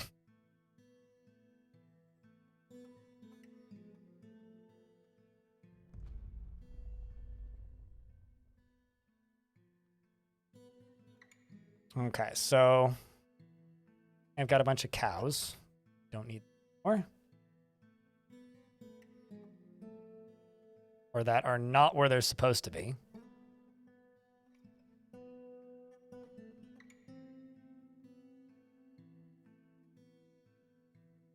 Or they're just wandering off. I think it's the latter, actually. I think they're just wandering off. Let's milk animal and make cheese. Shear animal, spin thread. You're processing plants and also making cheese. You're going to shear animal. Spin thread.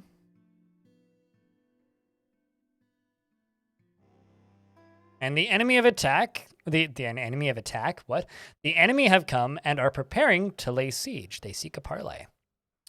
The humans are here to attack us again. Do they also have horses this time? It's early spring. They don't have horses this time. Ooh.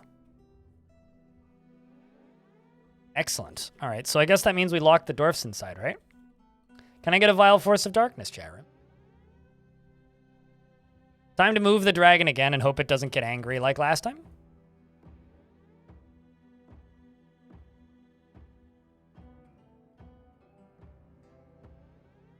Also, to those of you who are very generous in gifting subscriptions, Diamond Destruct here is a very long-time member of this stream and very much deserves a subscription and can't afford it themselves. And is currently having to Vile Mug.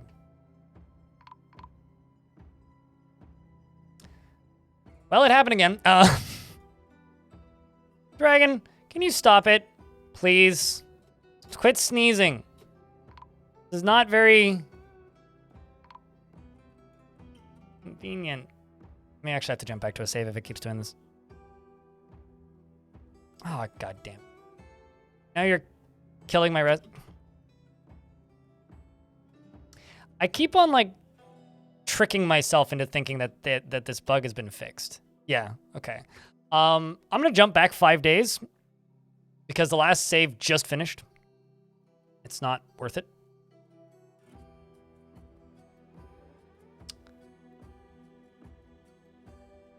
I don't know what that is. Kashmir, what is that? Zyrtec?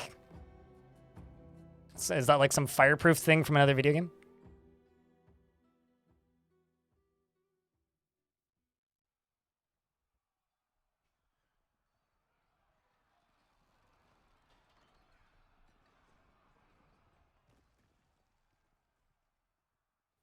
Okay. Yeah, literally like to right here.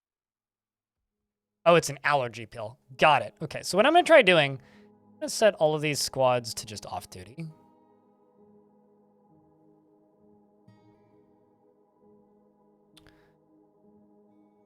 And then just jump up to the surface here, because that siege is still going to arrive. So we're going to go here.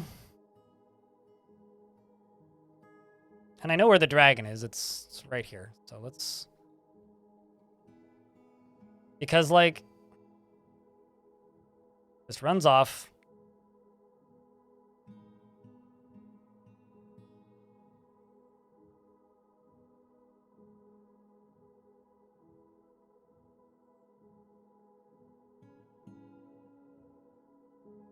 It's like, I don't mind it to a point, but...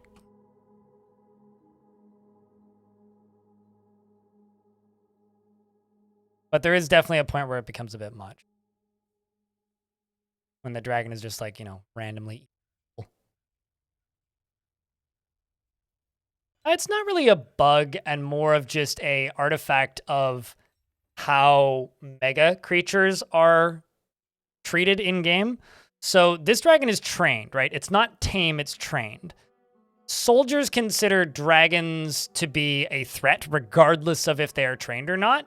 So if a dragon walks past an active soldier, regardless of the side they're on, they will eat them or kill them. Also, the dragon considers everything that isn't a member of my faction to be an enemy, regardless. So if there is like a visitor around, that visitor will randomly catch fire. Which, like, if they were tame, we wouldn't have this issue. It's an issue because they're not tame, right? It used to be an issue if they were tame too, but it's, yeah, I don't know. Just how the game works, I guess.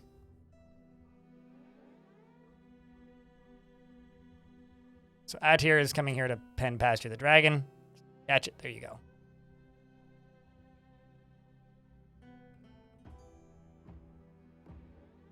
I kind of like it this way too. It makes the managing of the dragon a tricky thing. But it also means that if you're not careful, you can end up with a bunch of dwarves on fire that you didn't want to be on fire. Supposedly, but I've never seen fully domesticated dragons. Fucking arrow. Because you used to not be able to fully domesticate dragons, but you can now because dragons that are fully domesticated, dragons have baby variants. So because they have baby variants, you can fully domesticate them, whereas you couldn't before. So basically that's that.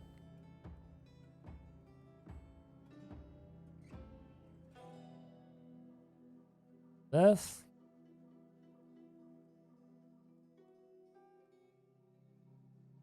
And start pausing these.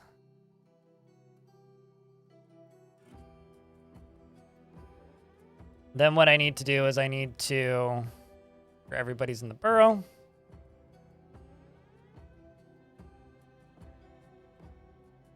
Oh, also another thing that was changed relatively recently is, yeah, while dragons are still mean to your military, like actually tamed, Yvonne? Well, I mean, you should test it. Just do a save and test it. Anyway, what's the word I'm looking for here?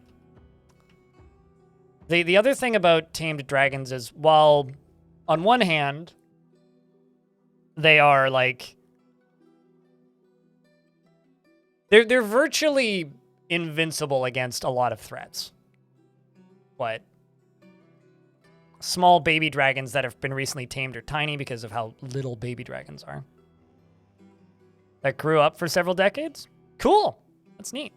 That's something I've never done. Did you, holy shit, that's a lot of creatures.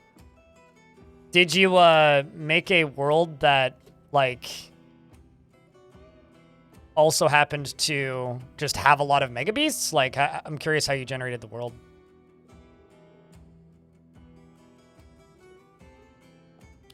Okay, so soldiers are all gonna go right here. Give them a minute to all equip their stuff.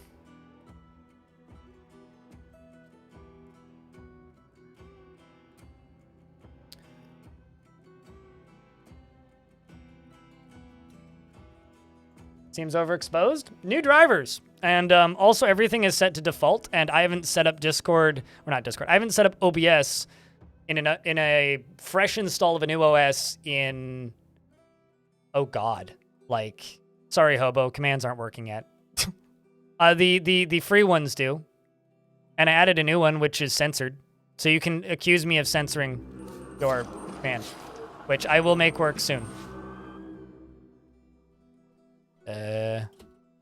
Versus Batman? Probably? Back, sorry.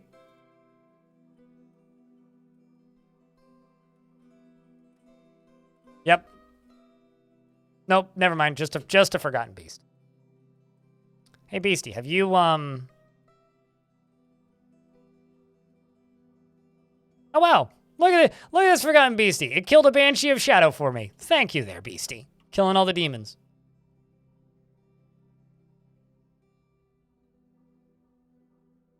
I mean, like, I have no idea what settings I used before, to be completely honest with you. I think I've already dimmed it, but I'll tell you this. I'm using an open source driver for, like, cameras now. I think all of my cameras. Because I was previously just using, like, Elgato's built-in drivers, but I'm using an open source driver for the Elgato thing. So this camera, at the very least, at least to me, looks way better now. Like, the frame rate looks better. Like, everything about it looks better. I don't know. For those of you who missed the memo, I spent the weekend moving my OS from Windows to Linux. I'm running Linux. Elgato in general is pretty fucking terrible. It's been a long time. Yes, a long time. Do I just have a tube of beasts? No, I have a spherical ball full of lava with 6 demons in it. And also some underneath it. What's the best material for it? Whatever material you have. The bolts are what matter.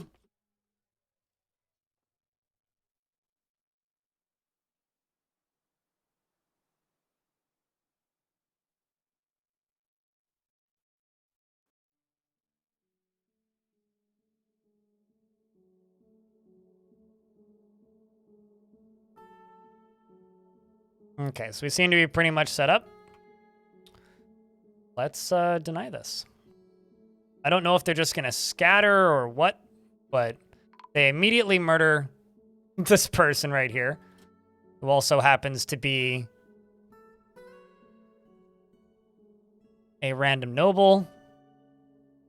I would really like these humans to actually make it to me, because I would like to take their stuff, but I have a feeling the reality is the dragon is just going to turn them into melty goo. Just got a severe thunderstorm warning. Oh, awesome. That sucks. You could say it's demon core.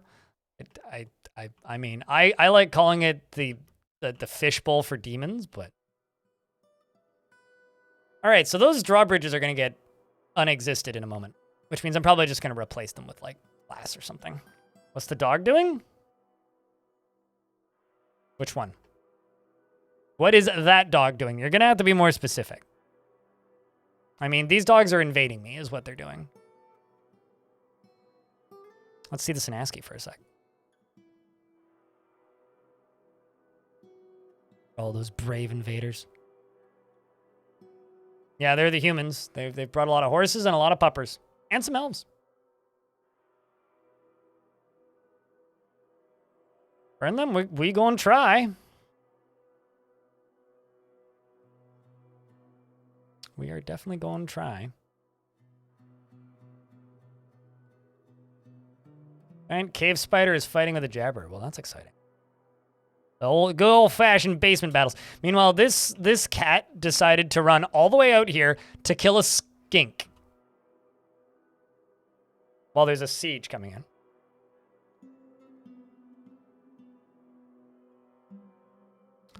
The first horse, Muma, and runs away immediately. Sees dragon, runs away in fear, cowering in fear. And scaredy horses, man, let me tell you. These humans should invest less in scaredy horses and instead invest in Charlie horses. I love how they're all too scared to go fight. That's very funny. Oh, hey, we got one. got a pupper. Okay. Are any of them even remotely brave? They just they go there, they see the dragon, and they run. I mean, we'll see. Are the horses smarter or dumber than their friends? Let's see. Hey, dragon, can I a chunk of this for you? No. God damn it. Okay, fine. I will pull this lever then. I was hoping it would turn around. I need to add this to the burrow. They can go get the dragon and put the dragon back. For some reason, I naively thought that it would just go stand where I needed it to be, but nope.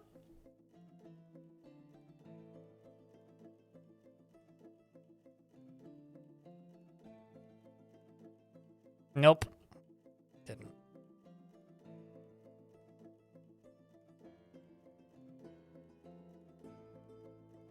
So where are you heading? You're probably heading down here. Pen pasture, where are you? Pretty far away. I have to make sure that dragon doesn't end up in the middle of my walkway while they're walking through it. Pony's walking through.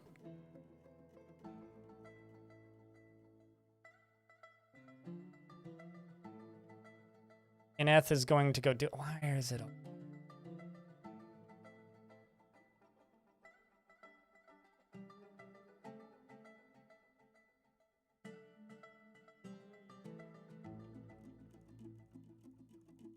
Well, dragon is going... Fuck goddamn knows where. Oh, yay! Ineth caught him. Okay, so dragon has been caught. A bunch of things are burning. Mostly horses, from what I can tell. Because I was paying attention to a dragon and not the invading enemy army. Anyway, the invading enemy army is, well, has some burning ponies. So there's that. I'm going to tell my Marks dwarves, which are right here, who mostly have ammo, to go stand right here. Didn't take them too long to get there. Come. They're going to start shooting bolts. Dragon is probably coming back. Probably. Probably. Been out on Dragon. Here comes the human army. You bet on the ponies. You can bet on whatever you want to bet on, but I don't know how you're going to do that or how you plan to do that. Marks dwarves are shooting directly. Oop. No more of them have fallen in. However, it does appear that they are having to dodge, which is good. There is a cat for some silly reason. And the cat is dead, probably. Yep. Rest in peace to stray kitty cat corpses. Marks dwarves are continuing to fire. This human is seriously injured because it actually got hit by a reindeer bone bolt, which struck the human crossbowman in the upper leg, which actually tore the muscle. Owie. That's going to be a bad time. Where the hell?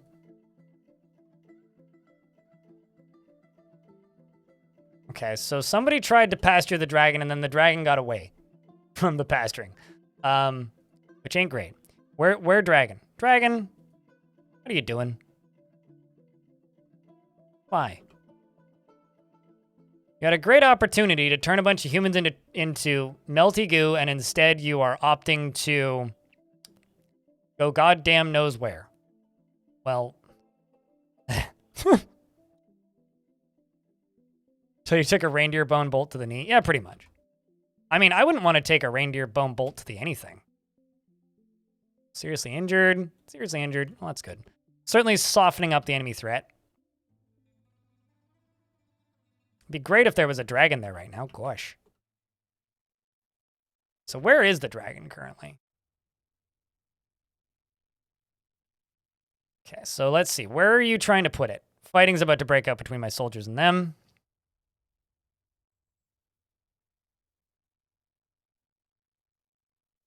As they are moving up. They're fighting with my war dogs right now. This human is currently beating the crap out of this poor dog. I'm not going to read that combat log because that's just sad. There's also puppies involved in the mix, which is also just sad. So rather than just making us all sad, we're just going to pretend that that's not happening. Down in there, that is happening. Okay, so Drigadin. Dragadin. We're going to see how far you make it. Okay, so you're not going to make it because you are now running away in fear, and so is the dragon. Let's lock this door, but they just go the other way where they don't get freaked out. Where are you going, Sosh Jam? And why are you dragging the dragon with you? Oy. Well, dragon's trying to go back home. Dragon don't want to fight. Speaking of fighting, up here is a dead lion. Well, the humans killed my lion, chat, and so they're going to pay for it. The dwarves charge forward, and Moss, the human, the Short of Violence of Confederacy, who's a named individual, probably because they killed not one, not two, not three, but not four, but 5 of my dogs. That's enough to make you legendary. Also, I have to say that Heroic Knife and Hammer Fortune are great dog names, and I'm very sad for their poor losses. Speaking of poor losses, this human's about to be a loss because the Baroness of Mind Quests slashes them in the head with a bronze short sword, and the attack was deflected by the human hammerman's large iron helm, and the force bends the neck, tearing the fat. The Baroness of Mind Quests punches the hammerman in the head with her right hand, but the attack was, of course, deflected. Well, I'm sure we can make this go better. We do have a bunch of adamantine spears, so the dwarves move forward, and bits and pieces of the enemy start to fly, which is always a good sign. And the dwarves are probably just like stabbing the ever-living crap out of this poor individual to death because of how many dogs he killed. Yeah, they did. PD Kato, they did. It's also in the main branch too, not just the beta branch. And adventure mode is in the beta branch, but buggy. And unfinished. The Spearmaster stabs the human hammerman in the neck with an adamantine spear, tearing the muscle and tearing apart the upper spine's nervous tissue. So I'm sure he's going to live just fine. and we'll probably be A-okay. Meanwhile, where the hell my Durgan at? Gosh.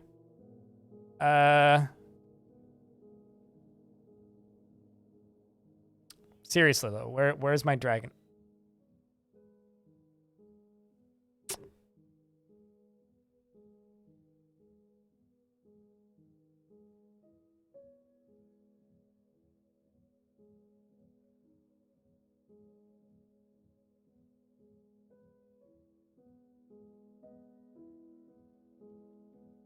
I'm gonna do it again, chat. I'm jumping back to an older version of the game because I refuse to unfuck that problem. Or not an older version, but an older save, which is again like 4 days ago.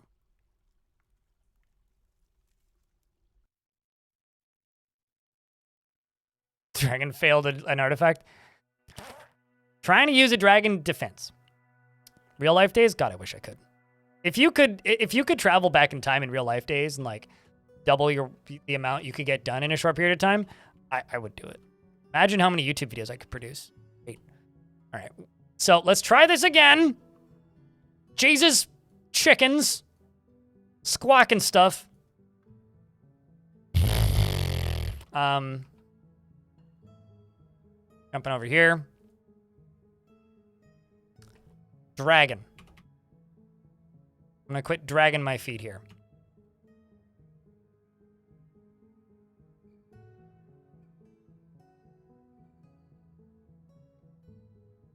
We're gonna do that. Bring out the cheese wagon? I mean, obvious.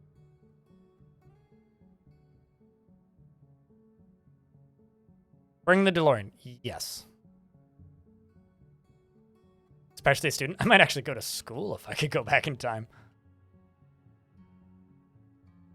If I could like time travel and just get all my stuff done, I would actually study. Instead of just being that sad person who's like, well, I think school's a waste of money. Which it certainly isn't, but I think it is. Indiridius still needs to be...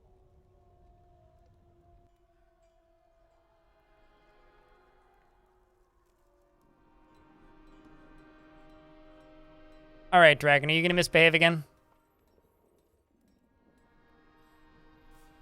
Oh, yeah, no, I would actually be able to procrastinate as much as my brain wants to. Are you trying to have a word with the queen? Beelining directly for the throne room. But yeah, no, this definitely Dwarf Fortress days. I literally moved back less than a week in game.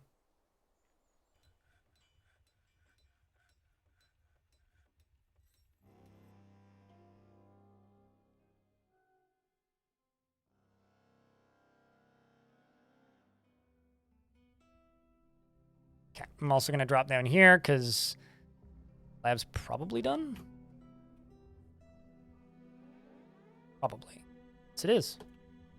Okay, so since that slab is getting done and Indiridius is going away, let's see, where Dragon?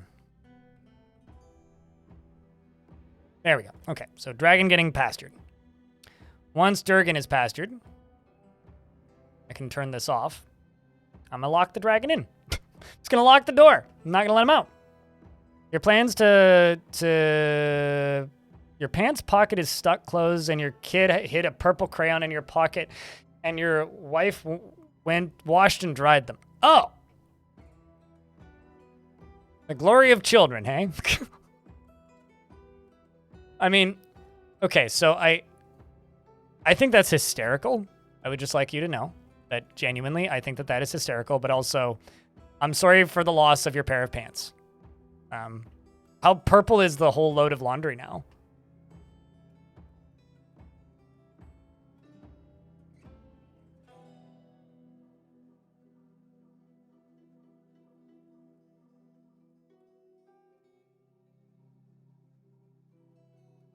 Okay, so my dwarves running inside.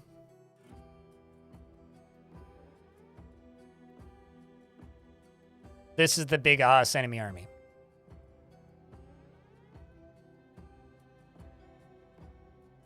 But yeah, that is both hysterical and also I'm very sorry for you. Where did the dragon go? Oh, it's right where it needs to be. Except this time I locked it in there so I can tell them specifically when to let it out.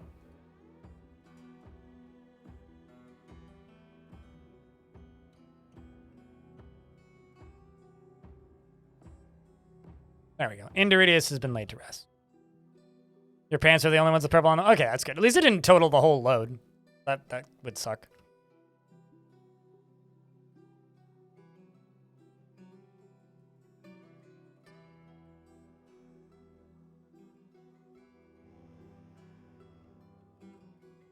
Sound that just... The game just played the enemy siege has arrived sound. The... Wonder why. All the possible horse meat going to waste? Or all the possible horse leather? Should hate the humans for their treatment of animals. What about all the dog meat? On the bright side, we'll get all that good human equipment that we can melt down. Is that a dwarf? I think that was a dwarf. Man, forbid that. We can deal with that later.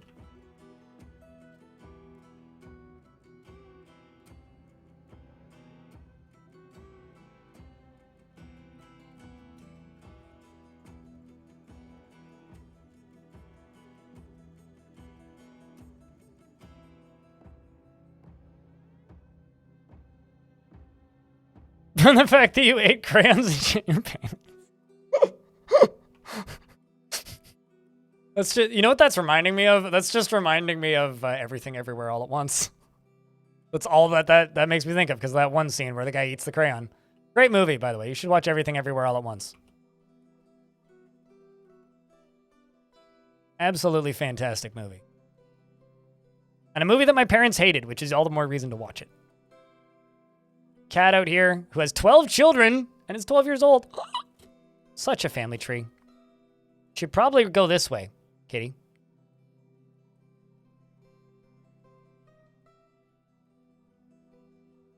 Where did that horse go? It stepped there and then disappeared from my screen. It didn't jump into a tree, so...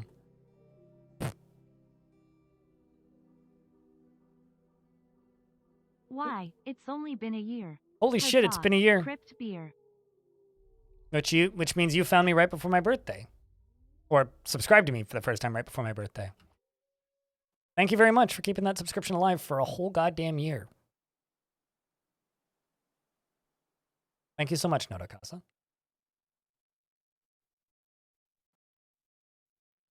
Does it feel like it's been longer or something?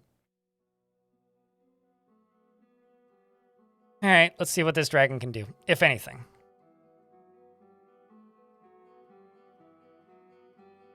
Dragon. Now it's just protesting. I mean, aside from scaring the crap out of a bunch of ponies.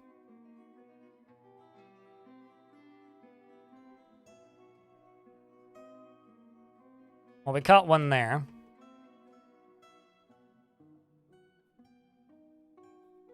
Dragon, we need to have words. There we go! You had one job and you did it. Excellent.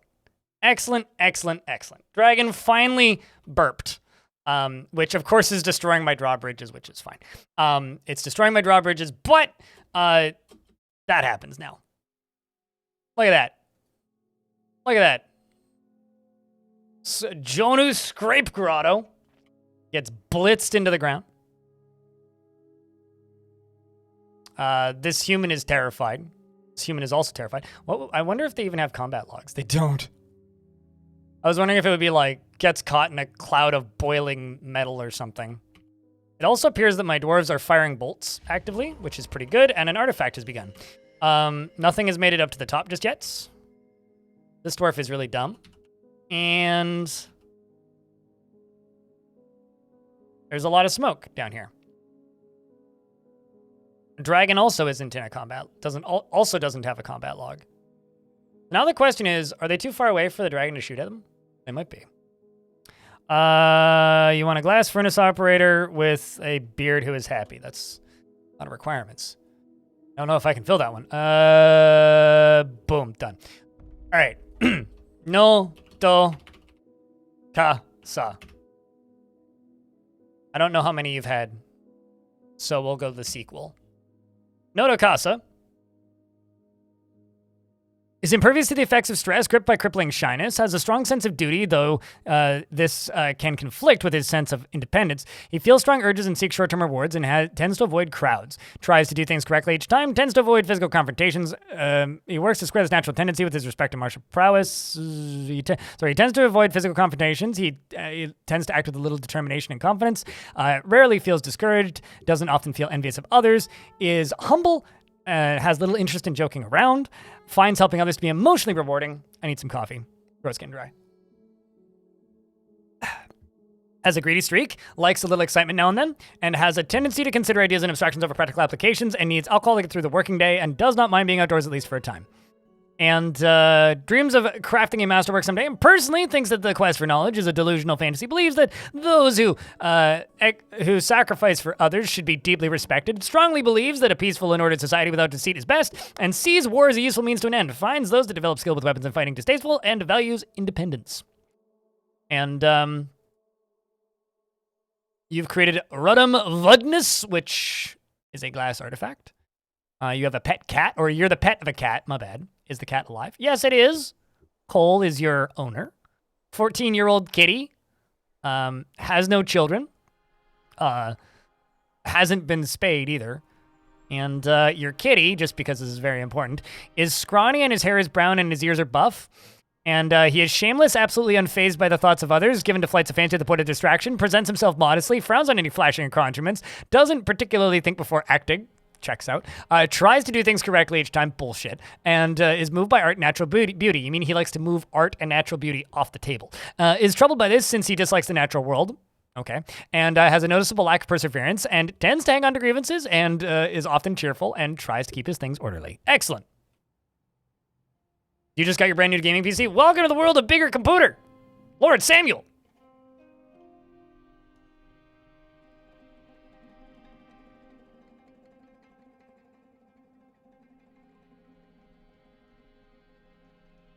I think that the siege is over. Based on what they're doing. Oh, this human's on fire, by the way. They don't have a fire sprite, but they are on fire. How long are you going to be on fire for? Oh, wow. It rained very briefly. No, you stepped in vomit? So this human was on fire. She has one sock left. Everything else is gone. She stepped in vomit, and it evaporated,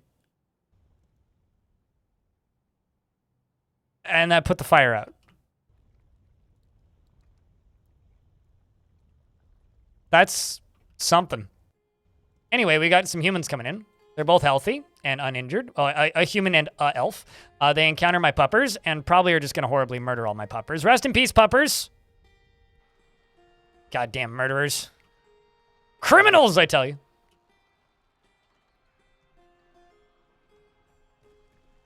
So did the ponies panic. Pony Panic, by the way, is the name of my new punk band. The Perilous Pony Panic. Let's see if I can lock the gate.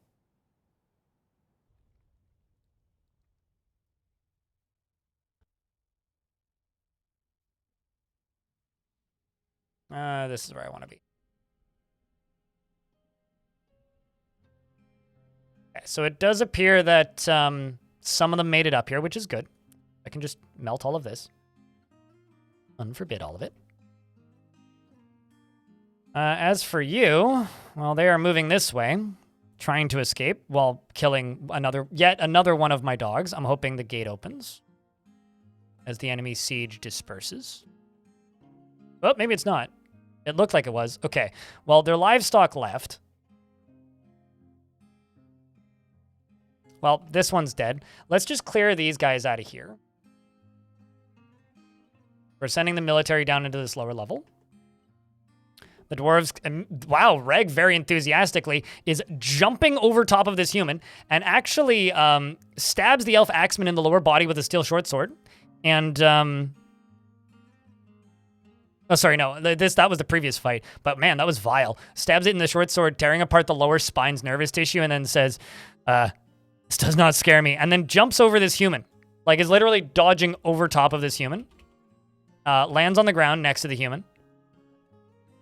And then immediately slashes the human axeman with a steel short sword, bruising the muscle through the large chain leggings. And then they move forward, fighting through the human lines. This human here is trying to like get a grab in, but can't, and is getting slashed repeatedly. So shoutouts to Reg here. We have Kulbak, who is wielding an adamantine spear and a shield, which is a pretty badass like series of things to wield. Stabs the human axeman in the left hand with an adamantine spear, fracturing the bone through the large bronze gauntlet. And then it seems like these humans are going to fall over pretty quickly. We are going to send these dwarves home. And I'm also going to unforbid this, and I'm going to do this. I'm going to grab, not you, but these two squads, and I'm going to say, update your equipment. I think that there's some here that don't have shields, and now's an opportunity for them to go get shields. And then what we're going to do is, in a moment here, I'm going to also tell them to melt all of this stuff down. Not the shields, though. So basically, let's actually just go up here and type in shield.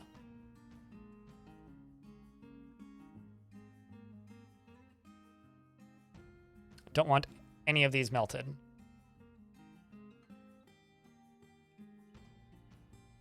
Okay.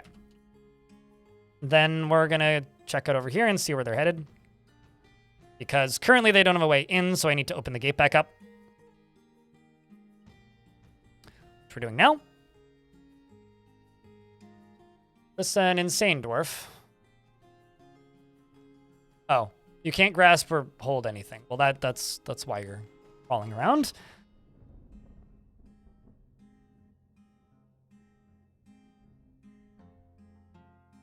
It certainly is some action hero-esque bullshit.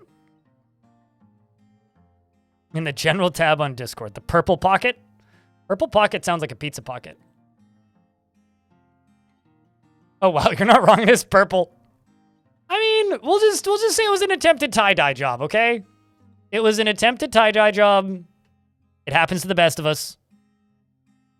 I don't think they're close enough to the dragon, chat. I think I'm going to have to dragon them this way a little bit.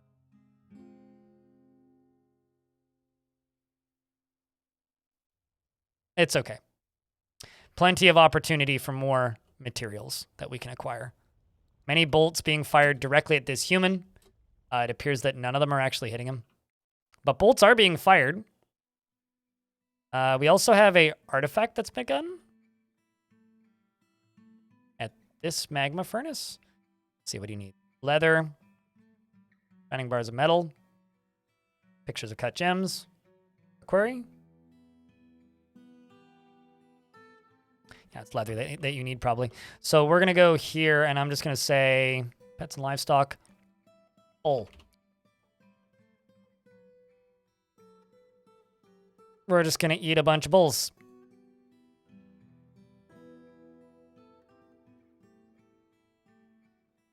Say you're dragging her around. Arty, hardy, hard.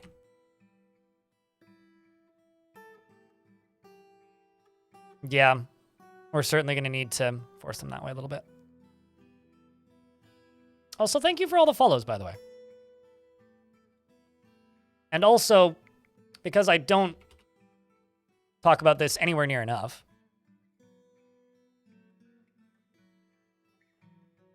if you like this stream and want to support it in a way that isn't purchasing, like a subscription or throwing money at me, you could theoretically sticker or a mug. Like this really big mug. It's expensive, but it's very big because it's a 20-ounce mug. There's also an 11-ounce variety. That's the difference between like 250 mils and like 500 mils. So if you want a 500 milliliter mug, we also have some very high quality stickers, including ones drawn by Elfie Bean, and some lovely t-shirts. Just saying. Exclamation point merch in the would like link. Back here. This segment is brought to you by Streamer, sponsored by Streamer, on behalf of Streamer.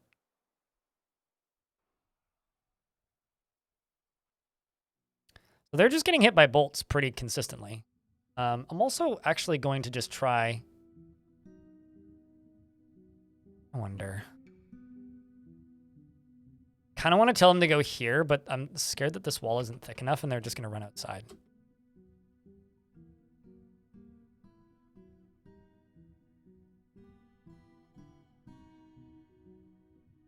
Remember how I said I was scared they were going to run outside? They're doing. Cancel that, and instead, back to up here.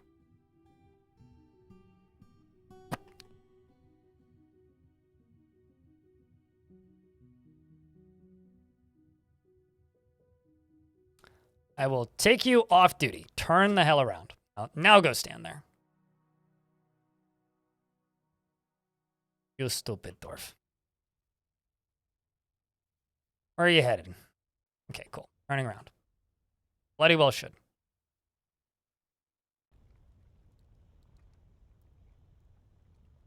The other place I could put the dragon is literally right here. Ooh, maybe I should do that. Set up a spot right there for the dragon so I could just be like, well, you gotta walk over top of the dragon. I think I'm gonna do that. We're gonna make a spot right here for the dragon. Oh. Oh shit. The dragon did the dragon's one job. Thumbs up. Good job, dragon. You did the one job you're supposed to do. Apparently the dragon has a combat log, but it's not listed as anything. They're probably also shooting bolts at the dragon. Yeah, they are. Oh, look at this. Oh, this is gonna be good. This gonna be good. This gonna be good. Look at this. What? So, I don't know what they're doing, but somehow... Oh. So, instead of catching fire... The fire is being extinguished by boiling iron. Chat room. The fire is being extinguished with boiling iron. You see that up at the top? Purple text. Right underneath the three different people up top. No, they're not blocking it. They're being extinguished with boiling iron.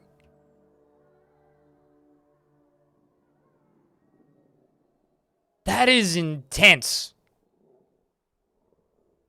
Also, frame rate's about to go away for a minute. It's okay. This human is just like... So, the fire that this human was in has extinguished. But they're just oozing blood out of every single hole they have left.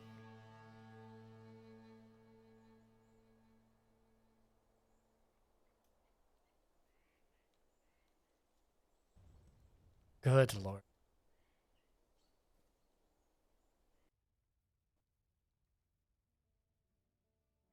All right, well, that one catches blood or catches fire. Come on, dragon. I need you to send out another blast. Please, and thank you.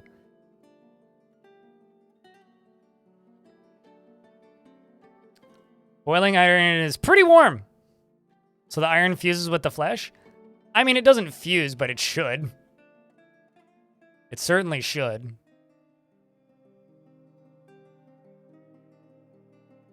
All right, let's hope that I have military ready.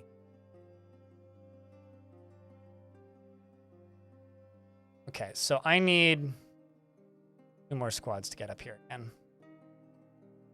Because currently it's just the newbies.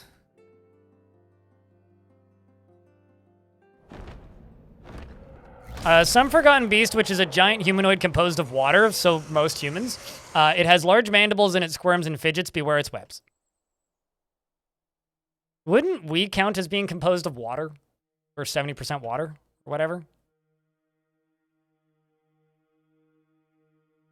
And then this human here is just like scaling the wall. Probably jumped out of the way of the fire. I think I should also cut out this corner.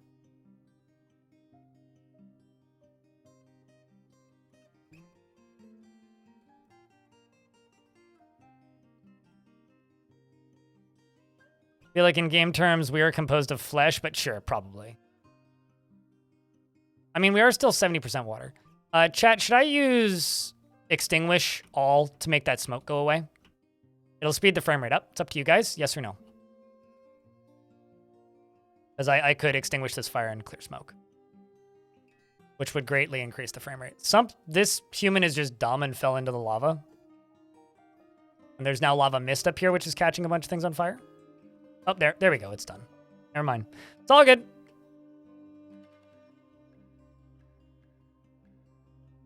Come on, dragon. Be enthusiastic.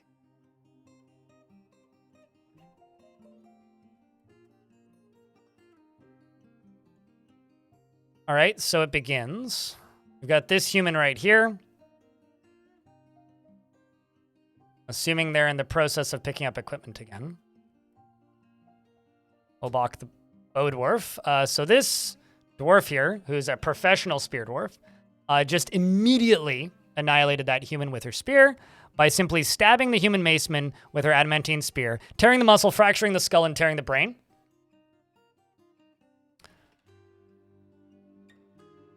Flesh contains water.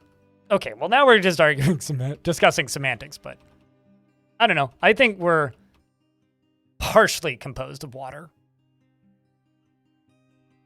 Okay, so our dwarves are okay currently. You're nauseous. Probably took a pretty bad hit somewhere. I love just this pile of blood, and then there's just like some food there. You guys still have bolts left? I wonder. Yeah, most of them still, a bunch of them still have bolts. The dragon appears to have melted more humans. Here comes the rest of them. Good fucking God. There's a lot of humans in this siege. This is a big army. I think I may actually send these Mark's dwarves over here. Down here is Thob, who's a spear dwarf who's fighting. Is a member of the coastal posts, which is my main squad, but didn't have time to grab all of her gear and is actually, unfortunately, flying to pieces right now, I think. Yep, she's losing an arm. She's died. Dwarves are running into the fight with more help this time. But I think we just broke the siege because the siege icon has vanished. And the dwarves and the humans are turning around, which is a good sign. Oh! Look at this human. Being in the perfect spot to make the fire go out. Get burned on, dude. Yeah, so I guess we need to make them go this way. That's not too hard to change.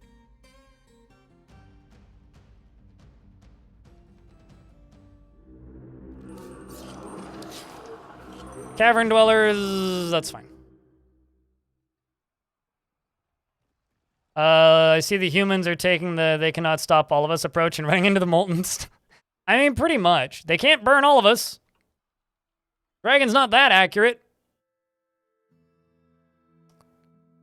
Well, that was a fun side activity for a minute. Definitely a fun side activity.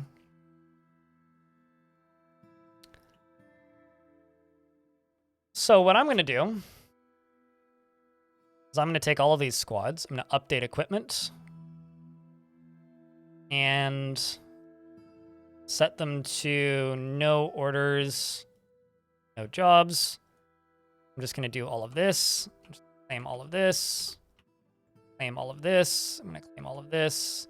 Actually, I'm probably going to take them entirely off duty. Tell them to update their gear.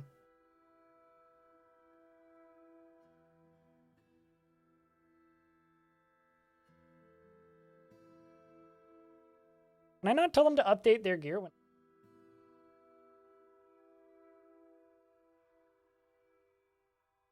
Oh, there we go. One different uniform in there.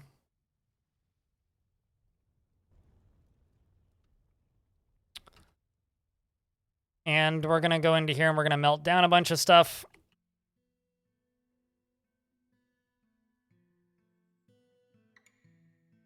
And this human is just doing its damnedest to run.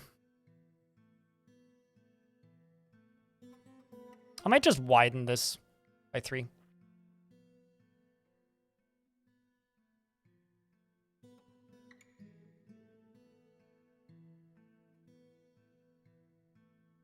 Thob the spear dwarf was found dead. very deep underwater? Well, at the very least, we found whoever was dead there.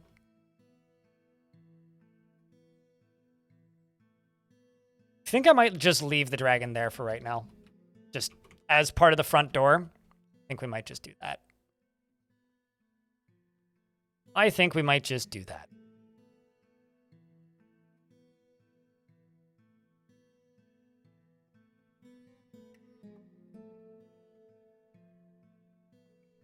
Why are these humans hostile? Is it because one of the dwarves engraved an image of them?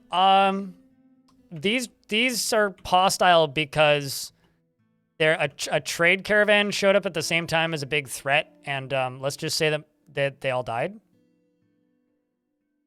In fact, I think it might have been this dragon.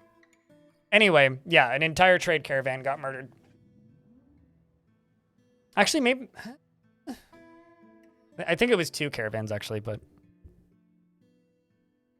What were those things in the lava pool? In this? Spoilers. So, first off, these are demons. They come from hell. Second thing, massive spoilers. You have 5, 4, 3, 2, 1 to close your eyes. This is hell. This is the hidden deeper layer, which we are currently invading and trying to get inside of. Oh, look at these. How the heck did brown recluse spiders get into hell? Okay.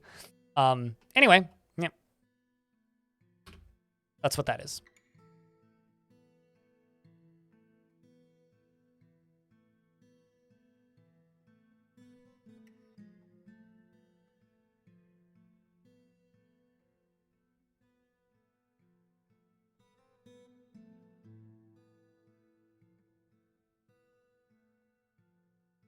All right, I can now turn off the burrow, and I can go down to here, and I can go melt a metal object.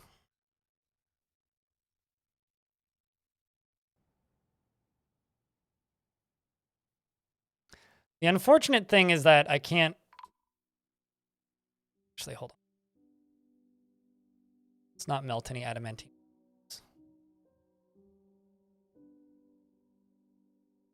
Got so many llama bone bolts, holy shit.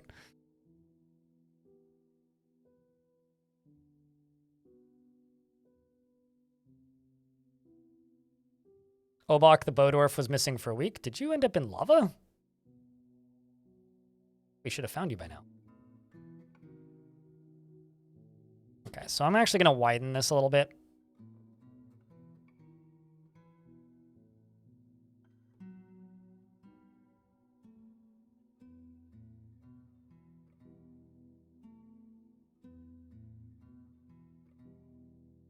We're just going to do it this way because it's easier. Oh shit, there's bridges here still. Let's pull the lever and bring the bridges back so I can see what's still there.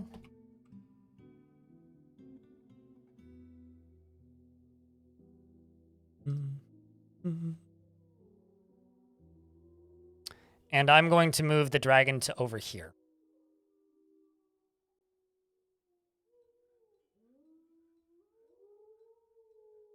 Okay, so I still have these two.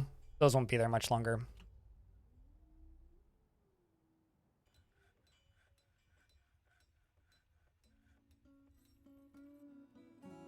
Don't need to melt down that fine pewter cage with the dog in it.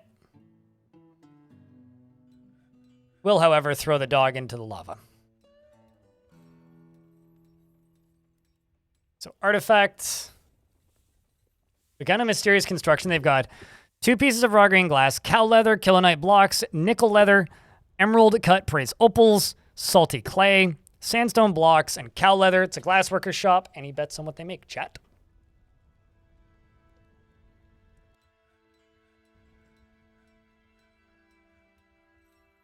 Okay, well, we are much better in the gear areas. Yeah, we are going to move the dragon to right here. As a liaison to their civilization. It's a really good way to lose a dragon.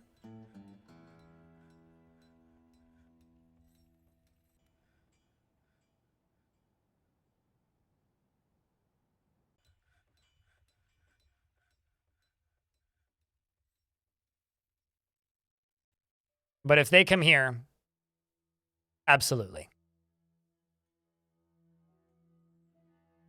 What happened to his mother? Not on this map. Never showed up. Yeah, we haven't seen the dragon's mom since I left that fort. So still alive, presumably? According to legends, is also still alive?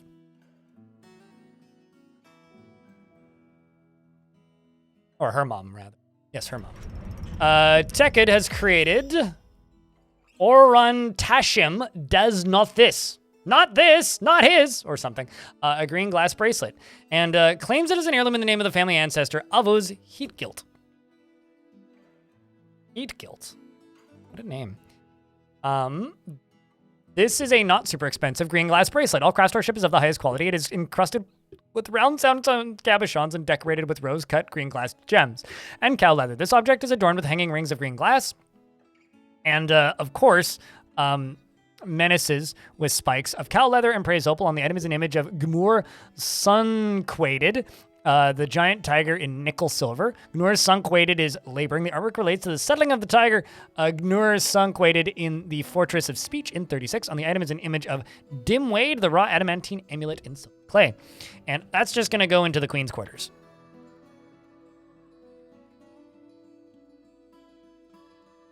It's a bracelet.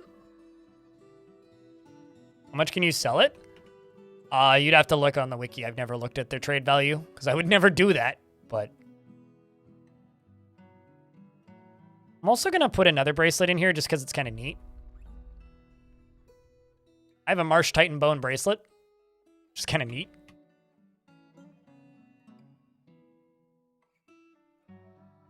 $10K? That's pretty expensive. So I could actually drain this lower level out and go in here and collect these items. I think I'm going to do.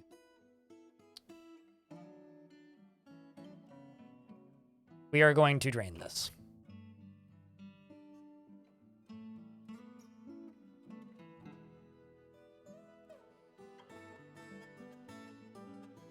I don't understand why people don't understand what triangle, like, decorations are in it. Like, if you look at Krug Smash's drawings, they are very good examples. Because when it says it menaces with spikes of leather, it's not literal spikes. You know, it's not like cones coming out of it. It's like triangles hanging off of it. It's like tassels. I don't know the name for the actual like clothing term, but you can have something with tassels on it that is a spike format that isn't, you know, a literal spike.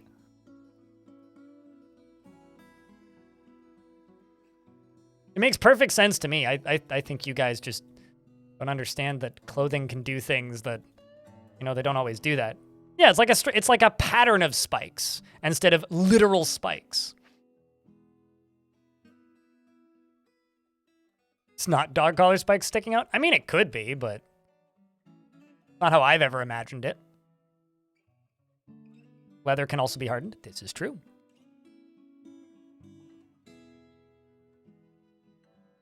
All right, so slight changes have been made to this. This is draining pretty quick.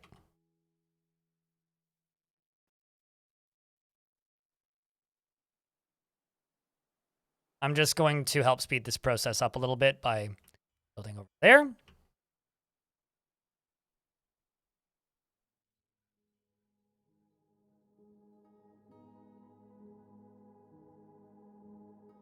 That's doing its thing pretty quick.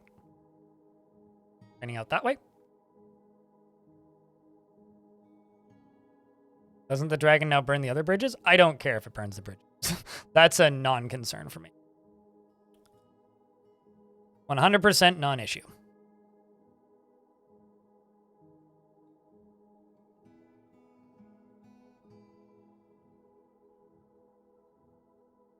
I'm also giving the dragon really fancy floor.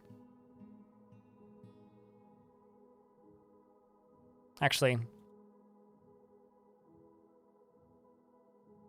not these two tiles. Those two are going to be wall tiles.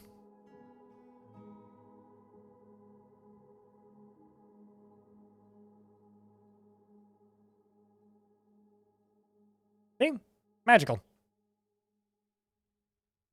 right, let's drop down to here. All of this is done.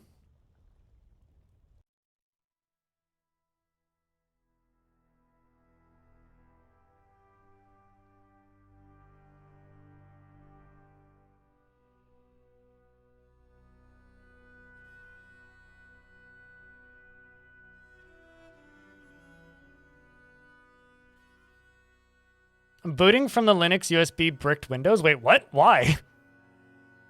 Because I was able to boot into the Linux USB and then boot back into Windows afterwards. I wonder why that happened.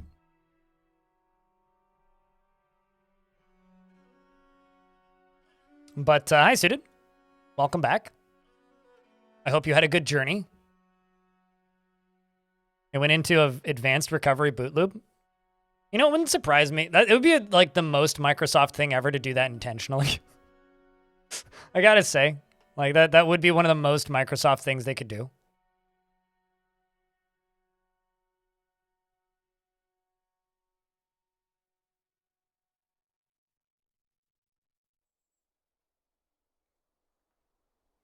Let's do some additional green glass along here. And also along here. This looks a little nicer. Oh, also, pro tip, don't engrave floors if there's a dragon breathing fire in a certain area, because it will destroy the engravings.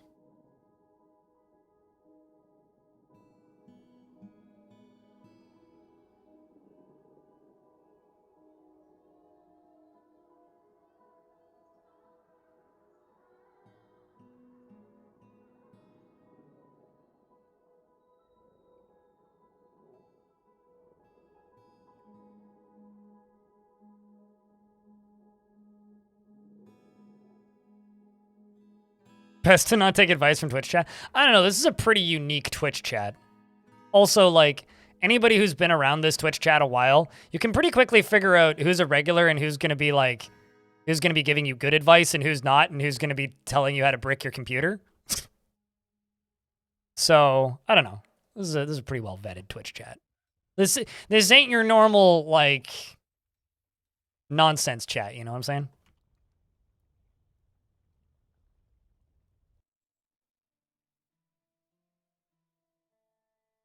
You're very special. Exactly, you're special. Someone has to be.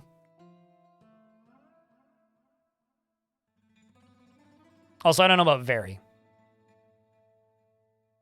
Well, I can tell you right now, in a lot of ways, my computer is getting better performance than when I had System 32 still, so there's probably an element of truth to that, but not quite as literal as it sounds when you say it that way.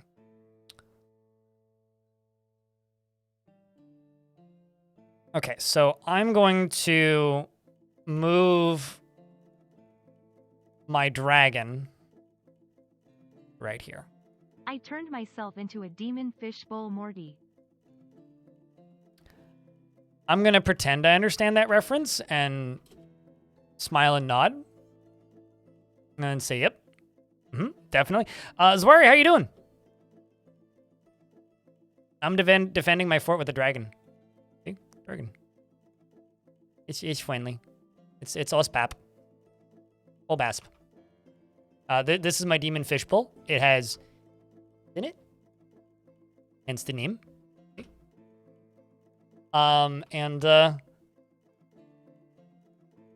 This is where we are, you know, slowly digging in to get more adamantine.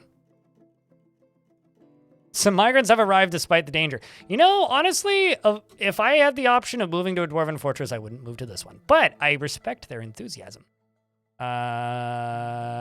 You disdain martial prowess. Disdains knowledge, values merriment.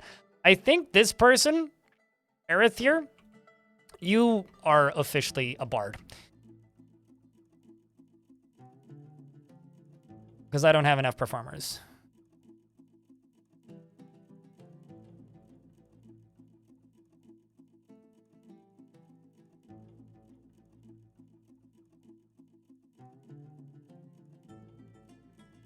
Yeah, see, there you go. Go be performer. Go do the performing. Woodworker. Ooh, you're a talented spear dwarf.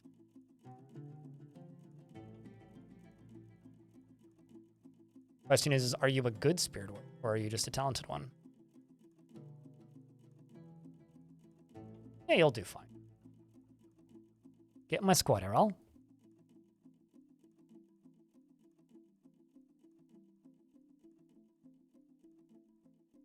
Poor kinesthetic sense, high stamina, but you. Awareness, poor kinesthetic sense. Raising a family. Some llama.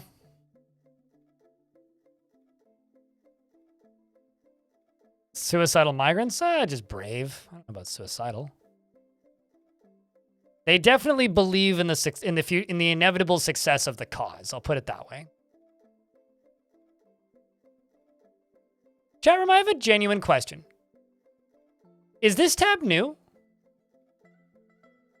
Because I remember the work details stuff being here. I don't remember this, or this.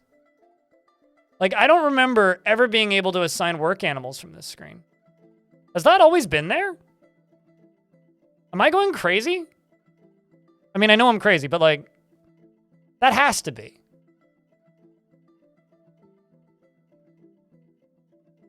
Quick, actually, chat room. If you're playing Dwarf Fortress right now, see if this menu's here. That's new? Is it? Because I'm pretty, like, there was a variant of this menu in older versions of the game. But, like, the uniform icon appeared quietly recently. That's new? Okay. I'm glad. Because I thought I was going crazy.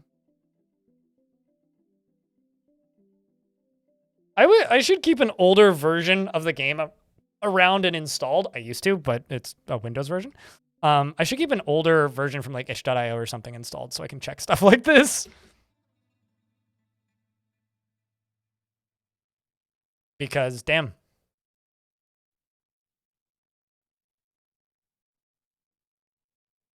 You thought you'd seen Uniform? Uniform's been in for a bit now. Uniform has been in for, I don't know, like 3 months. It was a couple patches ago. But the pets one I've never seen before.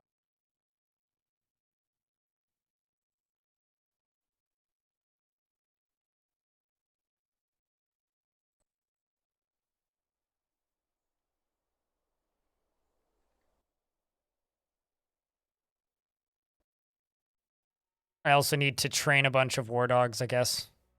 Actually, I have a lot of things I need to train. Got a bunch of agitated birds. Let's just go here and go age. Train. Train. Train. Although I don't think any of these, I'm sure they'll just fight them anyway. I'll try and butcher them regardless though.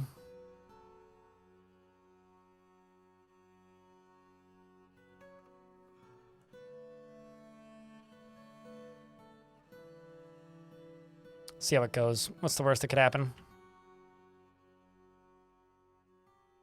That's kind of scary. Imagine just having to walk directly towards a dragon to enter a fortress. I would be very intimidated by that.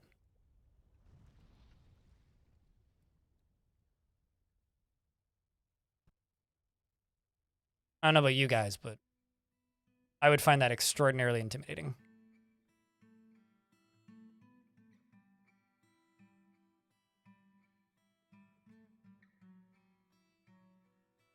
It's not new. Okay, question. How far back did you go? Because when I say something is new, I mean it could be like literally was added last week, or I could mean like, or it could mean that it was added like, I don't know, a year ago, like half a year ago. Like what version did you go back to before adventure mode? Huh. I wonder if that came with Putnam's UI update. Wait, did you just go back to the main branch?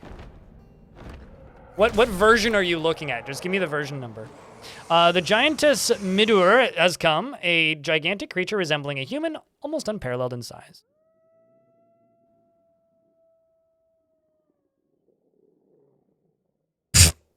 Sorry, this dwarf looks funny. He's just like, oh god! So scared all of his hair's standing on end. So I'm curious. if I tell my dwarves to go attack and they run in front of the dragon, am I gonna set them on fire?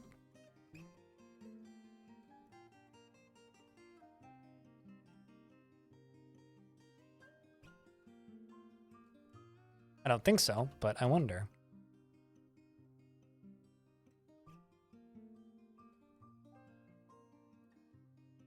The 50.13. Okay, so that was the UI overhaul. Because I have an install of just version 50.9,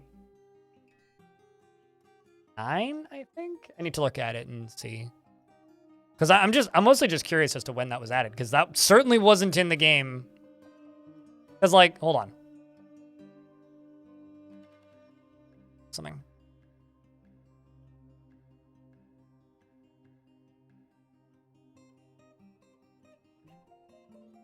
Hello, everybody, and welcome. Ah, it's my voice. It's terrifying. I'm just going to mute the tab. Okay. Where do I click on?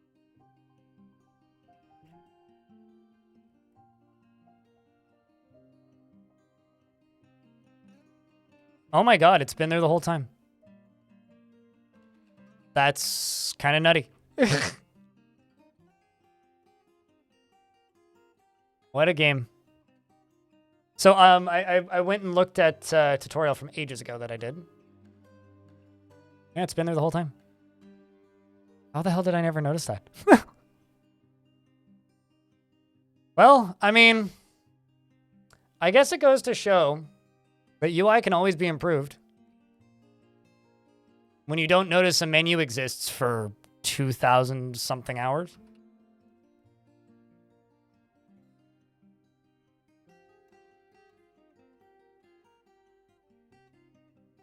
You have your weapons on you? Okay, so the question is, where is this giant? But also, where's my soldiers?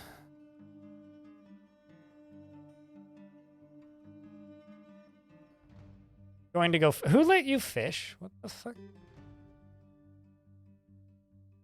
Because I'm curious, how many people have seen that menu before in the chat? Good job on this streak, Bob. You did? No lying. Never really use it?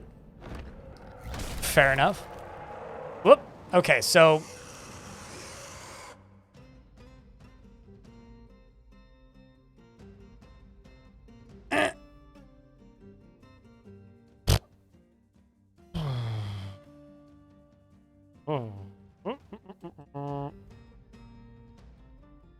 Natural disaster. Definitely. That was Tekkid. That was Dulmat.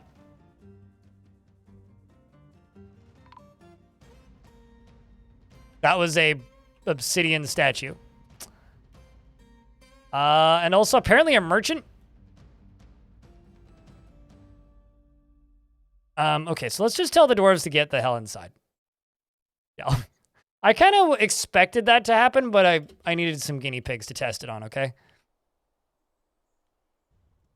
So what I really need is I need a way to raise a drawbridge right here.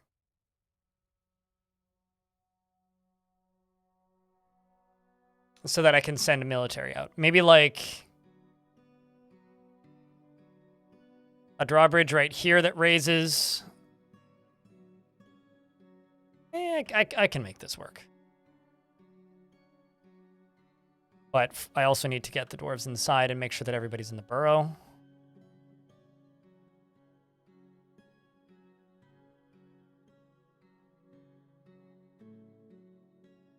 Cancel these, it's fine. Can place that. This one can be canceled.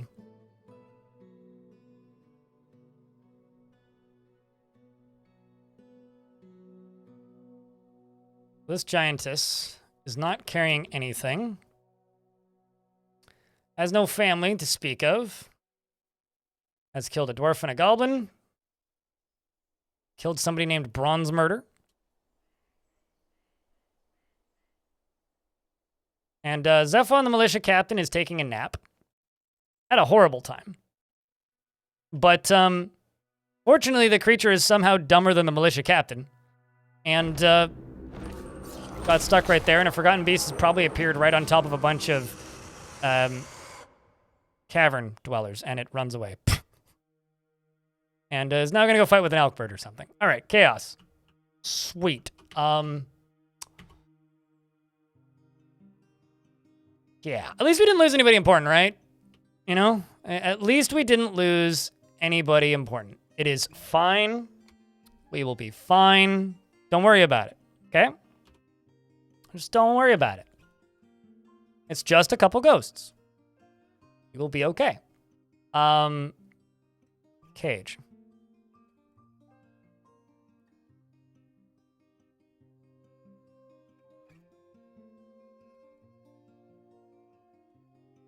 I don't know why I have a cat in a cage, but apparently I have a cat in a cage. Oh well, gives me a very easy opportunity to just build out these floors, which is something I was going to do anyway.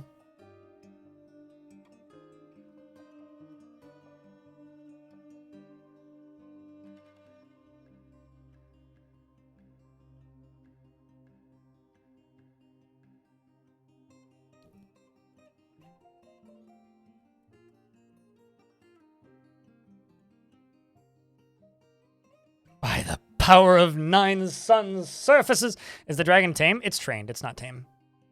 But it was kind of a funny story. It actually showed up trained. It arrived in my fortress already trained. Because I trained it in a previous fort. So it actually attacked us like in the normal dragon event, but it attacked us and was immediately trained, which I think is hysterical. Let's go down to here. Over to here. And get back to that very time-consuming slow job that we were doing. I'm gonna go over here. That. Go right here. Deconstruct this. And I'm gonna just forbid all these.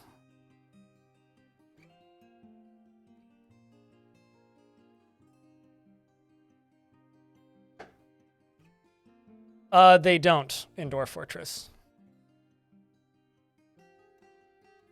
It's like the thing that always, well, I mean, in adventure mode, I would assume they'd sleep while you're sleeping, but in fortress mode, they don't. I mean, it's the tale as old as time. A lot of the stuff in Dwarf Fortress is just, where a lot of the simulation aspects of the greater Dwarf Fortress simulation are negated for fortress mode for the sake of the game being playable.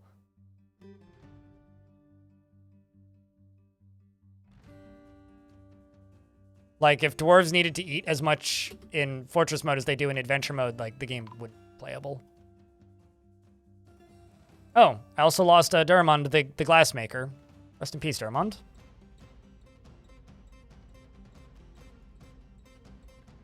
You know, honestly, like I said earlier, if you're gonna die, you might as well die to a dragon setting you on fire. There are absolutely worse ways to go in this video game than dying to a dragon setting you on fire. And if I had an option, I wouldn't want to die, but if I didn't have an option, I'd be okay with getting set on fire.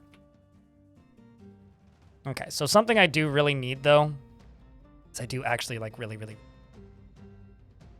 a way to block this off. So what I'm going to do...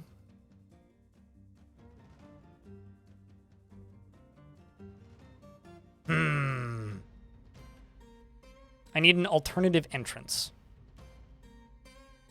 So that I can tell my soldiers to, like, go out here and equip gear and whatnot. And, you know, not die. So I'm thinking...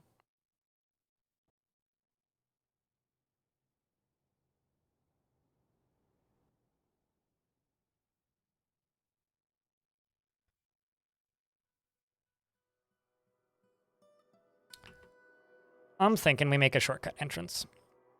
A shortcut entrance is going to be right here.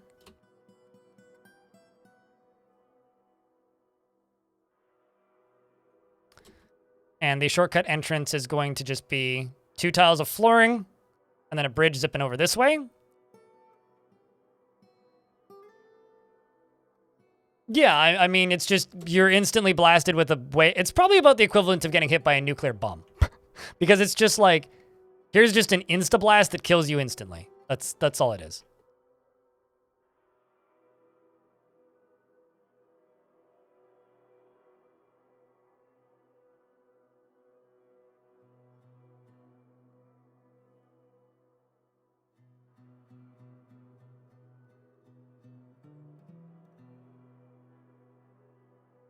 I'm just trying to figure out exactly how I want to set this up, Groot. I mean, we don't really need to worry about the dragon burning it if I put it back here, which is kind of what I'm thinking.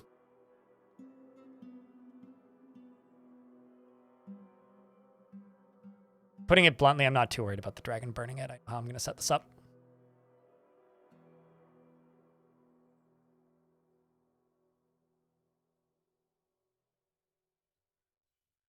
Also, let's jump back down here.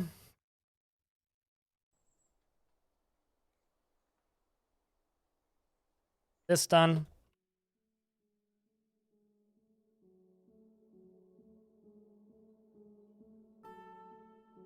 It's literally just going to be this. It's going to be a tiny little raising bridge. Is what I'm going to do. And behind it, I'm going to put a little door.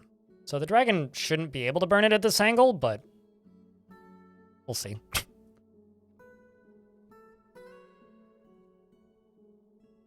Many more famous last words have been spoken.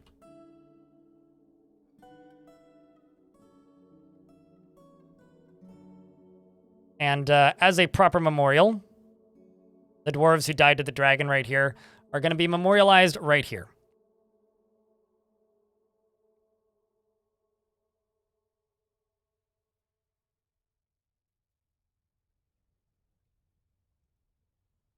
And we're also going to put a statue here for, I don't know, it's pretty.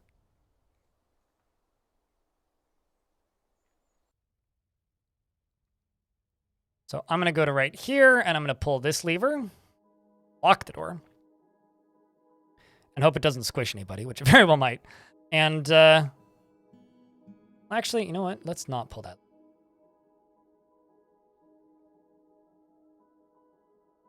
Instead, I'm also going to place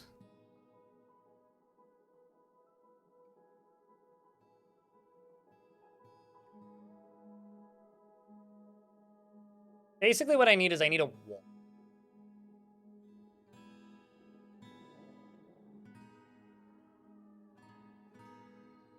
You know what? I could do it this way.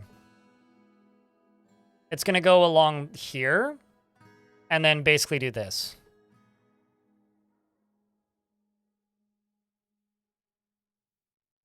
And go up there. That's what it's going to do. So it's going to go along this wall here. Also gives me the chance to dig out and pretty up this wall a bit.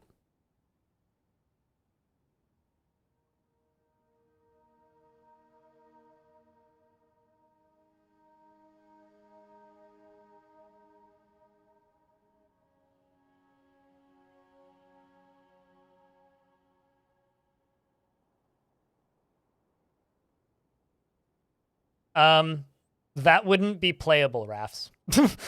I'm glad you think that, but just that literally wouldn't be playable.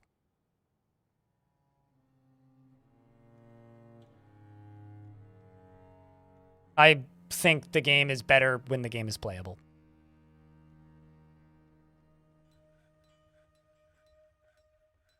So that shouldn't go there. Yeah, once this gets placed, I think that the biggest priority is that the game is played. And I think making them eat the same amount as they do in adventure mode is once or twice a day. A day in fortress mode is about 30 seconds. So if you think that all of the dwarves in your entire fort will start starving to death in 30 seconds is a good idea, okay. Okay, sure. Sure, definitely. You clearly haven't played this game much if you think that that's a wise choice.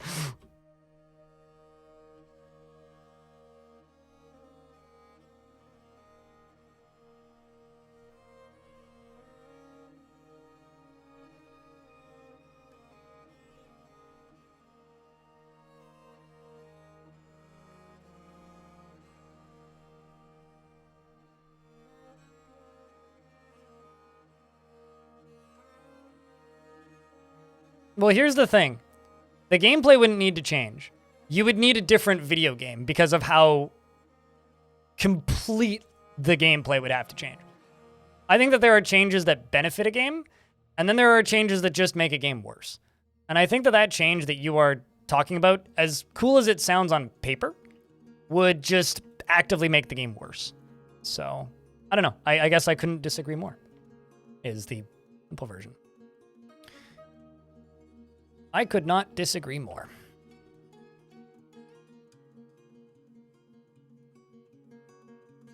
If you want everything to be equal to adventure mode, mod your game and see how it plays. Because you would literally have to make a different game. I like time moving at a reasonable clip, and already people say that the game moves too slowly. Imagine if it took you 3 hours to get through the first 2 weeks of Fortress mode. Think about it that way. It's like, yeah, I know you have to play for 30 hours before you get the first trade caravan. Is quite literally the level of simulation change you're asking for. Or suggesting. Sure, with how you pause, it sure does take 3 hours. Well, you play the game very different from me, that's for sure. So, what I'm going to do is I'm going to do this.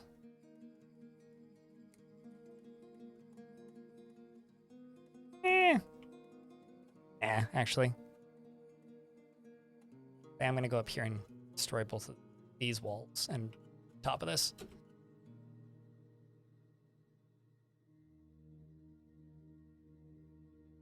No, I think that Fortress mode and Adventure mode having slightly different simulations and focusing on different parts of the simulation is one of the strengths of the game. Because it allows different types of players to enjoy completely different parts of the game while still getting to interact with the parts of the game that make the game really cool. So, that's my thoughts.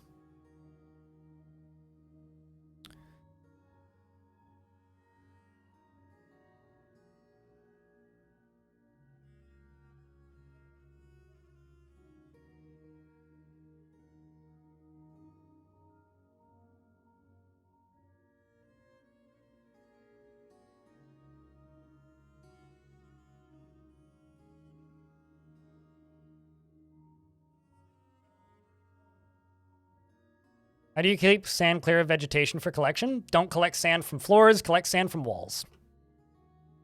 Because walls work too. So like this area, they're just collecting sand from the walls. They don't ever get vegetation on them. Or you could put a grate on it.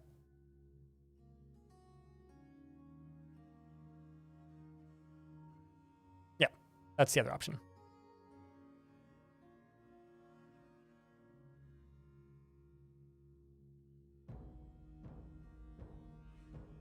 Shred sand in your fort?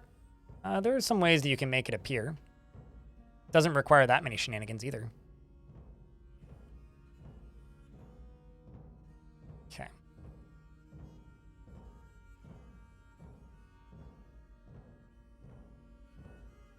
And I will set this as the priority.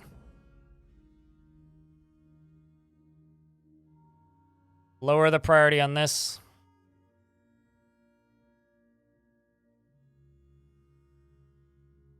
Whoa, those numbers keep going up. Pilot guy, thanks for the 50th month. Greatly appreciate you. Means a lot, dude. Thanks for continuing to stick around, even though things have changed around here quite a bit over the years.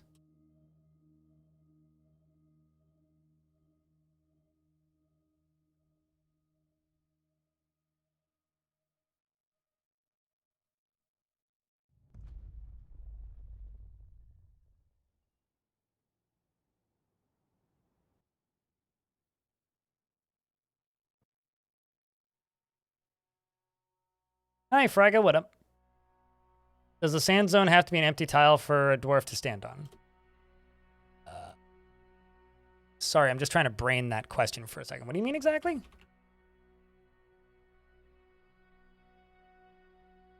I mean, you can't just put one tile on a wall and it'll work. Because, yeah, no, yes, they do need an empty spot to stand on. And in order for any zone to function, it needs to not be on a wall. Like, if a zone is just on a wall, it won't work. And that goes for all zones. Like, if you make a tavern that's one tile and it's just a wall tile, like, what are they going to do with that? They have to walk up to it to be able to do the job.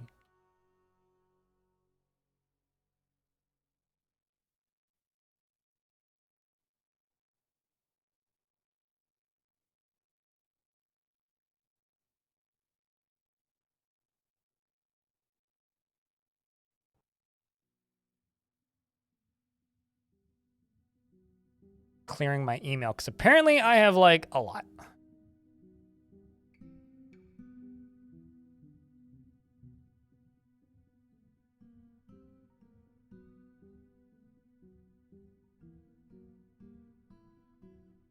It's actually, yeah, that's fine. Get around it.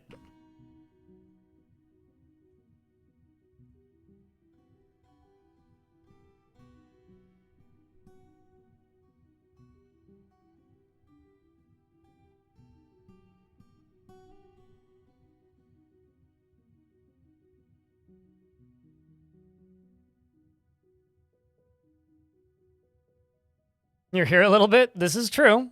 Thank you very much for being here a little bit. Good a giraffe.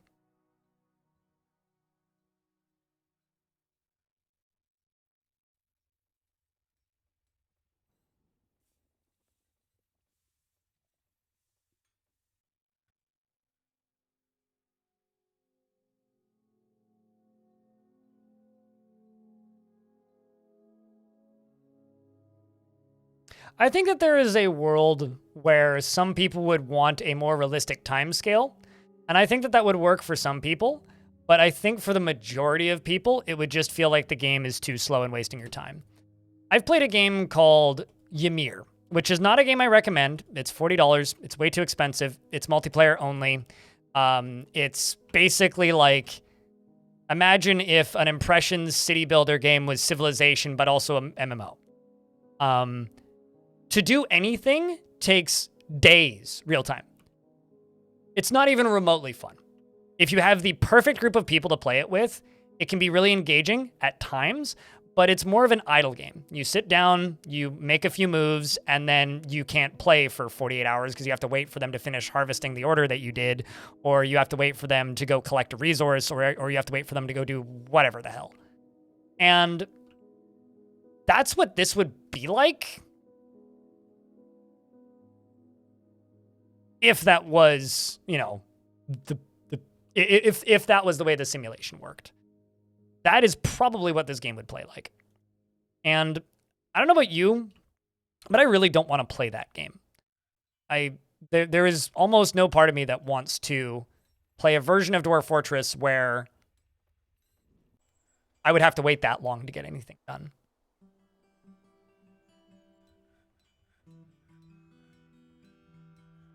People shameless doing a streak in chat. Why'd you lose your streak or something? You mad?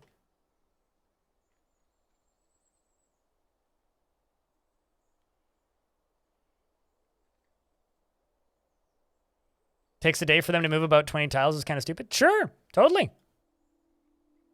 But I am of the opinion, and this opinion ain't going to change, that it's a video game. Right? And it's a video game that has to work within certain limitations for the rest of the simulation to work, right? Because Dwarf Fortress isn't Fortress mode. Dwarf Fortress is the world generation, right? The important part of Dwarf Fortress is the world generation. Adventure mode is the closest thing you'll get to real time in this video game. Okay, Alexa, we'll get you named in a sec. Adventure mode is, like I said, adventure mode is the closest thing to get to real time. World gen lets the game get going, and Fortress mode is a faster way of interacting with the simulation. You need to remember that adventure mode is the original mode for Dwarf Fortress. It was the only planned mode from the get-go. You weren't originally supposed to make a fort in Dwarf Fort.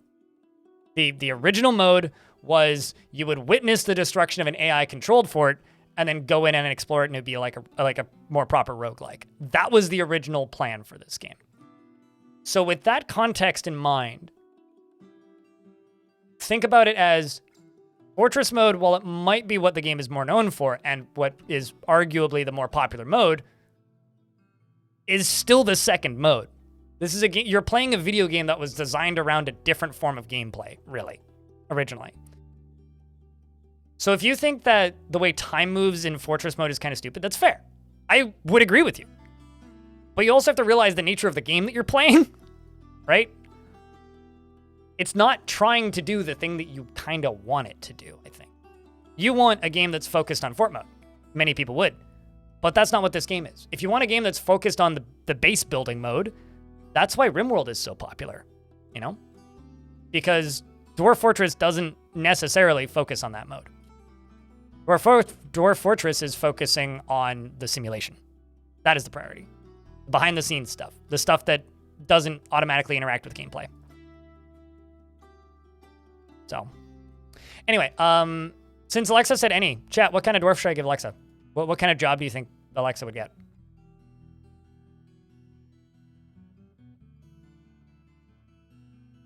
We'll let democracy decide.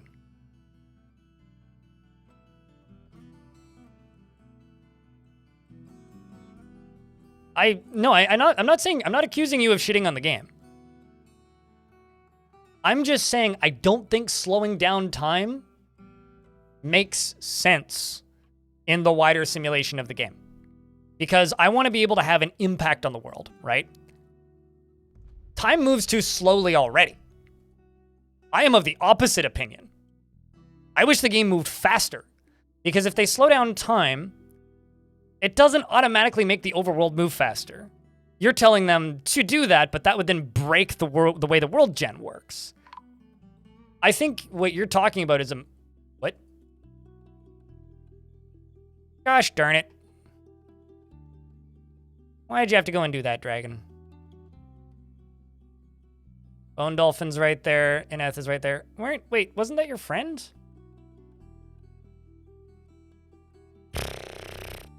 Dragon, quit misbehaving, please. We agree to stop misbehaving. You have one job, and that is burn the enemy when the enemy show up. Don't burn Madorfies for no friggin' reasons. Where are you going? Dwarf. Dargan. Bring out your dead!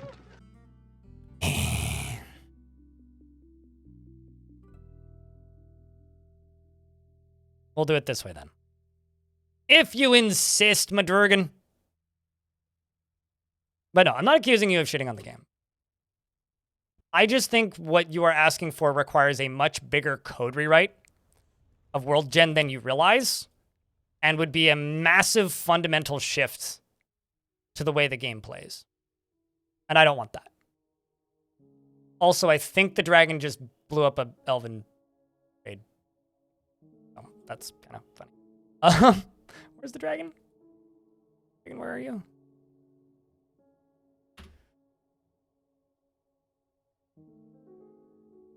Cutest wants you to post beers, so please post beers. Anyway, I didn't see if chat had any ideas, but I'll just name Alexa. Alexa 2. Alexa the sequel.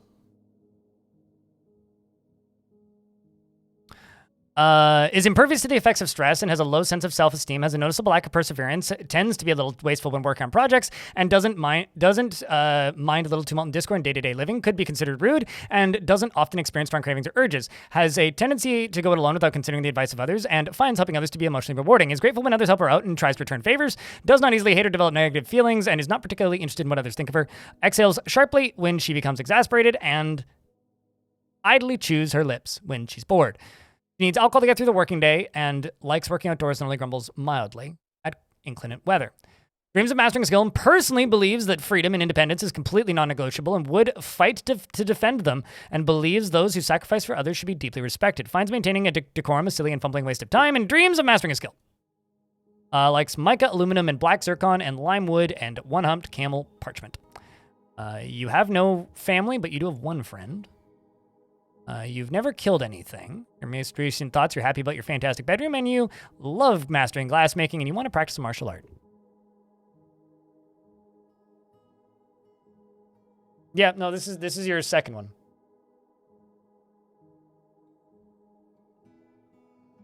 Too late. Sorry, devilish patat. Also, I think manager's already named. But yeah, I think like it's less of a are you shitting on this game? Are you not shitting on this game or whatever? That's not really what I'm trying to get at. Like the point of what I'm trying to communicate here is that the entire game and all of the game's world generation is balanced around the idea that Fortress mode and Adventure mode don't work at the same time scale. So they would have to rebuild a massive portion of the game under the hood, which I don't think they need to do.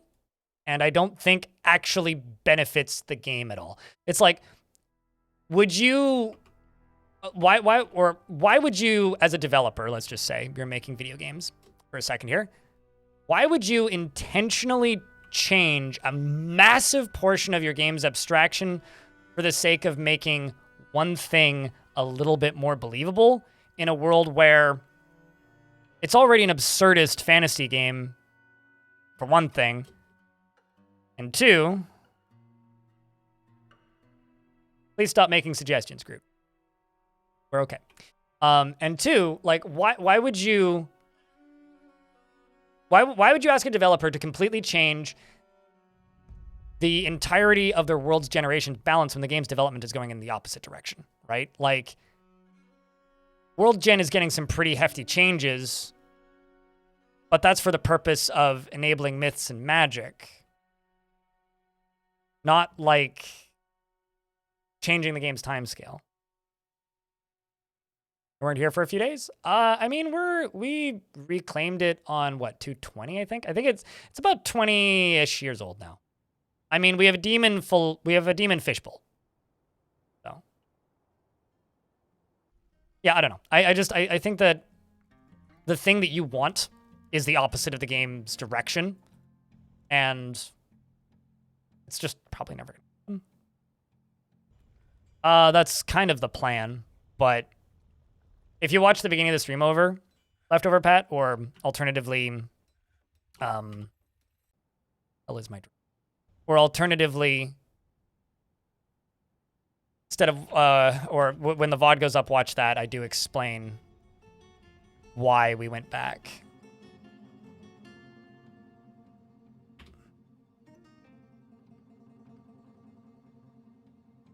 Skillfully trained my butt.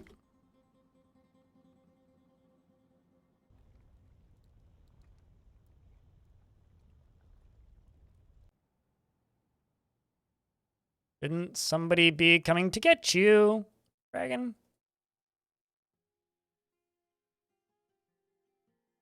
Okay, I don't like this. Is it trying to follow its master around? Because that's kind of adorable if that's the case.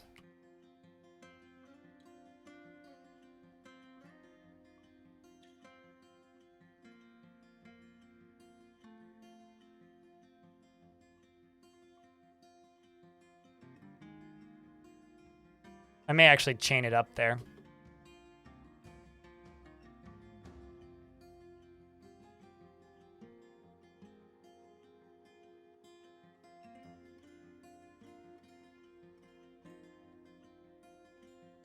We do also have a glass pyramid. It's up above the volcano.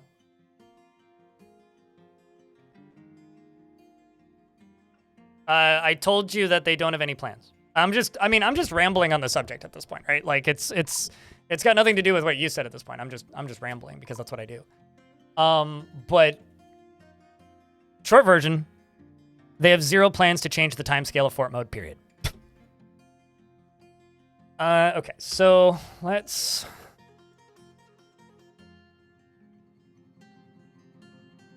The thing is, I don't like to just say no, right? Because one, that just makes me feel like a dick. And two, it's not really a satisfactory answer, and 9 out of 10 times people keep talking. So I like to try and explain why I'm saying no, if that makes any sense. I don't know if it does, but it's what I try to do. Apologies for trying to explain why I feel that. Does it mean it sometimes will melt dwarves? Dragons are always hostile with active military because they are a mega beast. Any trained mega beast, rocks, dragons, etc., hydras, will always be ready to murder active military, and vice versa. But no, I don't think I missed your initial statement. Your initial statement was just you think that they should change the timescale, and it's not going to happen. I think it's trying to lay an egg, actually. That's what's happening.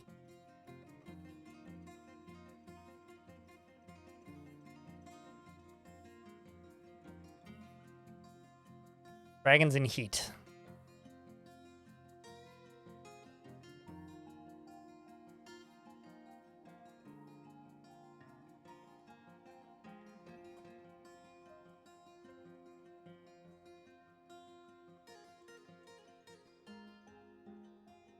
And I'm also going to get rid of this and move that door back by 1. Go over to here to nest boxes and place one right there. Do only dwarves get cave adaptation? Yes. Dwarves also are the only creatures that get strange moods and a variety of other things.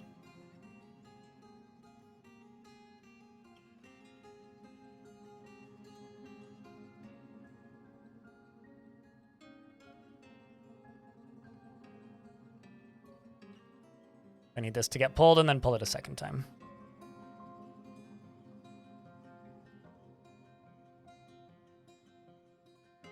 Yeah, the only reason I was like kind of overly explaining that I was discussing was because you said that you're not attacking the game. Because if I came across like I thought you were, I apologize. That wasn't my intent, I guess.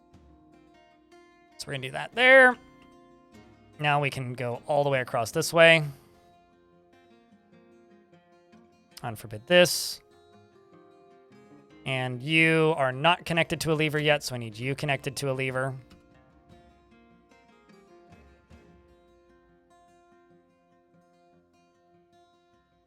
It's going to be this one. Sweet. Okay. We are now good to go. Because I found its mum in adventure mode, and then embarked on that location, and it turned out that location had a mother and a child dragon, although only the mother was known. We caught the two of them and had them both trained in an older fort, and then when that fort fell over, I then started this fort, and that dragon showed up already trained. Speaking of, I don't even know where it is right now. Where is my dragon? Like, where's Waldo hard mode? All right, dragon. This time, you get a chain, but also a nest box. You can have your eggs. Here you go, dragon. Be happy with your eggs.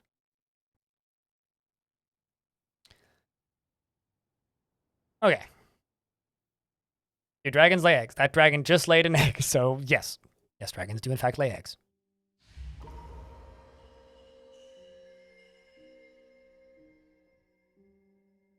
So yes, we are cooking dragon eggs because we don't have a breeding pair of them. Don't tell the dragon that we're cooking her eggs, okay? She might not be super happy with that.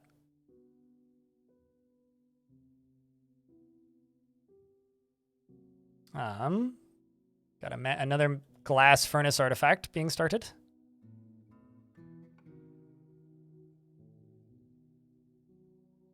I think I've got some more. Actually.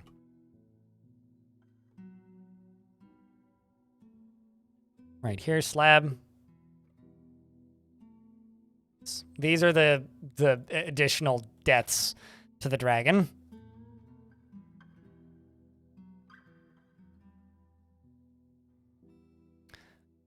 So now I can go back down here, finally, and do this.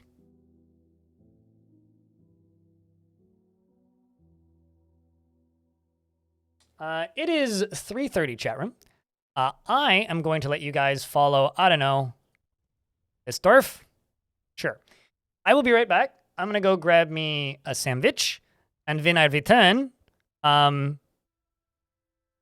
you know, yes, it is a triple volcano.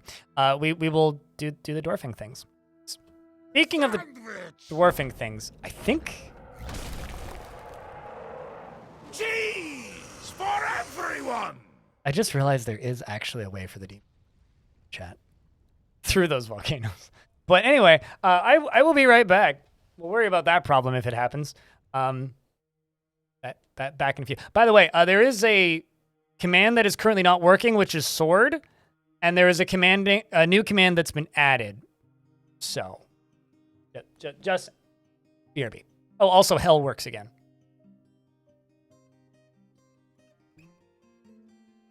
This is my favorite roguelike on the Citadel.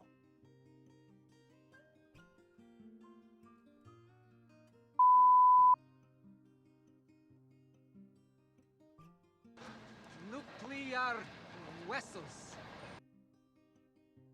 Flobberdobberdoggadoggies?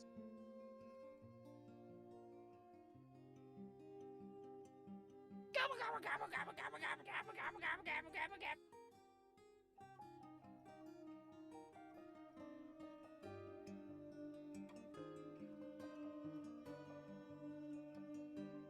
You fucking donkey!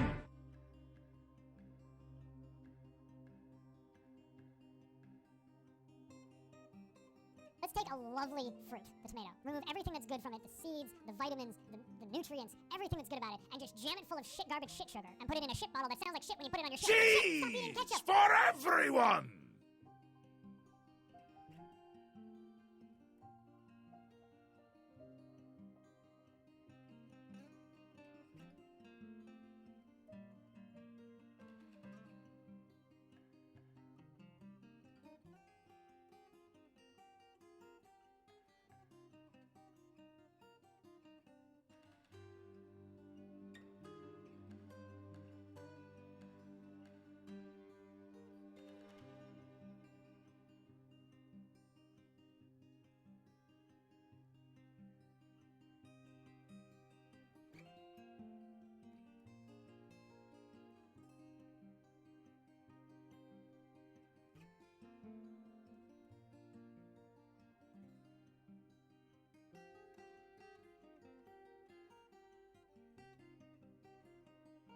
Not the most interesting spot in the world, sorry. But, so I got bad news, chat. I don't actually have a sandwich today. Because, I didn't have time to do meal prep. But what I do have, is... I do have 2 cheesy breadsticks. So the way that the demons could actually get into my fort is there's a hole right here, right? The demons could theoretically... That's not interesting. If they were really enthusiastic... go to one of these volcanoes in the caverns. So like this one on the second cavern layer or third cavern layer. Go into one of these volcanoes, assuming the trees aren't blocking them off. The trees might be blocking them off. Dive into the volcano. Go all the way down to the lava sea. Take a little paddle swim down to this layer. Go to this. Go to this volcano. Yeah, to right underneath here, and then fly up and up and up and up and up and up and up and out. What? What do you mean?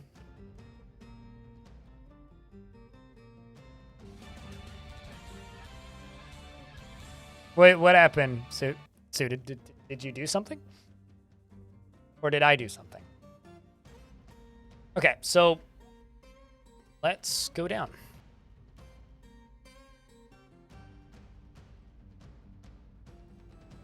Meaning I can just do this. Do what? No, I don't know. Something about the audio mixer isn't complete trash anymore. So I don't know what happened to the audio mixer.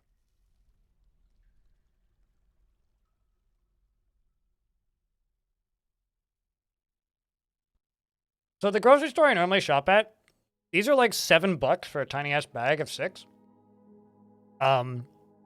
There's a grocery store that I go to sometimes, which is kind of crappy for produce, so I don't really go there. But they have a pretty good bakery. Gotta say, $2. Well, $2.99 for 6 of these. $2 to feel like a child again. It's great.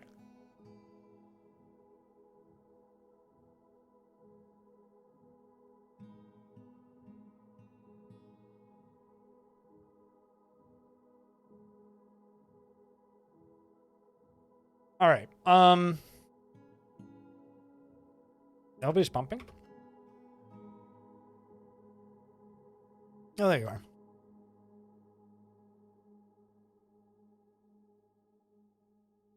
So that's going to drain out pretty quick. So I can send a dwarf here, and we can cut this in. And we can also, after that, do this. And this. And that.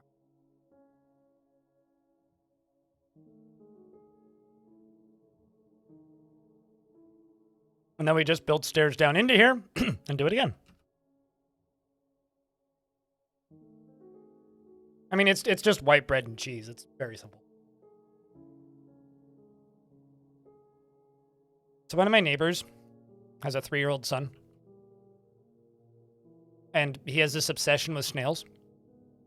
And so I told Chad about this the other day, but I taught him to take the snails and carry them to the other end of the building and put them in the playground, which is as far away from my garden as you can possibly be. And I can literally hear him outside saying, I found one. And then I hear his feet running up that way. I think my hearing is...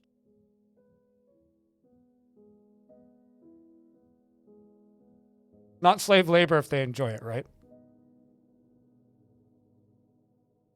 It's a rough life out there for a kid. You either get exploited by Roblox or some annoying Twitch streamer. Human pesticides. See, that makes it sound worse somehow.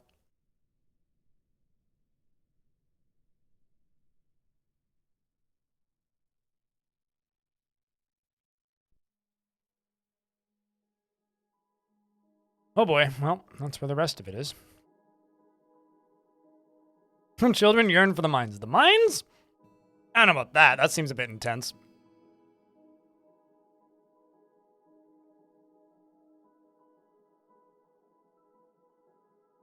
Okay, so that's where I can dig down. Put 2 right here. Down into this. Pump out of there. Easy enough to build down there. First, we just gotta wait for the last of this water to disappear. Ever. Break.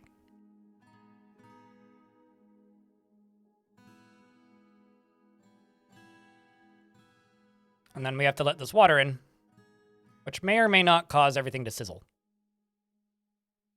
Some migrants have arrived because they're dumber than the ones that didn't. Older craft store cancels a store-owned item. God damn. Yes, son of murdered, of course.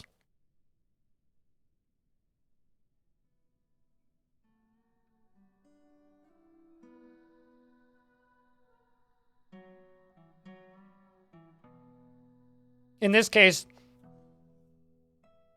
the mines are outside.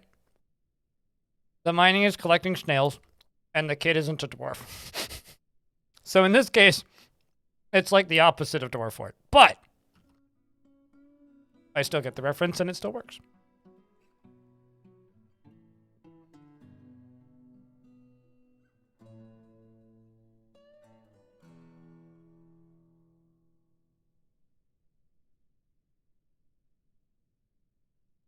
Okay, so we should be able to just dig down to here.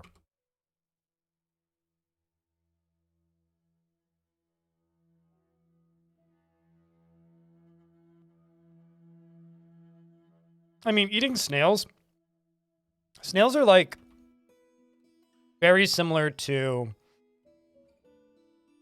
any kind of food type that's just a butter delivery mechanism. They are a texture with a butter delivery mechanism, and that is it. So if you happen to enjoy the texture of snails and also like butter, who's an elven child? I'm sorry, this might be a shock to you. Have you heard of this thing called human? My neighbors are human, man.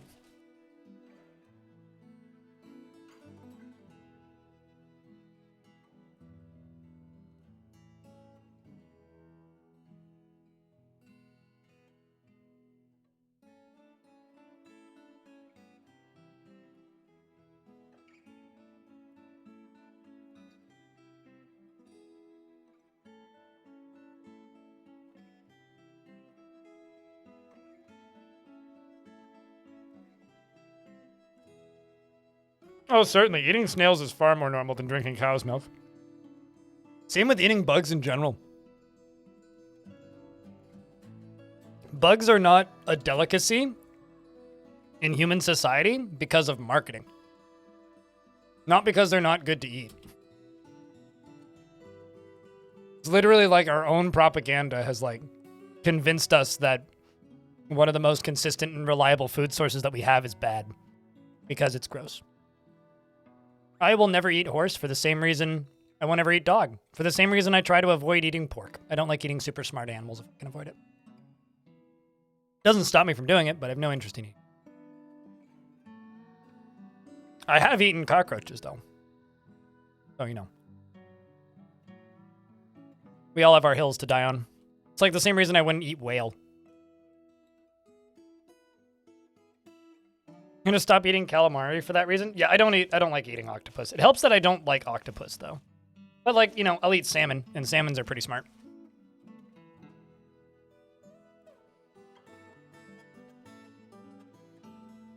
There's always an unfortunate snail. I'm pretty certain I have never in my entire life eaten a snail. Although, my little sister stuck a bead so far up her nose, she had to go to the hospital to get it taken out. So, you know, I guess we all do dumb things as kids. Chat, what's something dumb you ate as a kid? I ate a Lego brick and choked on it.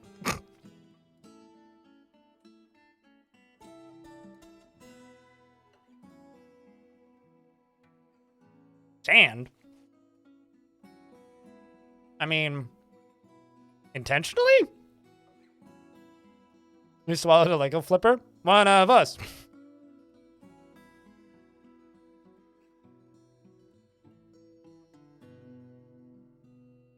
Okay, so now just have to wait for this stuff to go. Well, I mean, I can try. Happens.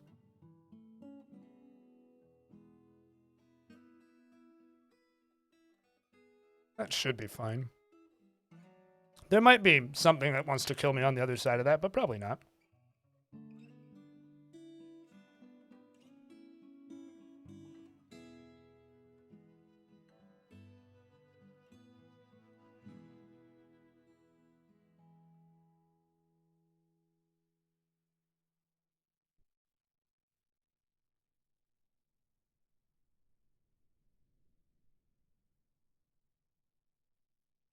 Okay, so we're just waiting for some dwarf to show up and operate a pump. Give this old thing a push. Those are ramps, not floor.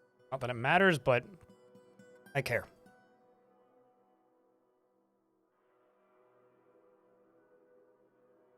A June bug, not a December bug?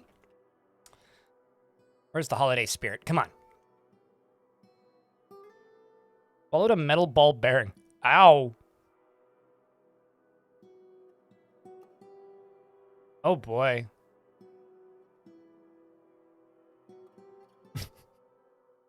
I mean, you've definitely, if you've walked through a metal detector, it's passed through you, but geez, man. I feel like the ball bearing's pretty bad. I mean, I certainly ate plenty of dirt as a little kid. I don't know. Ramming dirt in my mouth. I did that kind of thing. Okay, well, that was not exactly what I wanted.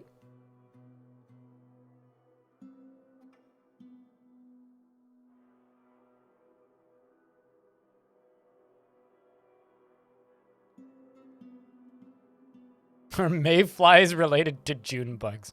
I like this train of thought. We should keep it going.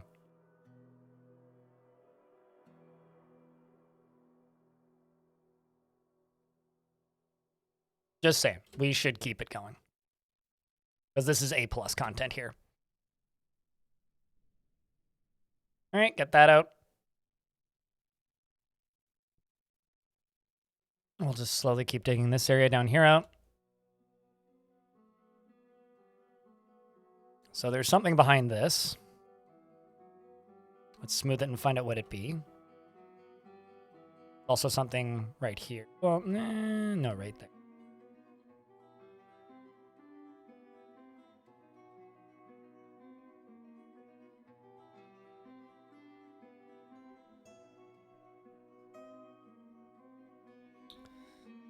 You know, I'm kind of thinking about just pumping this stuff up and out. I think I might actually do is instead of just pumping it, well, I can just pump it. It's fine. We're going to put a pump right here, basically. So right there. Like right here. Gonna be a lava safe pump, and we're just gonna keep doing what we're doing. Except with 2 dwarves instead of 1.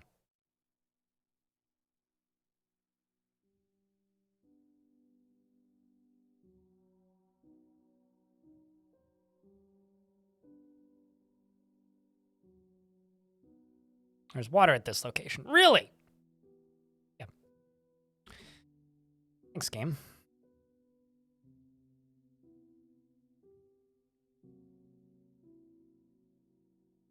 And we'll still be able to walk around it. Over here.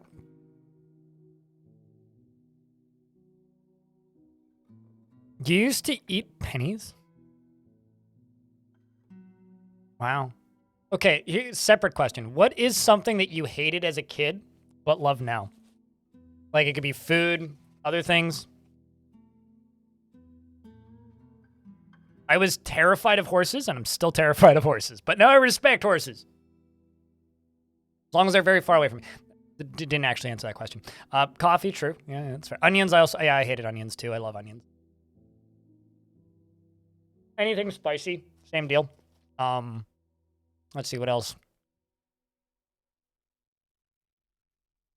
Well, I mean, I tolerate the existence of ketchup. I used to not even do that as a kid.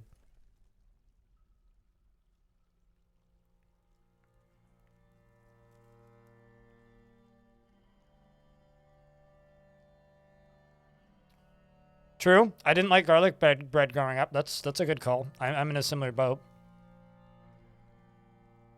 I used to kind of hate pasta. Like, I'd eat it, but I didn't like it. And I think the reason I didn't like pasta wasn't because I didn't like pasta. I didn't like the way my mom would make pasta.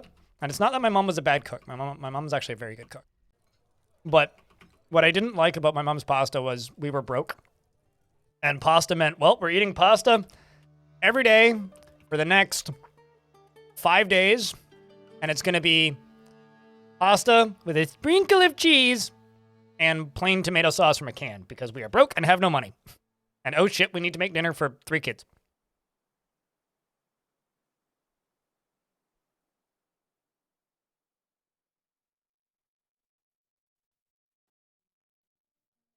I hated haircuts. I don't hate haircuts anymore, but I haven't had one in a decade. So.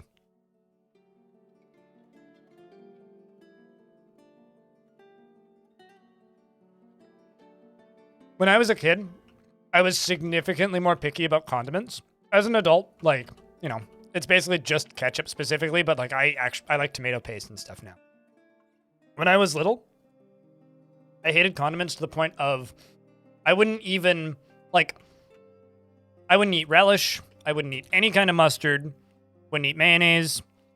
Now it's like, I'll eat them all. I don't like them. Like, I will talk, like, if somebody hands me a sandwich with mayo on it, I'll eat it. I wonder to myself why you would ruin a perfectly good sandwich like that. But, like, I get it. And I will eat it now. But as a kid, yeah, no, none of that.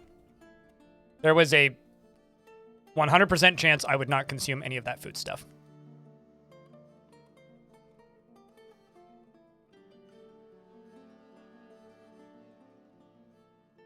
Dietary reasons, time for Nano.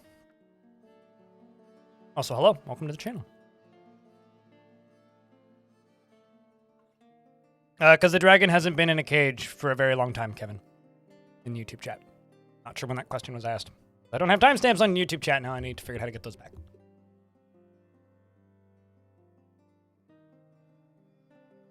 When you were a kid, you fell asleep. You get a haircut now, 30 plus, only real...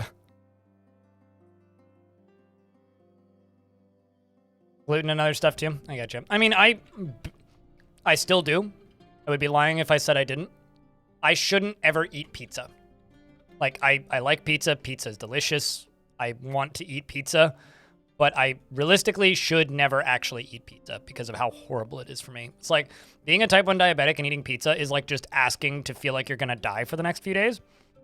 So it feels horrible and makes me feel horrible.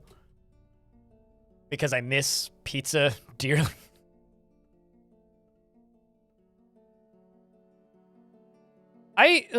For me, mayo is a good example of a food that I don't particularly like on its own. If it's on a sandwich, I don't mind it. If it's like on a burger, I don't mind it. If it's an ingredient in another food thing, I don't mind it. But if it is the prominent flavor in food, I don't want it. I don't like mayo on its own, which is why like a lot of those like potato salads and like a lot of boomer meals like older styles of cooking, or also like every now and again, bless his soul, my neighbor, like every now and again, he'll just like drop off like a bunch of like beet salad or something that his wife makes. And it's like 98% mayo. It's like peas, mayo, onions, and beets, like cooked beets and mayo, and mustard. And it's like, this is just like schlop. And it tastes like mayonnaise with a slight hint of beet flavor. This is awful. I'm designed for people without taste buds. Give me variety in flavors. She is, he isn't. But yes, I'm aware it's a Russian thing. I mean, he even refers to it as proper Russian salads. I'm like, salad? Okay. Like ambrosia salad, but like the we don't have sweet food version.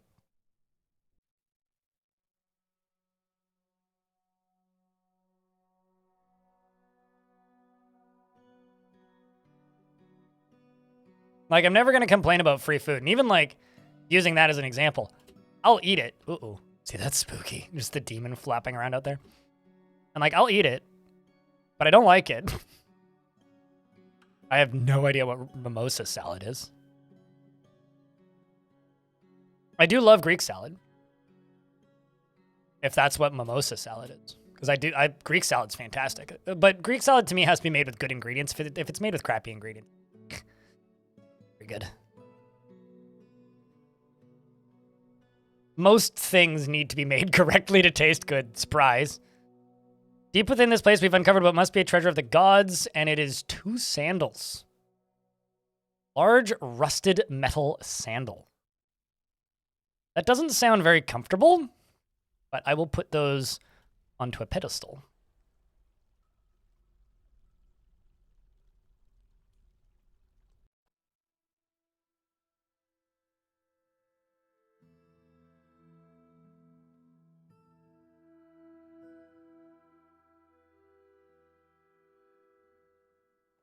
Probably hotkey this zone at some point, which I currently haven't, but... Can you imagine why it was left underground? No. Rusted metal sandal left underground mysteriously in a cave. I wonder why it was left there. Maybe we'll never know. Maybe it's like the portal, like, jump leg things that stop you from breaking your legs, and it's just rusty. Been there for so long.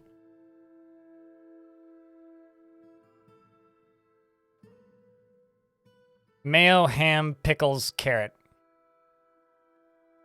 You know, I realize that like different places in the world have different definitions for words, but calling that a like, I'm not really the sort of person who likes to, in fact, I hate diving into those like internet arguments of like, what is a sandwich and like, what is a taco and all that nonsense. I fucking hate that shit. It just annoys me, like, on many levels.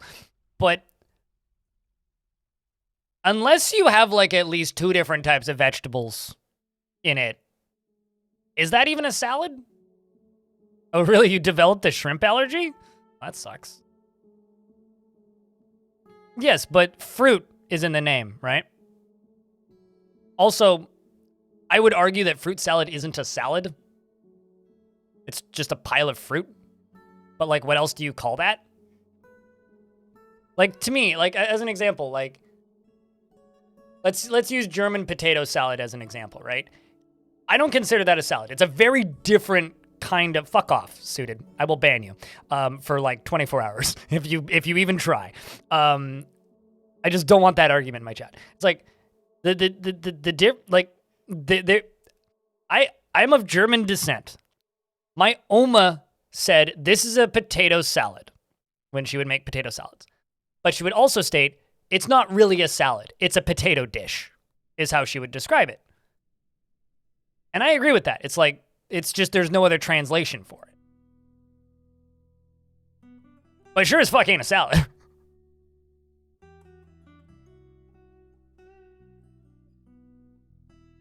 Caesar salad isn't a salad, it's a meal. I disagree. I actually don't like Caesar salad that much. I need more in the salad. Oh, here's the thing. I know exactly what court case you're talking about. I don't want you to start this argument in my chat, Suited. Because the last time, it literally ended with people like all caps yelling at each other in my chat. And I don't want that. So please just stop before it starts. Like, just don't even bother. It's like, you know, the same argument is like, do chicken wings need to have like actual wing in it? But anyway.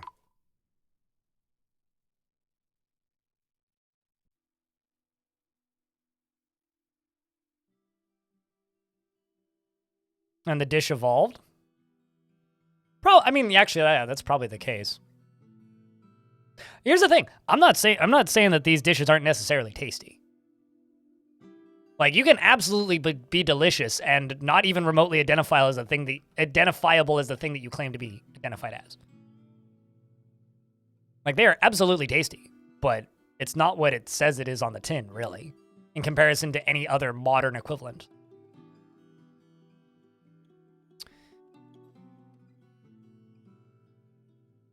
All right, let's jump up. Jump up, and get down.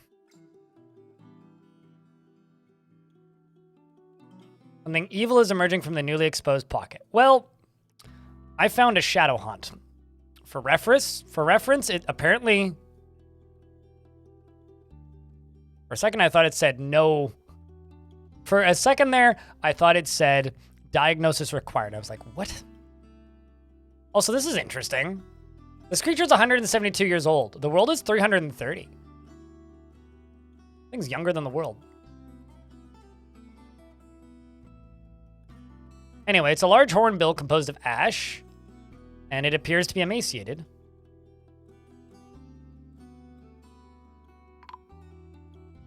Send the military down here. Raiders are here.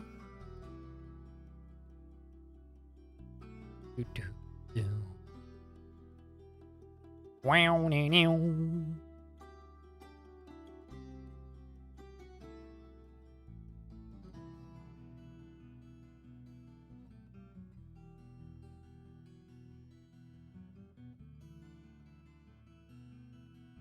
you know, every now and again I'll do that. I'll start reading one sentence and then jump to the next one. But, you know, part of the reason I don't focus on YouTube chat very much is the scrolling that YouTube chat does makes it quite literally impossible for me to actually read it accurately. So for me, it's like the option is I can either be capable of reading chat or be not capable of reading chat. And if Twitch ever updates their chat, I will do everything in my power to unupdate it. Go back to the old one. Because at the very least, I can use this one.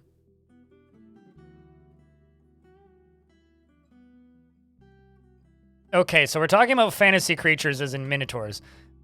Can you elaborate? I'm confused. Do they have 2 rib cages in Dwarf Fortress or something?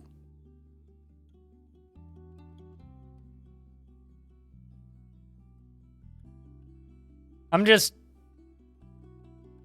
No, okay, don't you tell me to think about it. I'm not thinking about it. I'm wondering the source of the question. So you answer my question and then maybe I'll think about it. Once you give me the source of the question. Not in DF. Okay, well then it's irrelevant. Moving on. Let's do footwear. I need to make clothing, I think. What cloth do I have?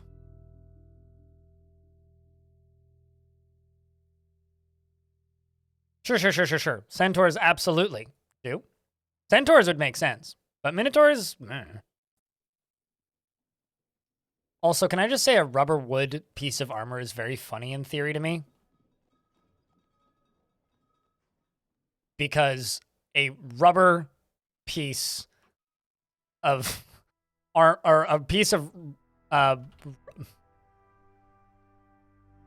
rubber wooden, like rubber wood armor is funny to me because I'm just imagining things bouncing off of them.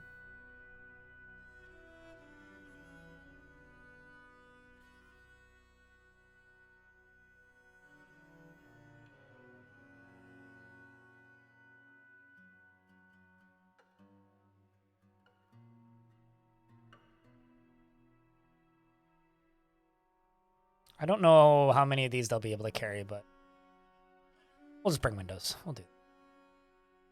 It's fitting. I'm selling Windows because I just installed Linux. I'm only going to make this joke like 4 or 5 more times this week. Don't worry.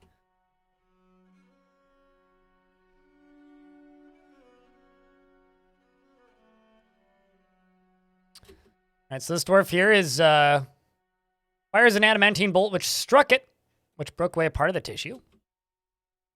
Means something's probably missing. All right, hit it again. And again. Another adamantine bolt, reindeer bone bolts. So bad so far. Human blood smear. So, let's talk about this for a second.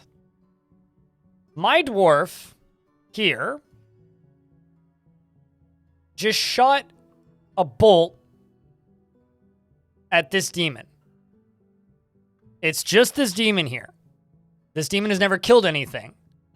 But underneath the demon, or on it now, on its right foot, is a human blood smear. Where in the world did that blood come from? Like, let's think about this. Where did that come from? I had a dwarf shoot 2 bolts at it. From the bolt? Possibly? I mean, are any of your other bolts, like, contaminated with human blood? Certainly doesn't look like it. Also, the creature's dead. Jess, thank you very much for the raid. What is up? I feel so bad because Kiri raided me earlier, and apparently I had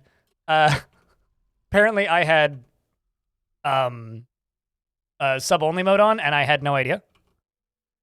And so she raided me, and the raid got completely eaten by sub-only mode, and I had no idea. Like, feel terrible.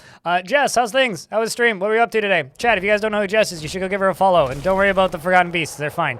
We got bigger problems, like demons in a fishbowl. I got a bunch of demons in a fishbowl.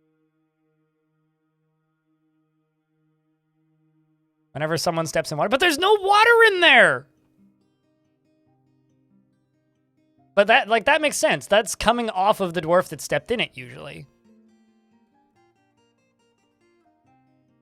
Except for the part where your internet gave up and died for a while. Oh no. I'm actually, like, knock on wood, very, very, very, very, very surprised with how stable running OBS on Linux is. As this is my first proper stream not on Windows. And, like, aside from a little oopsie at the start, everything has been fine. Kind of crazy. Squids have a donut-shaped brain in their esophagus. They can literally get a stroke if they choke on their food. I'm not going to fact-check that and just take that at face value. That's amazing.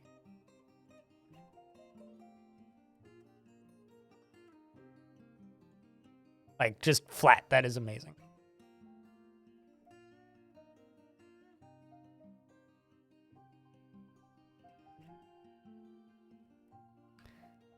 Saddened by how heavy this stuff is.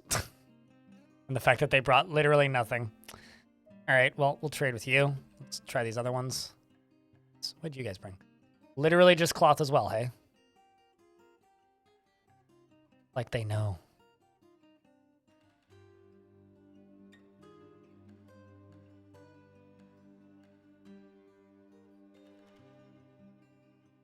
I wonder.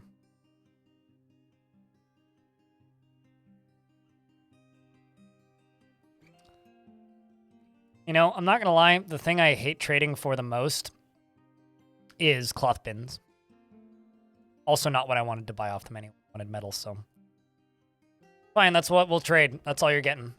We're going to go back down here. Back to that area that we were building.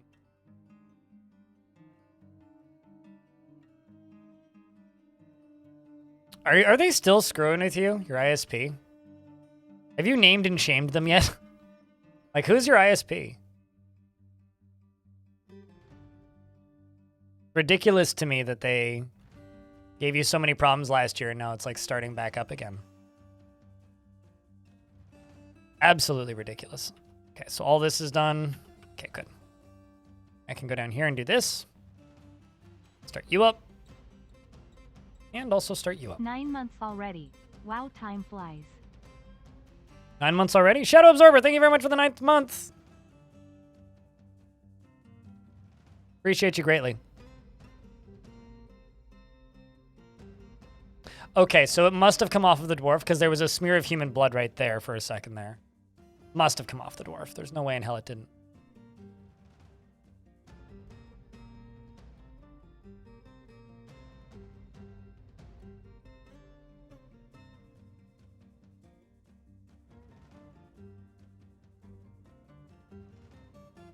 Just gonna send my soldiers back to training.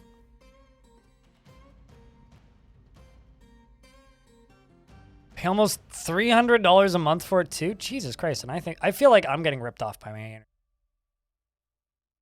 At least mine's stable. They allegedly tell me when it's gonna go offline and don't, but you know. There's been once or twice my internet has gone out with no warning. And they're like, we announced it. It was a planned outage. I was like, well, I didn't receive any information. And then I found out later that I had emails like, and I unsubscribed from their email list, okay? So it was my fault, but I disagree. It was solely my fault.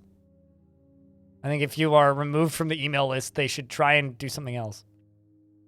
But seriously, thank you so much for keeping that subscription alive for a 9th month. It means a lot. It really does.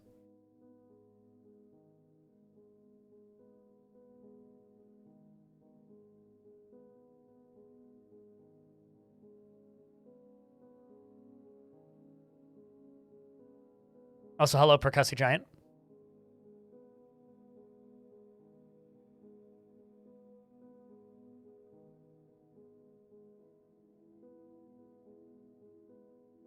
Mass group text.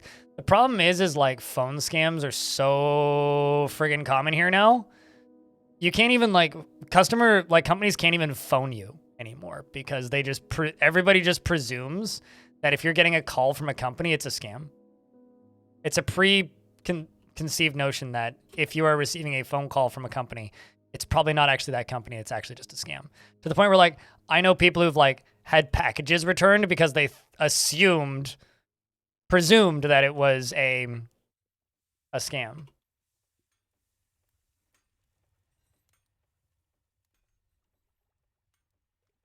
It's weird. You can't search by pump operator, even though it is a job. Yeah, I get Amazon very frequently. Do wood walls block heavy aquifers? Are you asking about dropping them or constructing them? Because if you're able to construct one, any kind of wall will block an aquifer. Heck, you could even smooth the stone. But if you're talking about dropping them, they deconstruct when they're dropped.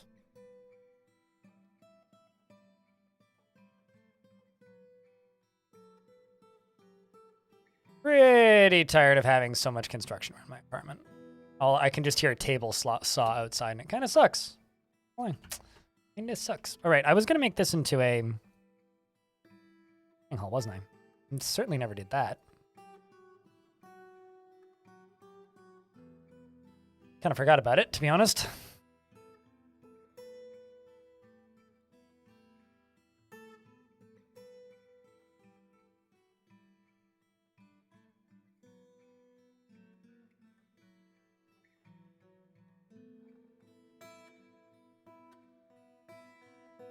Yeah, caller ID doesn't really do anything. And hasn't really done anything for a very long time. So this is now pumping. It's going to clear out as much of this as dwarfily possible. Continue doing this.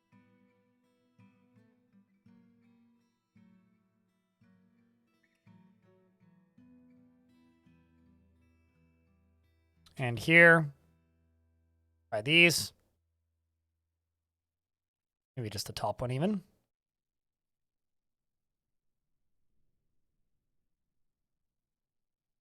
And that shouldn't take too long to drain.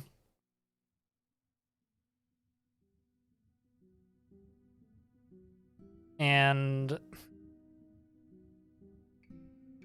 I think I'm going to just dig here. This right here is going to get channeled down.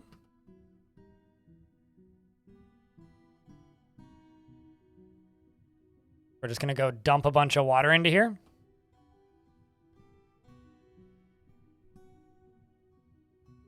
Make stairs right there. Okay.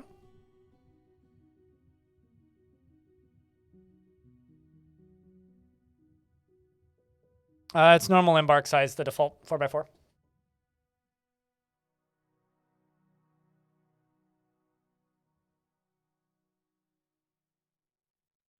This stuff's almost drained. Meanwhile, lava's all spilling out here.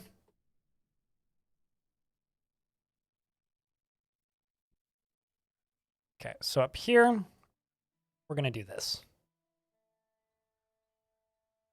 Don't actually know how many tables I have, but build them all the way across if I can. Same story with the thrones. I think that's the last one. Come on. Oh. Silly dwarf. Need that. There you go. Now that that's done, we're just going to do this all the way along here. And this is going to be a food stockpile. Food, prepared meals, and drink. We've discovered what must be a treasure of the gods, and this right here is going to be a dining room. Belonging to nobody in particular, but it is a dining room. The dwarves can go get food and bring it here. Not the highest value one, but hey, it's something. So this is a thin, crashing metal bow. Got to do this next one.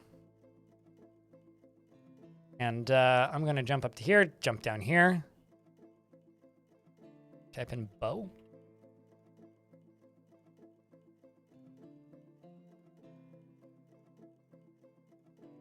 There it is.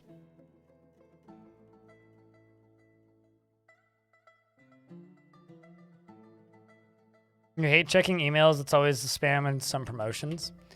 I don't mind checking emails because it's very easy to just filter a lot of that stuff. But yeah, I don't know. Phone calls have gotten so unreliable, I don't even answer my phone anymore. Unless I'm like expecting a doctor's appointment, in which case it's just a very, very, very, very, very hefty test of my own sanity, because usually the case is like, well, it's not my doctor calling. It's actually just some random scammer or something. And it's like, you know, it would be nice to be able to trust that I could pick up a phone and it would actually be a person.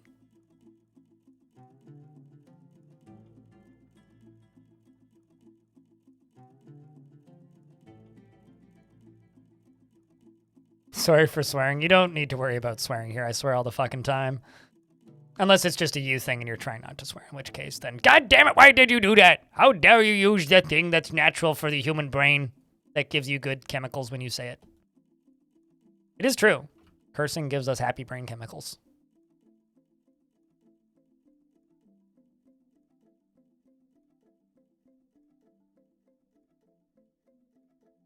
So there's something inside this. I don't know what it is, so I'm going to do this. And that is what? Some migrants have arrived, despite the danger. Well, that's lovely. Okay, nothing.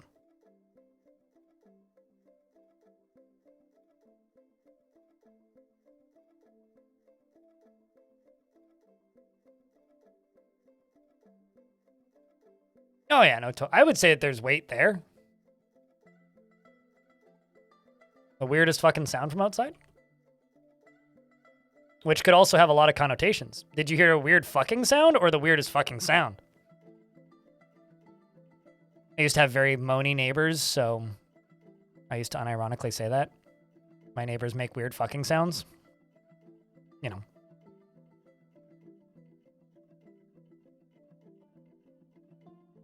It sounded like a goat being spun at Mach 3.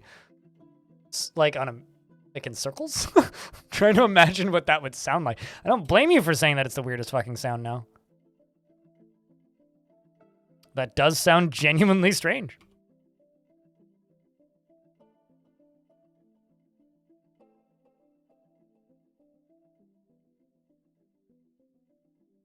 Also, Lanix, I hope you're doing well. You returned from a date out. A ramen shop. Look at you. Sounds great. The only, the ramen place that I have this close by is a chain. It's okay, though. It's just a little bit expensive and the portions are... But such is the way of things. Eating out is a treat, not a way of survival. Sounds like a dying motor. Actually, yeah, that does kind of sound like a dying motor now that you mention it. Like the sound of a goat spinning. That I could see that compared to a dying motor.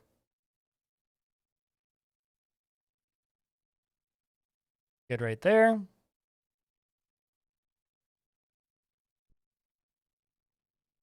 Neighbors were doing that last night. Why I say it's good to invest in a loudspeaker system so that you can compete louder.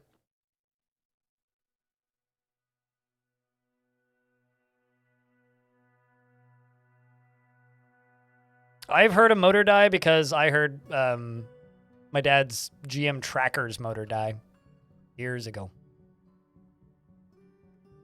There's water like right there. Because there's water like right there. I'm gonna dig out these and just channel it down. But that way. So essentially what we're doing right now is we are digging directly towards more adamantine with the goal of getting more adamantine. Also don't know what's there because stairs are in a very inconvenient spot.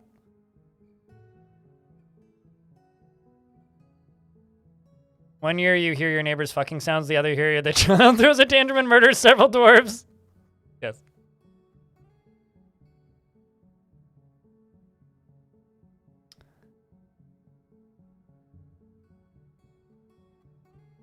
Although, honestly, I prefer the noises around my building now versus the noises I had during the pandemic. During the pandemic, I had neighbors that abused their dog, which was awful. Basically, they got a puppy during the pandemic and then would just let it out. And that puppy had some severe anxiety and from what I could tell, destroyed their apartment. And then they eventually abandoned it in the hallway. That was awful. Then the people who moved in after, who still live up there, they have kids, which is fine. It's lovely that they have kids. The problem is during the pandemic, I feel really bad for clarity's sake, I feel really bad for anybody who had to live in a one-room apartment with more than one child during a pandemic. But to put it simply, they got them a trampoline. They got them a trampoline, chat. I don't think they have either it broke or they don't have the trampoline anymore, so it's a non-issue now. They got him a trampoline. No, they didn't abandon the kids, dude. It was like a couple that was living up there that got a dog, and they abandoned the dog in the hallway. This one, they had kids, and then they got him a trampoline. So I would just sit here and hear ka-chunk, ka-chunk, ka-chunk, ka-chunk, ka-chunk, ka-chunk, ka-chunk, ka-chunk, ka-chunk, like fucking half the day. And you know, like, I get it. You gotta tire your kids out at some point. I understand, but like, Jesus fucking Christ, people. Like, carry the trampoline outside and let the kid jump outside. That's fine. But like, you know, pandemic, right? So they can do that. Anyway, it's over now. I don't need to be retroactively mad at my neighbors who are nice. I forgive them. I also, though, fully acknowledge I probably would have done exactly the same thing if I had kids in a pandemic. Like, literally whatever you want. It's like, what will you do to shut up? What can tire them out in a one-room apartment?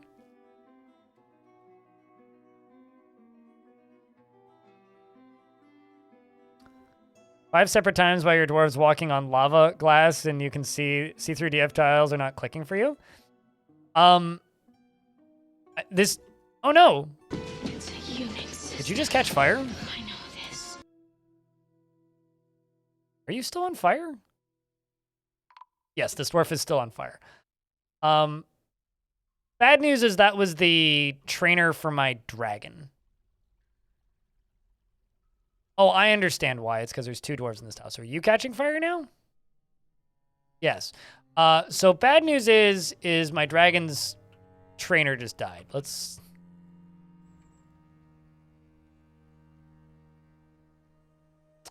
I'll rest in peace.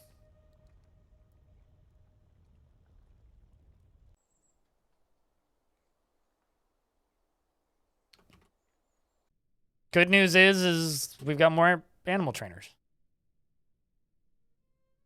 So Votok and Aiton.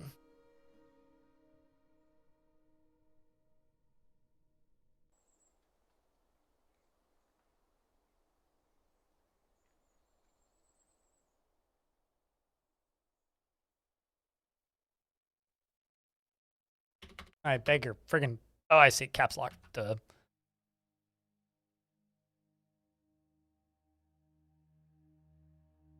And...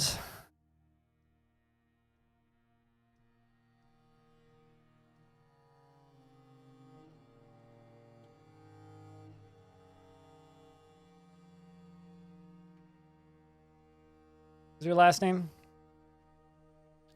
Let.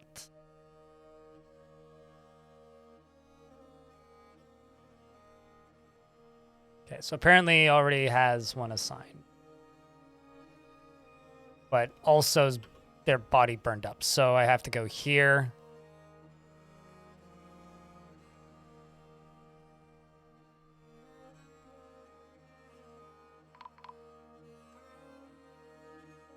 And a dwarf was found dead dehydrated. Well, that's a shame.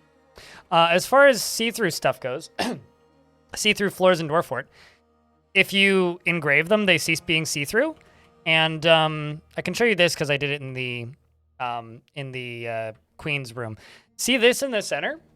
This is me getting rid of the transparency. The way I did that was I constructed a paved road on top of it, and then using this tool, I made it invisible, which removes the transparency, which I think gives a really neat effect. So just an idea, maybe, if you're looking for ways to remove transparency. Unless you're talking about purely in my fort, in which case then, well, I can't help.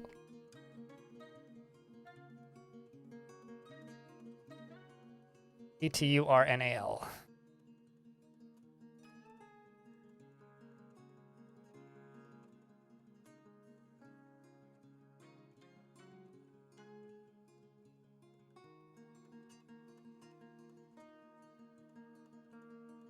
That dwarf went insane, which is why they died.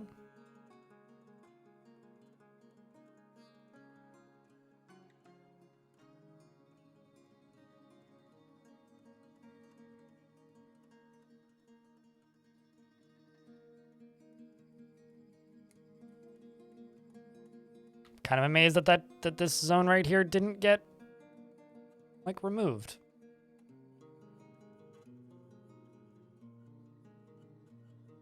I don't think we need to go that much deeper.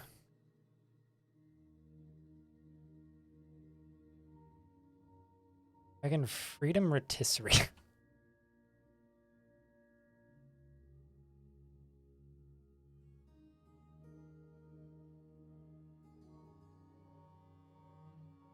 think I can just mine this out.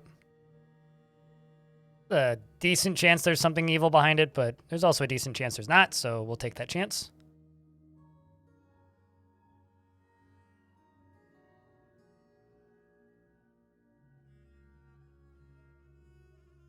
But I think that's a pretty big risk right there, too.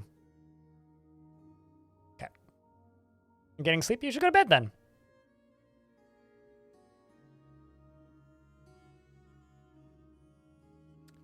Hey, chat. I've got a question. What's something good that you hate? Just out of curiosity. Something that is good generally for society, but you hate it?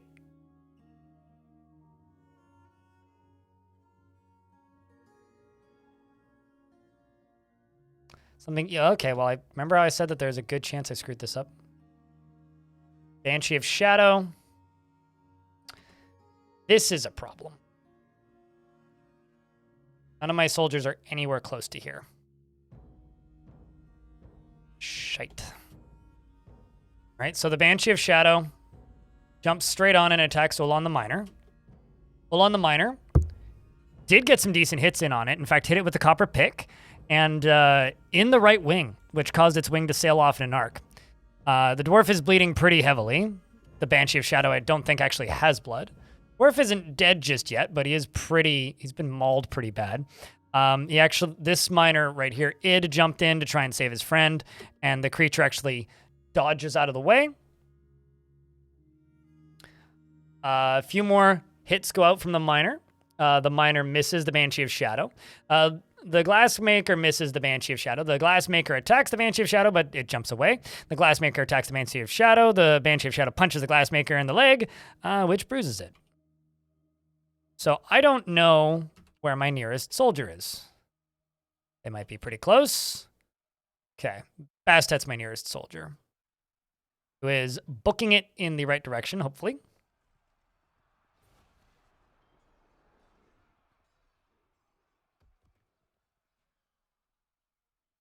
Dwarves are the Monty Python Knight that can still fight. Well, I mean, this one hasn't lost any limbs. I mean, he's lost some teeth, but, like, he'll be fine. Hopefully. This dwarf, on the other hand, is now turning into a bloody mess on the ground. Another dwarf comes running in, but the fight is still going. Olan here is actually hacking at it, but it just keeps dodging. They appear to be both dodging out of the way of each other. The Banshee actually punches the miner in the upper front teeth, and several parts sailed off in an arc. All right. So they're not really fighting currently. The miner that was originally fighting who lost his teeth is now heading towards the stairs. They're still fighting with the creature. Where did it go? Oh, there. It seems to be winning the fight against them now. It's actually shoving them. One of the dwarves just lost a leg. One of the else just lost a knee. So there goes the first one. And Id has now fallen. Rest in peace to Olan and Id. You were good dwarves. You shall be missed dearly. Do I have any volunteers for the inevitable death of becoming a miner? Yes, we do. Good. Got another dwarf who comes down here. He's trying to construct a building. Sees the demon and runs away, carrying their block. They are all running to the edge of this area, which is fine. Right here we have Udil, the Glassmaker, who actually just got pushed by the creature, which gave him a bruise. And then he drops the block on the ground. Ineth, the Baron of a portal something or another, is coming up closer. Bastet's all the way the hell back here. And the rest of the military is nowhere to be seen. Let's just hope that we can, like, mob this thing to death, shall we? There's 3 dead dwarves already. I mean, the other one died earlier, but we've now got the creature down here, and it is fighting relatively effectively, but, like, the dwarves are punching it and stuff. The Baron of Portal Den punches it, and also Ice Hockey Player, the mayor, is here, who may or may not be the mayor in a moment. And Ineth of Portal Den is actually dodging quite a bit. The creature is repeatedly trying to hit him, and he's still dodging. And he does say, I have improved my fighting, and that was satisfying. What part of your fighting? Is this like your dodging ability? I mean, you're suddenly a novice striker, so have you been hit yet? Okay. Finally got hit, which actually bruised the spine. Ugh, ow. Okay.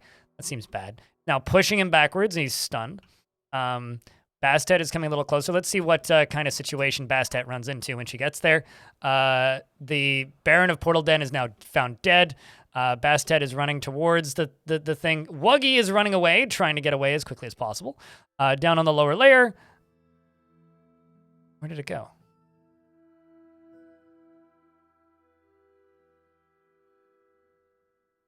Bastet goes, what happened here? Ice Hockey Player was found dead.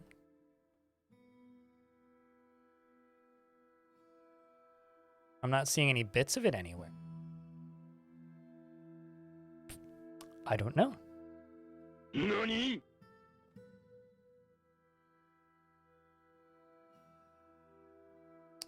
It must have exploded somewhere.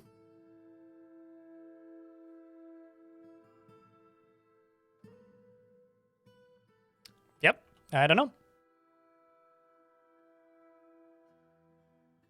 Ice Hockey Player, yes, the mayor.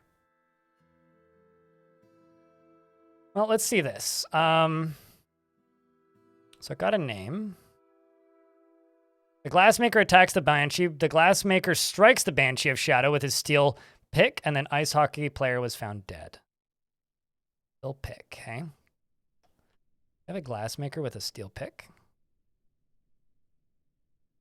It was either Diamond, Urvad, Unib, or Gazoom. Let's check Diamond.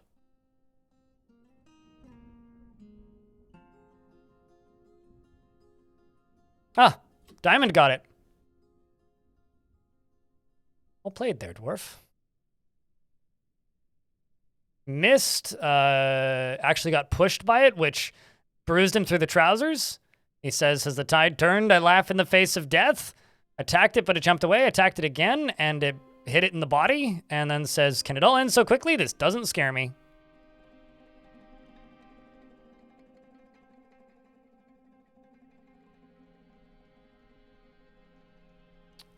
I think I'm gonna make some tombs in here. Actually, no, why don't we make these thinner? Easier if I make them thinner.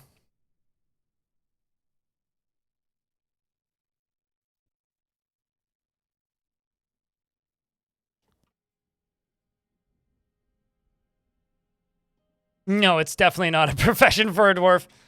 As funny as that would be, that is not a profession for a dwarf. And I'm going to make a barracks right here. And I'm going to let the middle squad train. I'm going to go up to here, here. Please quit it. In there. Don't need you to do that.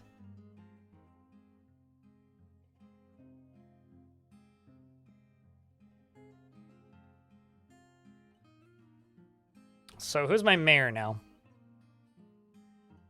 Mayor is now Devil Dawn. And enough of these offices are open now. Devil Dawn can have a real fancy office. Here you go, Devil Dawn.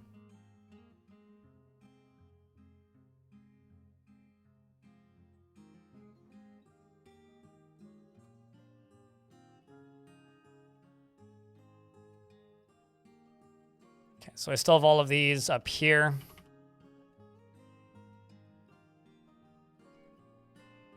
And also I need to check bars. 16 iron. Oh shit, I should check if the if that area up top actually. Oh, I also don't have a manager. My manager can now be Terminal Witness. I'm going to make 10 iron breastplates.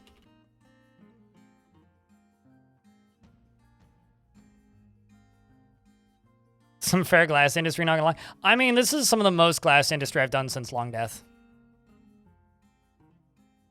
So, like, there's a lot of glass industry in here, let me tell you.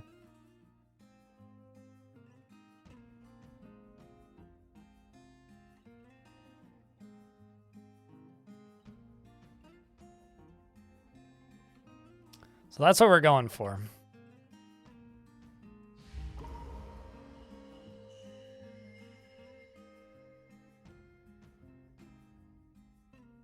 I mean, actually, here's what we need. Get rid of that, and then just let this drain into here.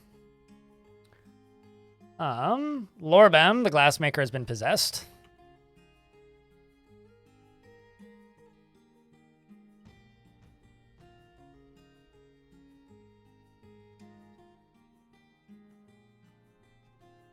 How many do I need? 4?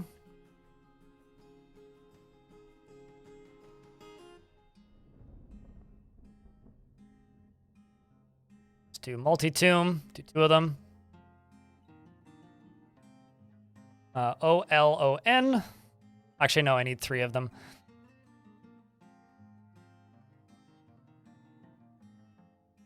Olon E-R. Because Ineth goes into the Baron's burials. That was a Baron.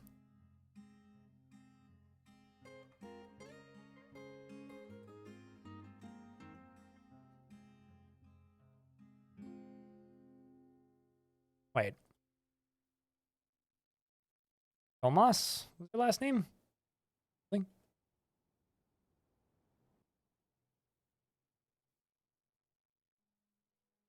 Oh, was you. Let's jump back down to that area. Get ice hockey dealt with.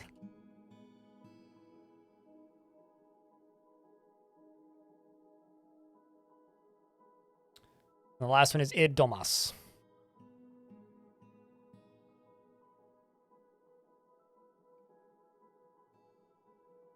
An orb out of glass could lead to the focus setting stuff on fire.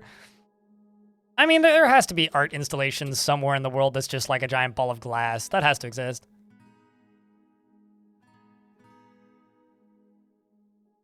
That has to exist. There's no way that doesn't exist.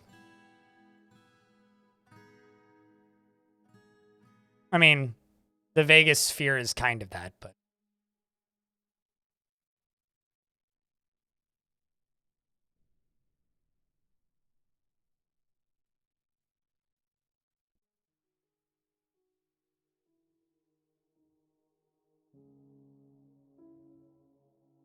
Get all of this stuff mined out. That unforbidden. Probably a bunch of other things over here unforbidden as well.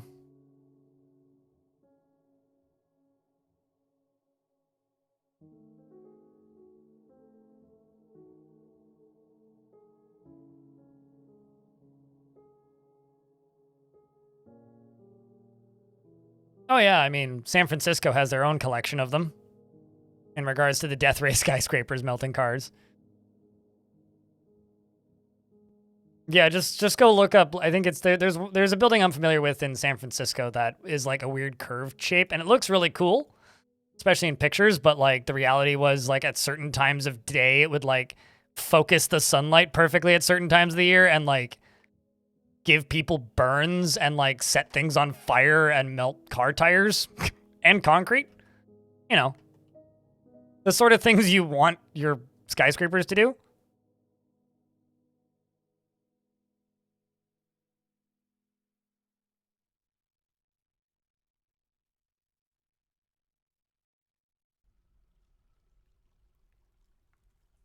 I thought that was in London. Oh, maybe I'm wrong. Maybe I'm thinking of something else because I know that there was a thing that was made in San Francisco that was essentially doing that, but I could also be mistaken.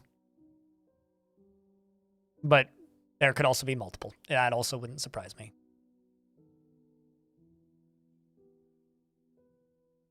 All right, well, they're slowly putting these dwarf bodies into here.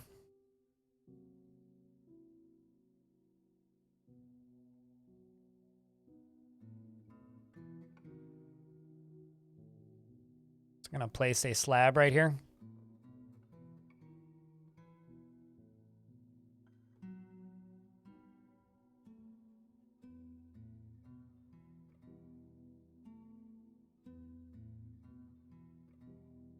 San Francisco, okay, yeah, I think that's probably what I'm confusing then. Because, yeah, San Francisco has a skyscraper that's literally about to collapse. Okay, so I can't do this because there's something right there that could eat me. Well, it's not about to collapse. It's like going to collapse in 20 years if they don't maintain it. So it's constantly under renovations. I bet you the strata fees on that thing or like the building maintenance fees on that thing are insane if you live in it. Because every single year they're like basically completely rebuilding the foundation for the fucking building. It's absurd. I'm sure the crazies over at /r shitty design are cackling maniacally. That building comes up.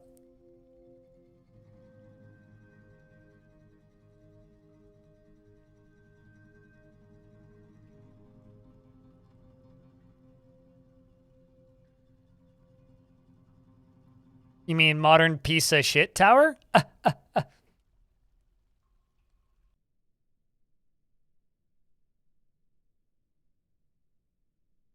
Also, I wonder if the person who designed that building is still in the same career path or if they just like lost their job out of it.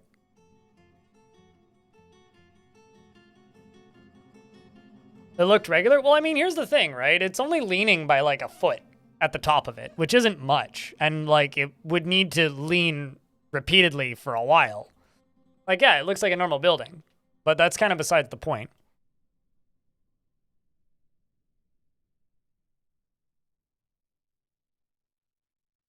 And slash our evil buildings. Evil buildings is like one of the few reasons I still go to Reddit. That is a genuinely wonderful subreddit.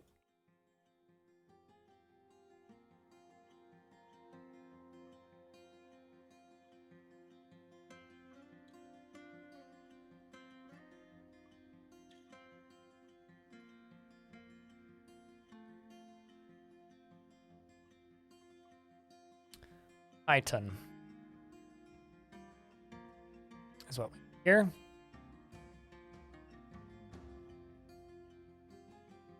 Question is, what's your last name?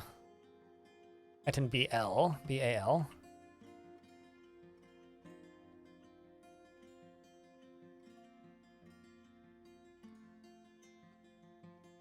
Dwarf out of here. Lorbam has created Cathilbobet, a green glass hatch cover, and claims it is an heirloom in the name of the family ancestor Moses Labershid. Well, here's the thing. I would like to have a artifact hatch cover to hell, so let's do that. Like, is it the best use of that? I don't know, but that's not my problem. And yes, you claimed it as a family heirloom, but that doesn't mean you get to keep it. It's still your heirloom. You know, group-owned property and all that. I love how they have to individually put this dwarf's teeth into the tomb before they put his body in the tomb. So there's just a corpse sitting there because these teeth still need to go away. Never change. I'm on the hatch. Cover to hell. Doesn't really have the same ring to it, does it? How about I'm on a hatch green chili nom nom fiesta? Very different than Highway to Hell, but like, I would like some green chilies, right? Go for some spicy food.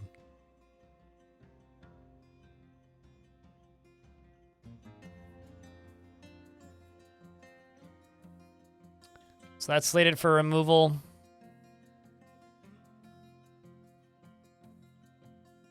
We're just going to try and dig through this stuff.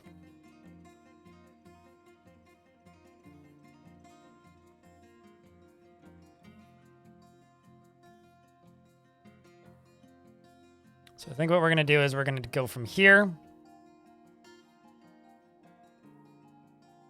down, then from there down.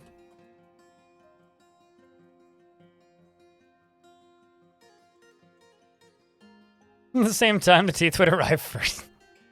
But they can't do it all at the same time, so they do it individual piece by piece.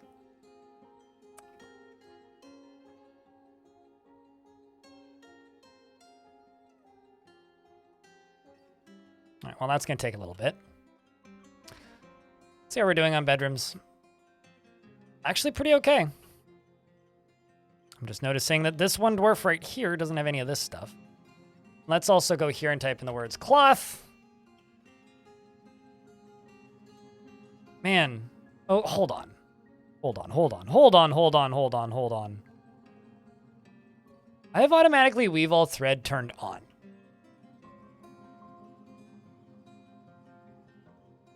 I feel like I need more weavers. I think I'm just going to go do that. I'm going to go like double the number of weavers I have. Like maybe just go like right here or something and just place a bunch of weavers. Like just a whole bunch of looms. Because it feels like I should have significantly more cloth than I do. It's like I acknowledge that silk is kind of inaccessible for us, but like, this is all rope reeds. I feel like we should have more cloth.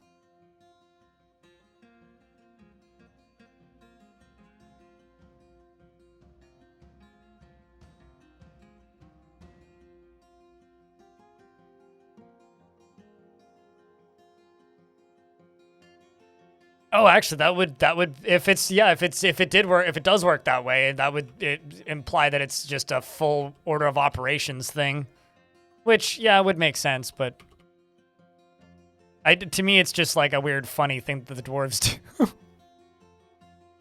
Like, I never really thought about it that much, but yeah, no, that makes sense.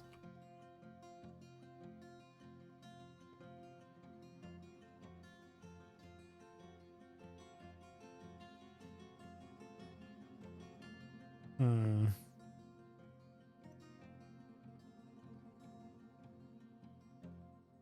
don't really want to lose any gems, but... Hey, there we go. Stuff started melting.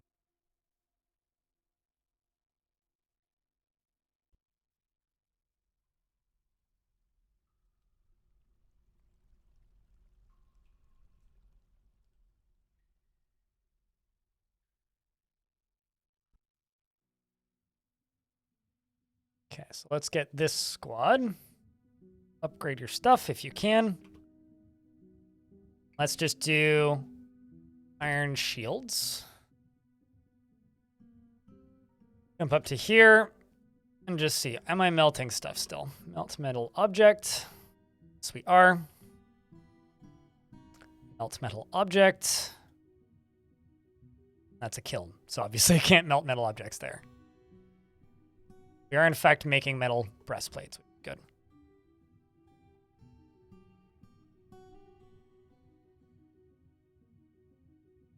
You reclaimed a dwarf earlier. You are correct, you did. Why the hell am I so bad at doing my job today? Sure. What kind of dwarf would you like? It was probably right when that demon arrived, if it was about minutes ago, yeah. What kind of dwarf would you like? Sorry. Please just like at me repeatedly if I miss. Military? Any preference on beard? Beard or no beard, and ranged or close range? Long range or close range, and beard or no beard? Because those are my options. No preferences? All right. Well, we'll just go for somebody in this squad because they're the most exciting one. We'll go here with Fath. Boop. Ba-doop. Ba-doop. Boop. Bluntatic. Bluntatic. Like lunatic, but blunt, right? You are tired, apparently. He presupposes success in any venture requiring his skills of what could be called blind overconfidence. He is an optimist and he likes a little excitement now and then, and he is slow to anger and he could be considered rude. He doesn't cling tightly to ideas, is open to changing his mind, and starts to drone when he's exasperated and he needs alcohol to get through the working day. Dreams of creating a great work of art, and personally prefers a noisy, bustling life to boring days without activity. Welcome to the fort. He likes pig iron, clear garnet, and wild boar leather. Flasks, axes, and guinea fowls for their social nature, and when possible prefers to consume purple amaranth beer. Giant tapir's milk, and absolutely hates bark scorpions.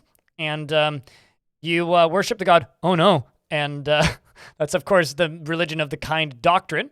And you want to craft an object and be with friends, but you're doing okay in the military. I like the name of that god. That's a funny name for a god. Oh no!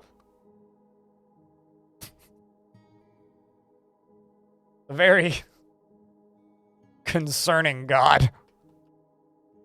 It's a good god for a military dwarf in this particular fort to worship, though.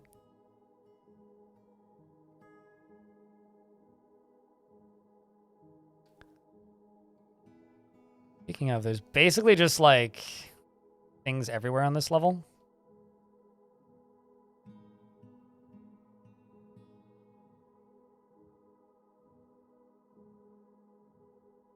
We'll do this first. The god of, oh, holy fuck! Yeah, pretty much. Or the god of, oh, oh, sheet. All hail the Lord, our Lord and Savior. Oh, shit! What? I hate that in order to get this lava out of here, I practically need to set some gems on fire, which I refuse to do.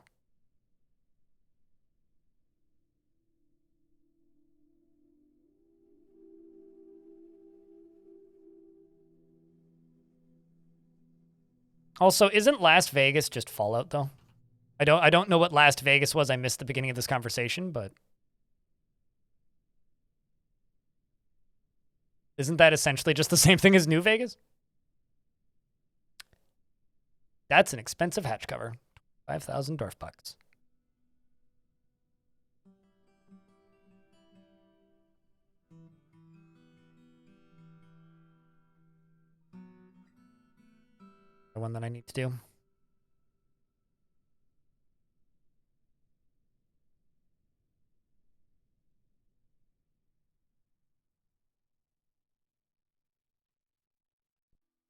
These are all areas that need to be fortified. Can see what's behind them. This squad, equipment, get shields, update this squad's equipment. You go get a breastplate. We're going to update this squad's equipment. Have anything to go get, so don't go get anything. That's the first one. Let's see what's back here.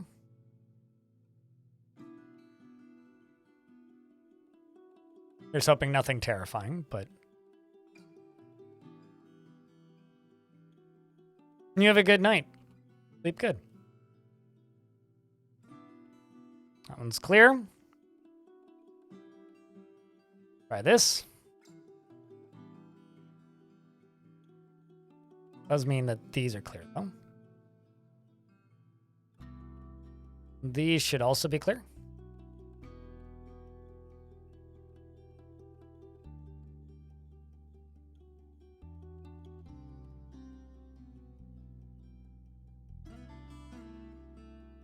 But yeah, enjoy your snooze, dude. We'll be on all week. All the way up till Friday. These Fridays are still on the schedule. Sticking around. New permanent edition. Weird to stream on Fridays. Because it has been a long time since I've actively streamed on a Friday.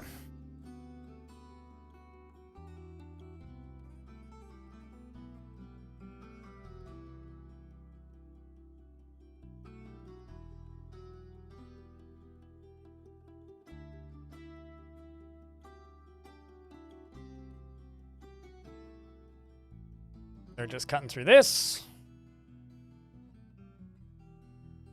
Probably jump up here and get them to cut some more gems.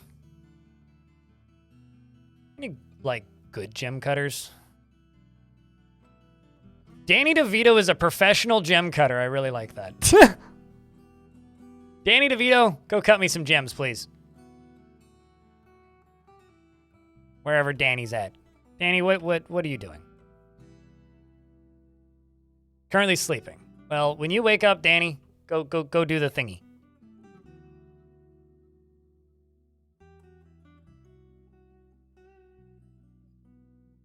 Unleash what must be an echo of forgotten divine retribution. This is Darkness Messenger's crossbowman.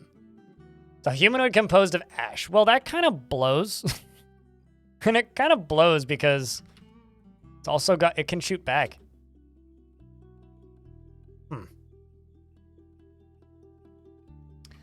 Well, I kind of want to just crush it, but I also really want the stuff that it has. What does it have? Pitch black. Ooh. You know, I think we can fight this one, so I'm just going to try and fight it. We're just going to let some stuff do some constructions. But I think we can fight this one. I think we can. I'm just going to station, like, all of my military right there before we fight it, but I do think we can fight this one. So we're going to fight this one. Let's see what the other options are. The other ones are. Just waiting for, you know, these gems to all get collected and whatnot. There. Oh boy, there's two of them. Evil is emerging. This one has dust. Oof. This is a sauropod fiend, which is a large one-eyed sauropod. It has a curling trunk and it squirms and fidgets. Its sky blue scales are large and overlapping. Beware its deadly dust. Ooh. Okay, let's just pause this. Maybe forbid everything down here. So I'm going to tell my whole military to go station right here. Well, actually, not you. You don't go station. Everybody else go station. So everybody else is going to come station down here. And also upgrade their equipment. There happens to be any new fancy equipment around. Then what we're going to do is we are going to dig into where this creature is right here. Hey, Siomegas, what's up? Good to see you. We're having a solid almost June. Jesus Christ, it's almost June.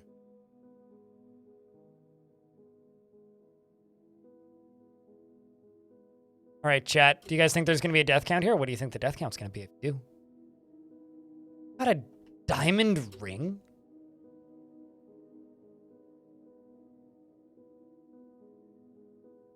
Oh.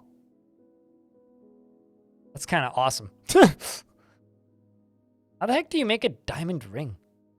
You have 2 diamond rings. 3 diamond? Wait.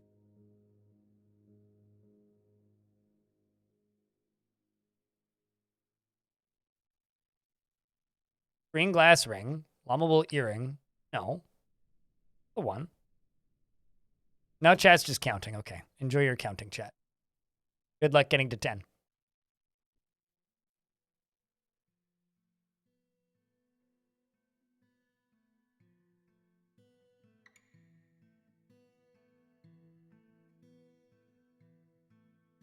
So essentially, I'm going to dig through this.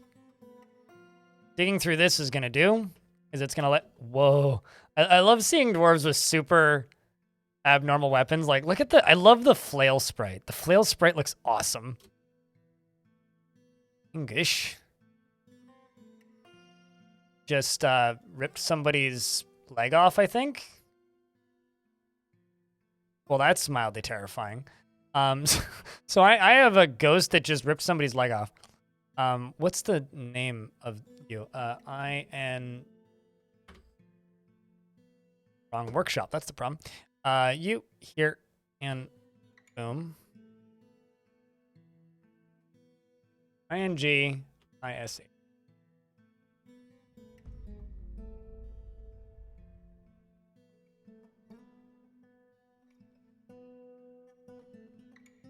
Okay, now we're just sitting here waiting for a miner to get down here. Okay. Here comes Tekid here to do the honors. Good job, chat. I'm very proud of you.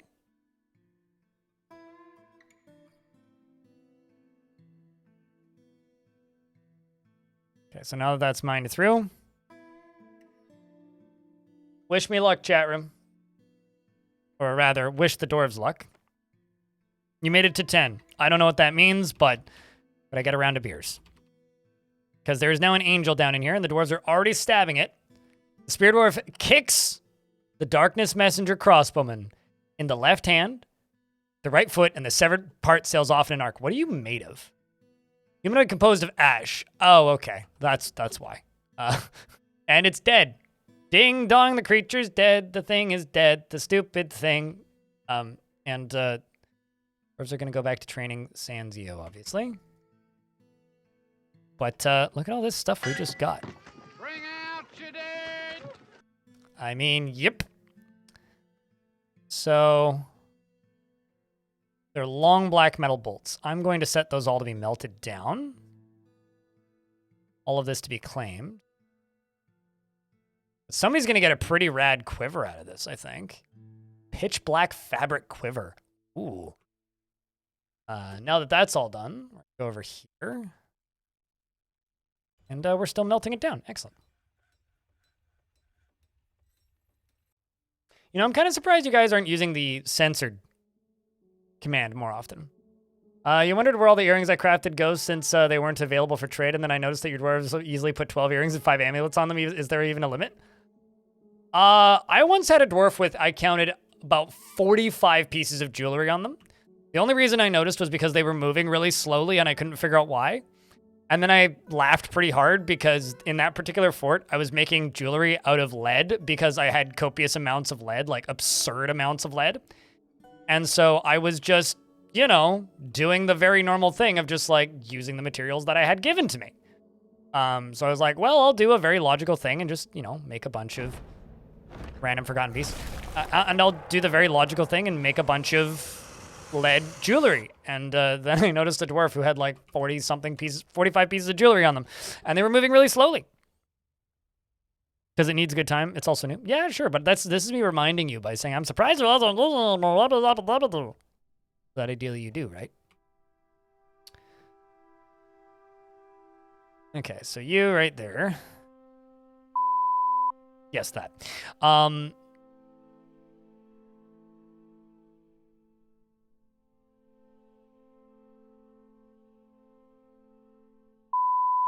Thank you. I'm definitely going to have to remember that. I apparently have been censored by my own chat. Now I can make a clickbaity video saying how I got censored by my own chat. I made a command and charged the money for it. You suck. Oh, you. Takes one to know one, sucker. But so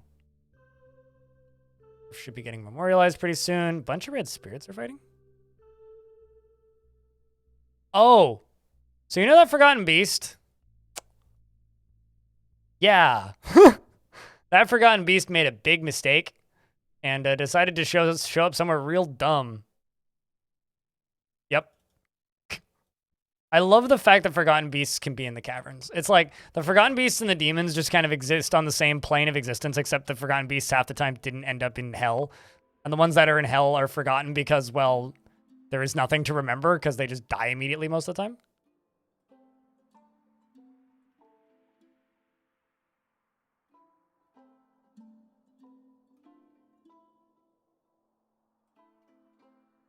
Okay.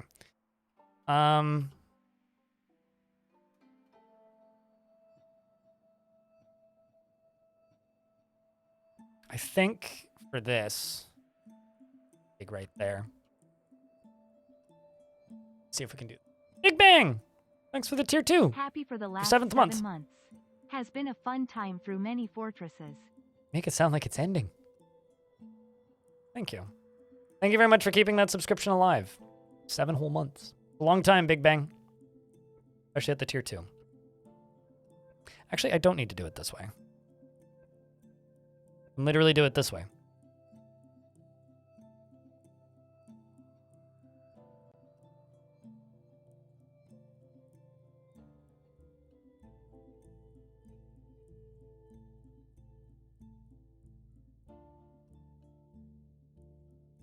No, keep going. Well, it means a lot, dude. It does. All right, up here I can plop this in.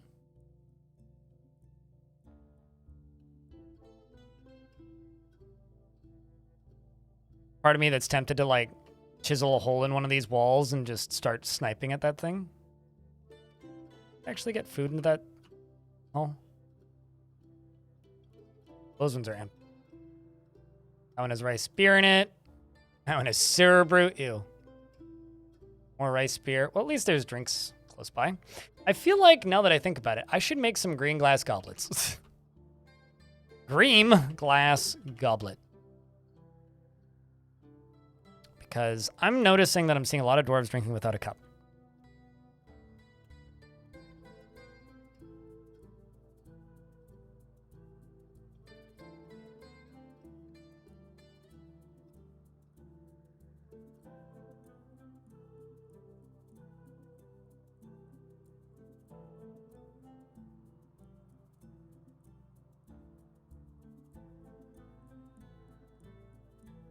You can be censored. Yes, this is true.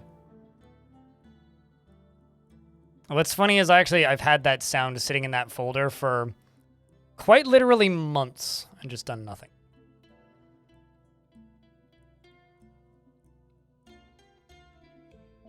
This is streamer being very much not lazy, I swear.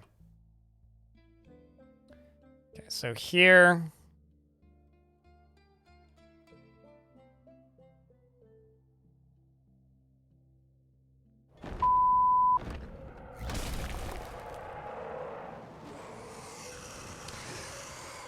Good timing. A Forgotten Beast has arrived. This is a towering hairy gecko. Was born on Leafy Street and exists in the caves. Gonna run through the puddles of vomit. It's named Signed. It's a signed wave. You can get its signed merchandise over at its merch store. And it is fighting with a Reacher. And making that Reacher not be named Jack. More like dead. I know. It's okay. Self-awareness is the first sign of acceptance.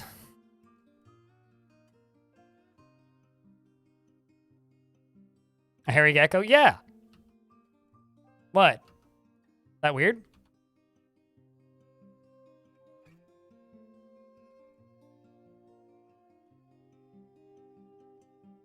What color hairy gecko? Well, it's signed.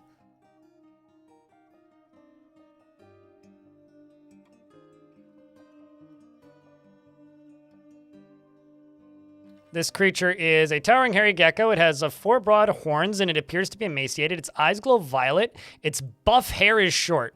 So whatever color is buff. Beware its deadly blood.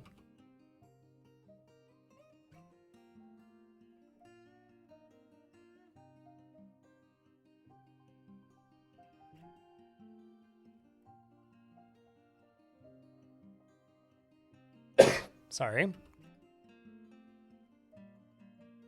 So if I do this and read this, I'm actually realizing I have a bunch of dwarves that could join the Mercs dwarves. Get these dwarves into here.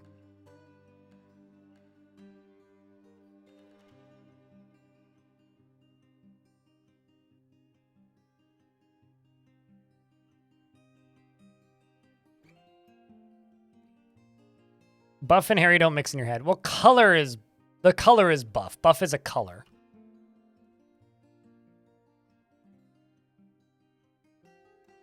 It's like beige, like off beige. Like this kind of thing.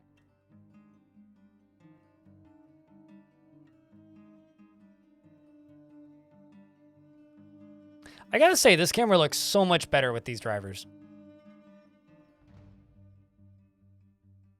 We'll see you later, Groot. Take care.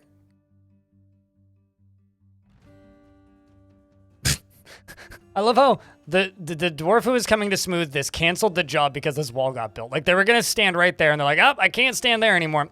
Gotta cancel the job. Can't do it. Sorry. No, not an option. Undoable. Incompletable.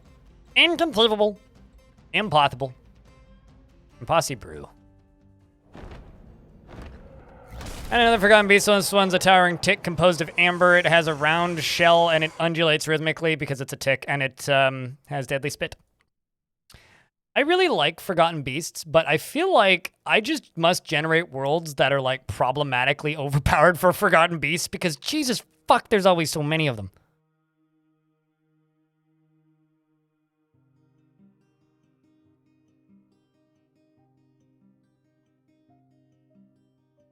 All right, so you connect to this.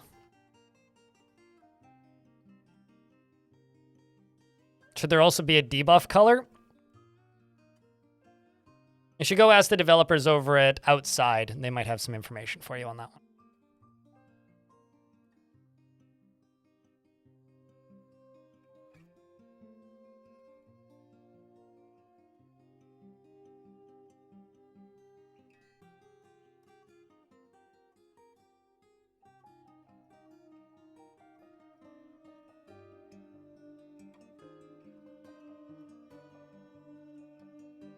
Buff and Harry conjures Sweaty Gym Bro. Oh boy. Sweaty Gym Bro Gecko. Sweaty Jimbo Bro Gecko. I don't like anything about this.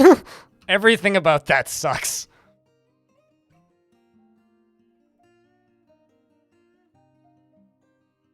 Okay, maybe not everything. Most things about that sucks.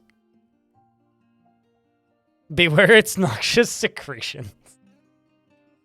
Oh boy. I generally don't want to think about anything's noxious secretions, Gym Bros especially.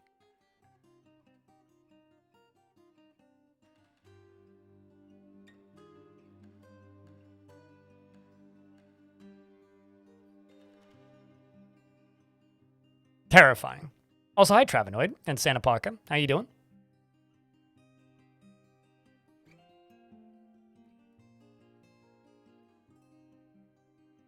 Actually, you know what? Let's just turn this pump on in a sec and pump this out before I get those gems out of there. Yeah, I just realized I hadn't said hi to you yet. I know that you've been here for a while today, but I had this occurrence to me that, like, I hadn't said hello yet, so I had to say hi. Okay, so that is going to make lava go everywhere down there, which I don't really want to do, so let's not do that instead.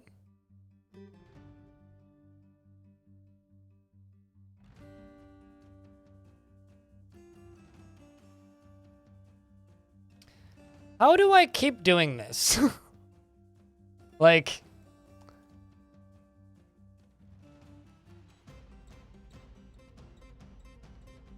Sorry, I'm just gonna... I'd swear that I clicked on that. And then, let's say, teleport you.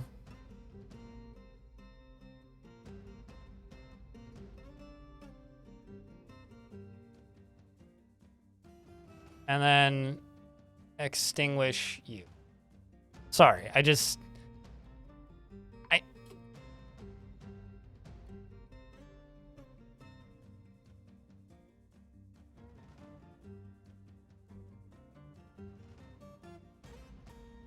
You know what? No. Telling you can die, but I want to be able to bury your body. Buff is the color of buffalo? I didn't know that hot wings had a color. That's insanity.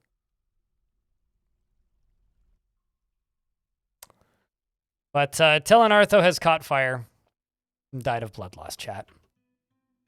Can we get a round of Fs for Tellan? Tellan was a great dwarf. A grand dwarf, one of my nobles. Bring out your dead! Rest in peace. I did try to save you using my magic powers, but it wasn't enough.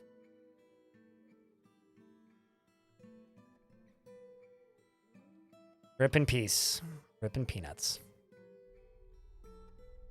Sweet poor dwarf.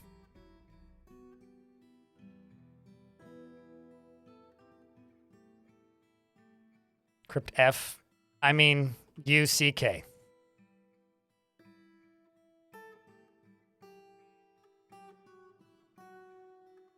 Okay, so we're still connecting this sucker. But I'm sure it'll be done connecting pretty soon. I'm actually kind of curious. How many... So we used to have 20 nobles. We now only have 1, 2, 3, 4, 5, 6, 7, 8, 9. 10, I guess. We had 20 at one point. You know, I don't mind the lowering of the number of nobles, but I kind of miss them. I also kind of wish that when you became the mountain home, all of the nobles that were visiting would just join you, because that would make a lot of sense. It's weird that they hang out and they're just like visitors, but not residents. That's always kind of weirded me out a little bit, how they just show up and then hang out, but like don't actually do anything. You know what I mean?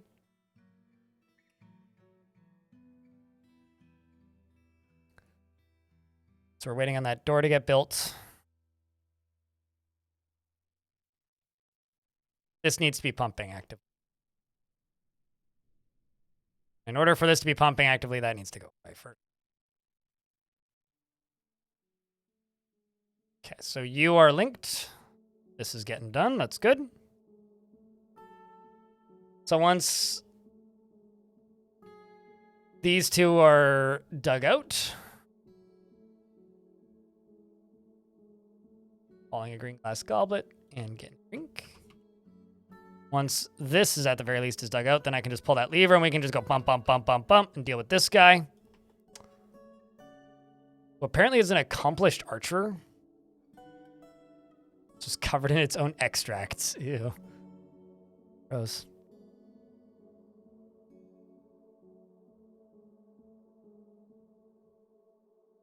You have to become a capital when all other places got deserted because of all their unnatural desire to migrate despite the danger. No, are you saying that happened to me? Because no, that didn't. But like, no, what I'm suggesting is I really want the random, like these people. These guys, they're just guests, right? And they hang out outside. I either want them to join the fort or I want them to like do something, or I want to have to house them or something, because like there's all of these guests just hanging out here and I can't do anything with them. And I kind of don't like that. Like I'm totally fine with having a ton of nobles, but I want to be able to do something with them, if that makes any sense. I want them to have a purpose instead of just being sad in my fort. Let's crush another beast.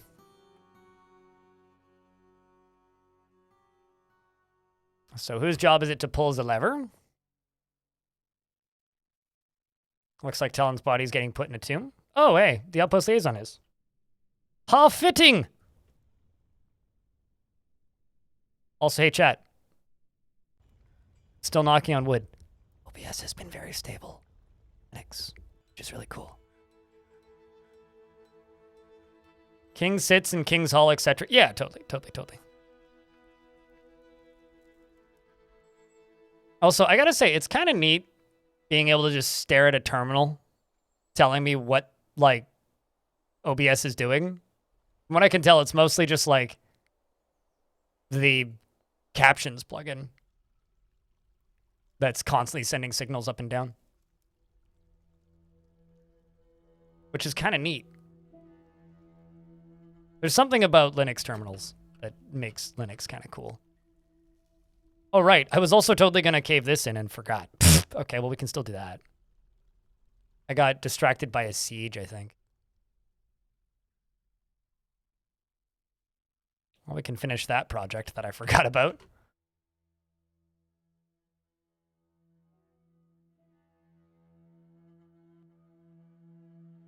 Dwarf's almost here.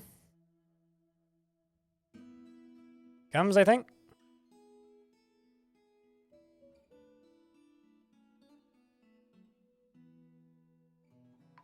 There it goes.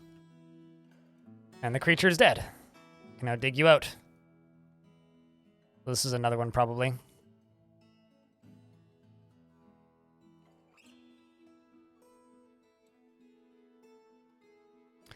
In glass.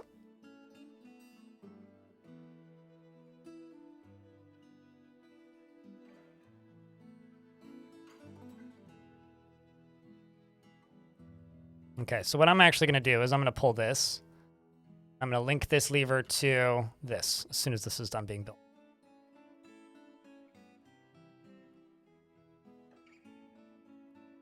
Because this right here is going to be the thing that supports it.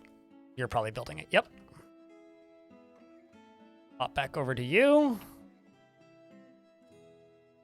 Link lever. That. Because what plugging this is going to do is it's going to cave through here, into here, blocking this, which will then allow us to dig down into here and pump this lava out. The problem is it's also going to expose this area and this area. So in order to do this, I have to also basically lock this area off right off the bat. So before I pull this lever, I have to seal this off, and then we have to use and dig down a different way. Otherwise, demons will be able to get in. I mean, I don't really need... I kind of like the idea of a king who does all the chores as well, but maybe that's just me disliking wealthy people. I don't know.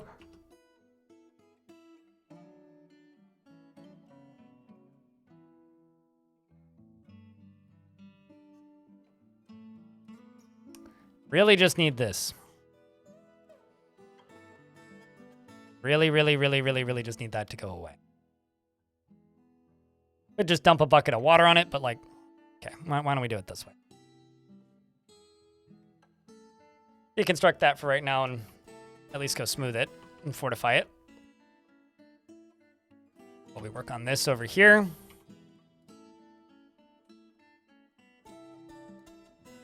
Okay, so they're now linking the building. The dwarf who pulled the lever immediately pulled his pants off afterwards. I don't blame it. I would too.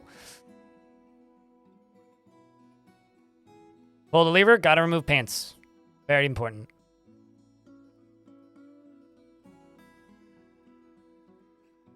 Go around and tell people good job. I mean, they kind of do that. Stormwolf, okay. Stormwolf is apparently a ghost now. And is toppling statues. What statue did you topple?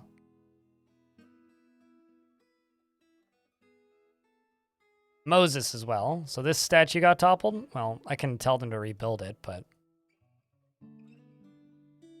Although it didn't actually topple it, which is kind of funny.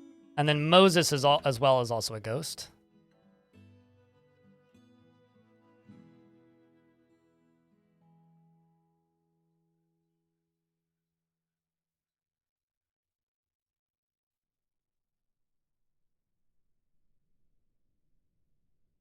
so you are now linked to this.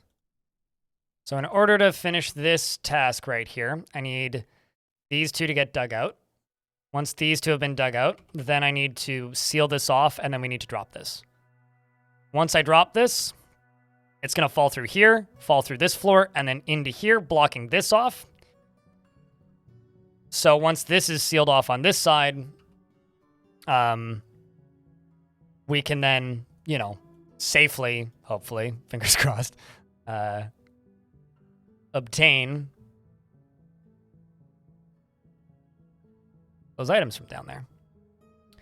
Warrior King is kind of cool as hell. A true king. Yeah, no, here's the thing. True king, because, like, I think that you can, a king can be a hero as a diplomat as well. Like, a king isn't a one-note requirement, right? It's not like something that you apply for. And there are good kings and there are bad kings. Maybe a good king is a warrior king. A king that is loved by their people. A king that brings glory to whatever group they belong to. Versus a king that maybe brings upon lasting peace or wealth or riches. And then slowly goes insane and builds a fishbowl for demons. I mean, like, you know, whatever floats your boats at the time. Or maybe it's just a very greedy king that eats a lot of food. Nobody likes that king. Crappy king. But, you know, still a legitimate king. Or maybe they're a crappy fast food mascot and they get a video game made out of them, and then they're the sneak king.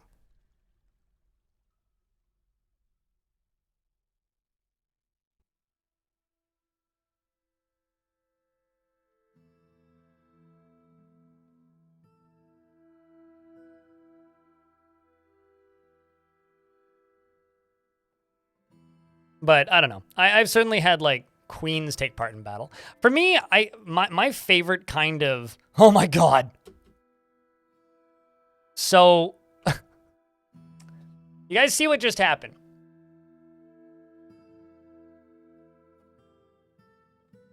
The baby demon. They're making babies, friends. So... how many demons are in the fishbowl? 1, 2. Okay. 3, 4, 5, 6, 7, 8. Yep. 9, 10, 11, 12, 13, 14, 15, 16, 17, 18, 19, 20, 21, 22, 23, 24, 25, 26, 27, 28.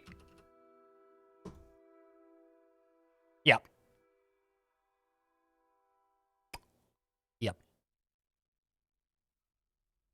Twins and triplets. The fishbowl demons are fucking... You know what's funny was somebody in chat asked, like, can demons have babies? And I was like, yes, they can. In fact, we have a breeding pair in here, and they might make babies. And then, like, 2 years later, triplets. Uh-huh.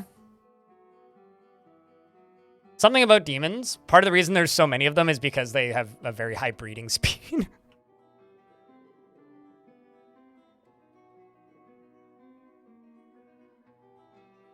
Well, I don't even... The best part about that is I don't even need to deal with it, really. It's just something that we deal with now. And they shouldn't hurt my frame rate because they have nowhere to go.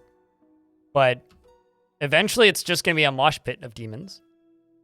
Okay, number 1, demons are intelligent and have language, so they're not tameable because they're like trolls. Second is they're not livestock. And no, they don't have the baby tag. Those are the 3 things that you need to know about baby demons. They just multiply as full grown. They're not tameable. They're not harnessable. They're nothing. All right, so now we just need to wait for a dwarf to come pull this lever. Wait, ghost getting put to rest. Imagine if your dwarves listening to the usual sounds and weird figures like they see in the Levinarium. I love that fishbowl. It's this fishbowl and this fort might be one of the greatest forts I've ever made. Like, I don't mean to, like... I think this dwarf has asthma. He's just all winded. Because I know I say that a lot, but I genuinely feel like this is one of the most legendary forts I've ever built. So there's something about just, like, we had no metal. We were originally defending this fortress with wooden shields against giant agitated animals, and people in YouTube chat were like, "Oh, you dumb," because, like, you know, I'm leaving a comment here about how there's all these ways you could have survived that, and it's like, but, like, Is this not one of the coolest fucking things you've ever seen? It only took like 10 years to get to that point, but like it is one of the coolest things now. Okay, so dwarf with big beard, go pull this lever.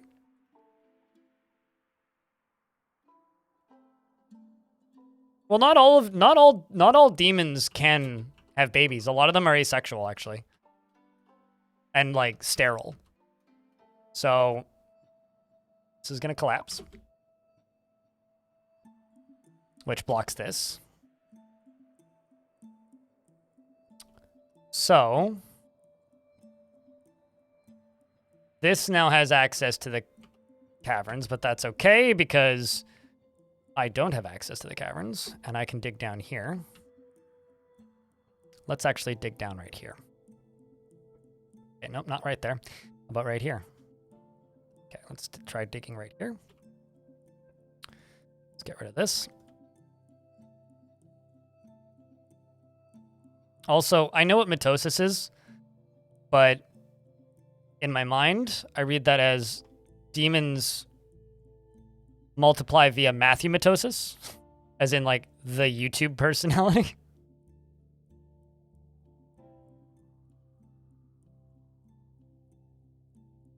Well, we're just gonna go this way.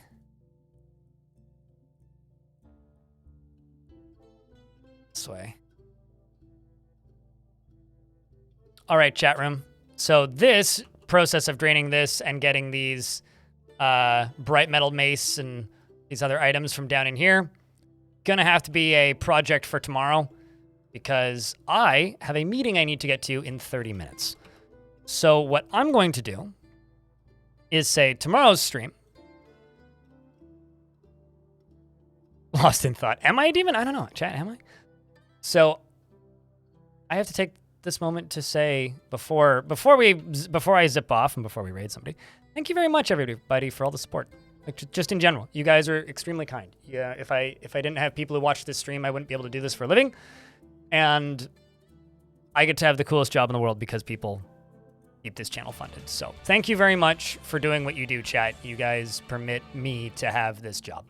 This is kind of a, you know, to a degree, a one-way deal in a lot of ways. Like without you guys, I wouldn't exist.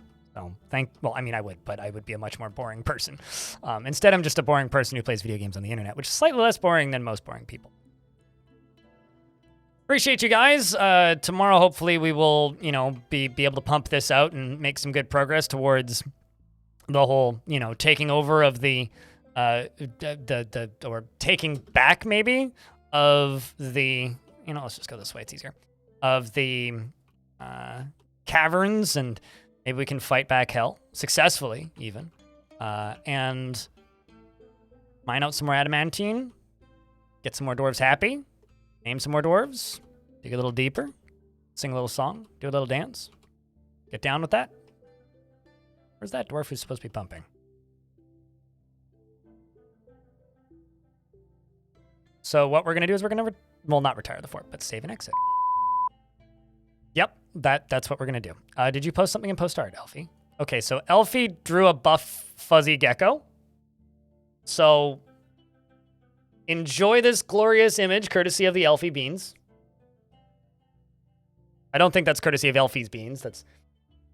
But anyway, it's in a towel too. So, you know, buff hairy gecko. That's definitely somebody's alternate persona. Now,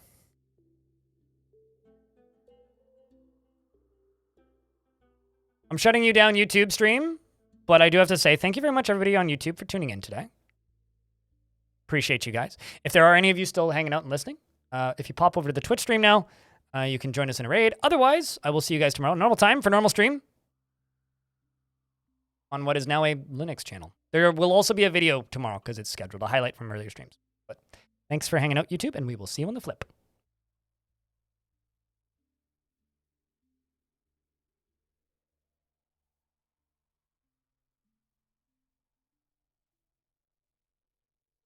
All right. So, YouTube stream is shut down, chat. So, chat, if you guys want to tell me any secrets and not tell YouTube, now's your opportunity. Oh, but no, seriously, thank you very much, everybody, for hanging out. It means a lot. It really, really, really does.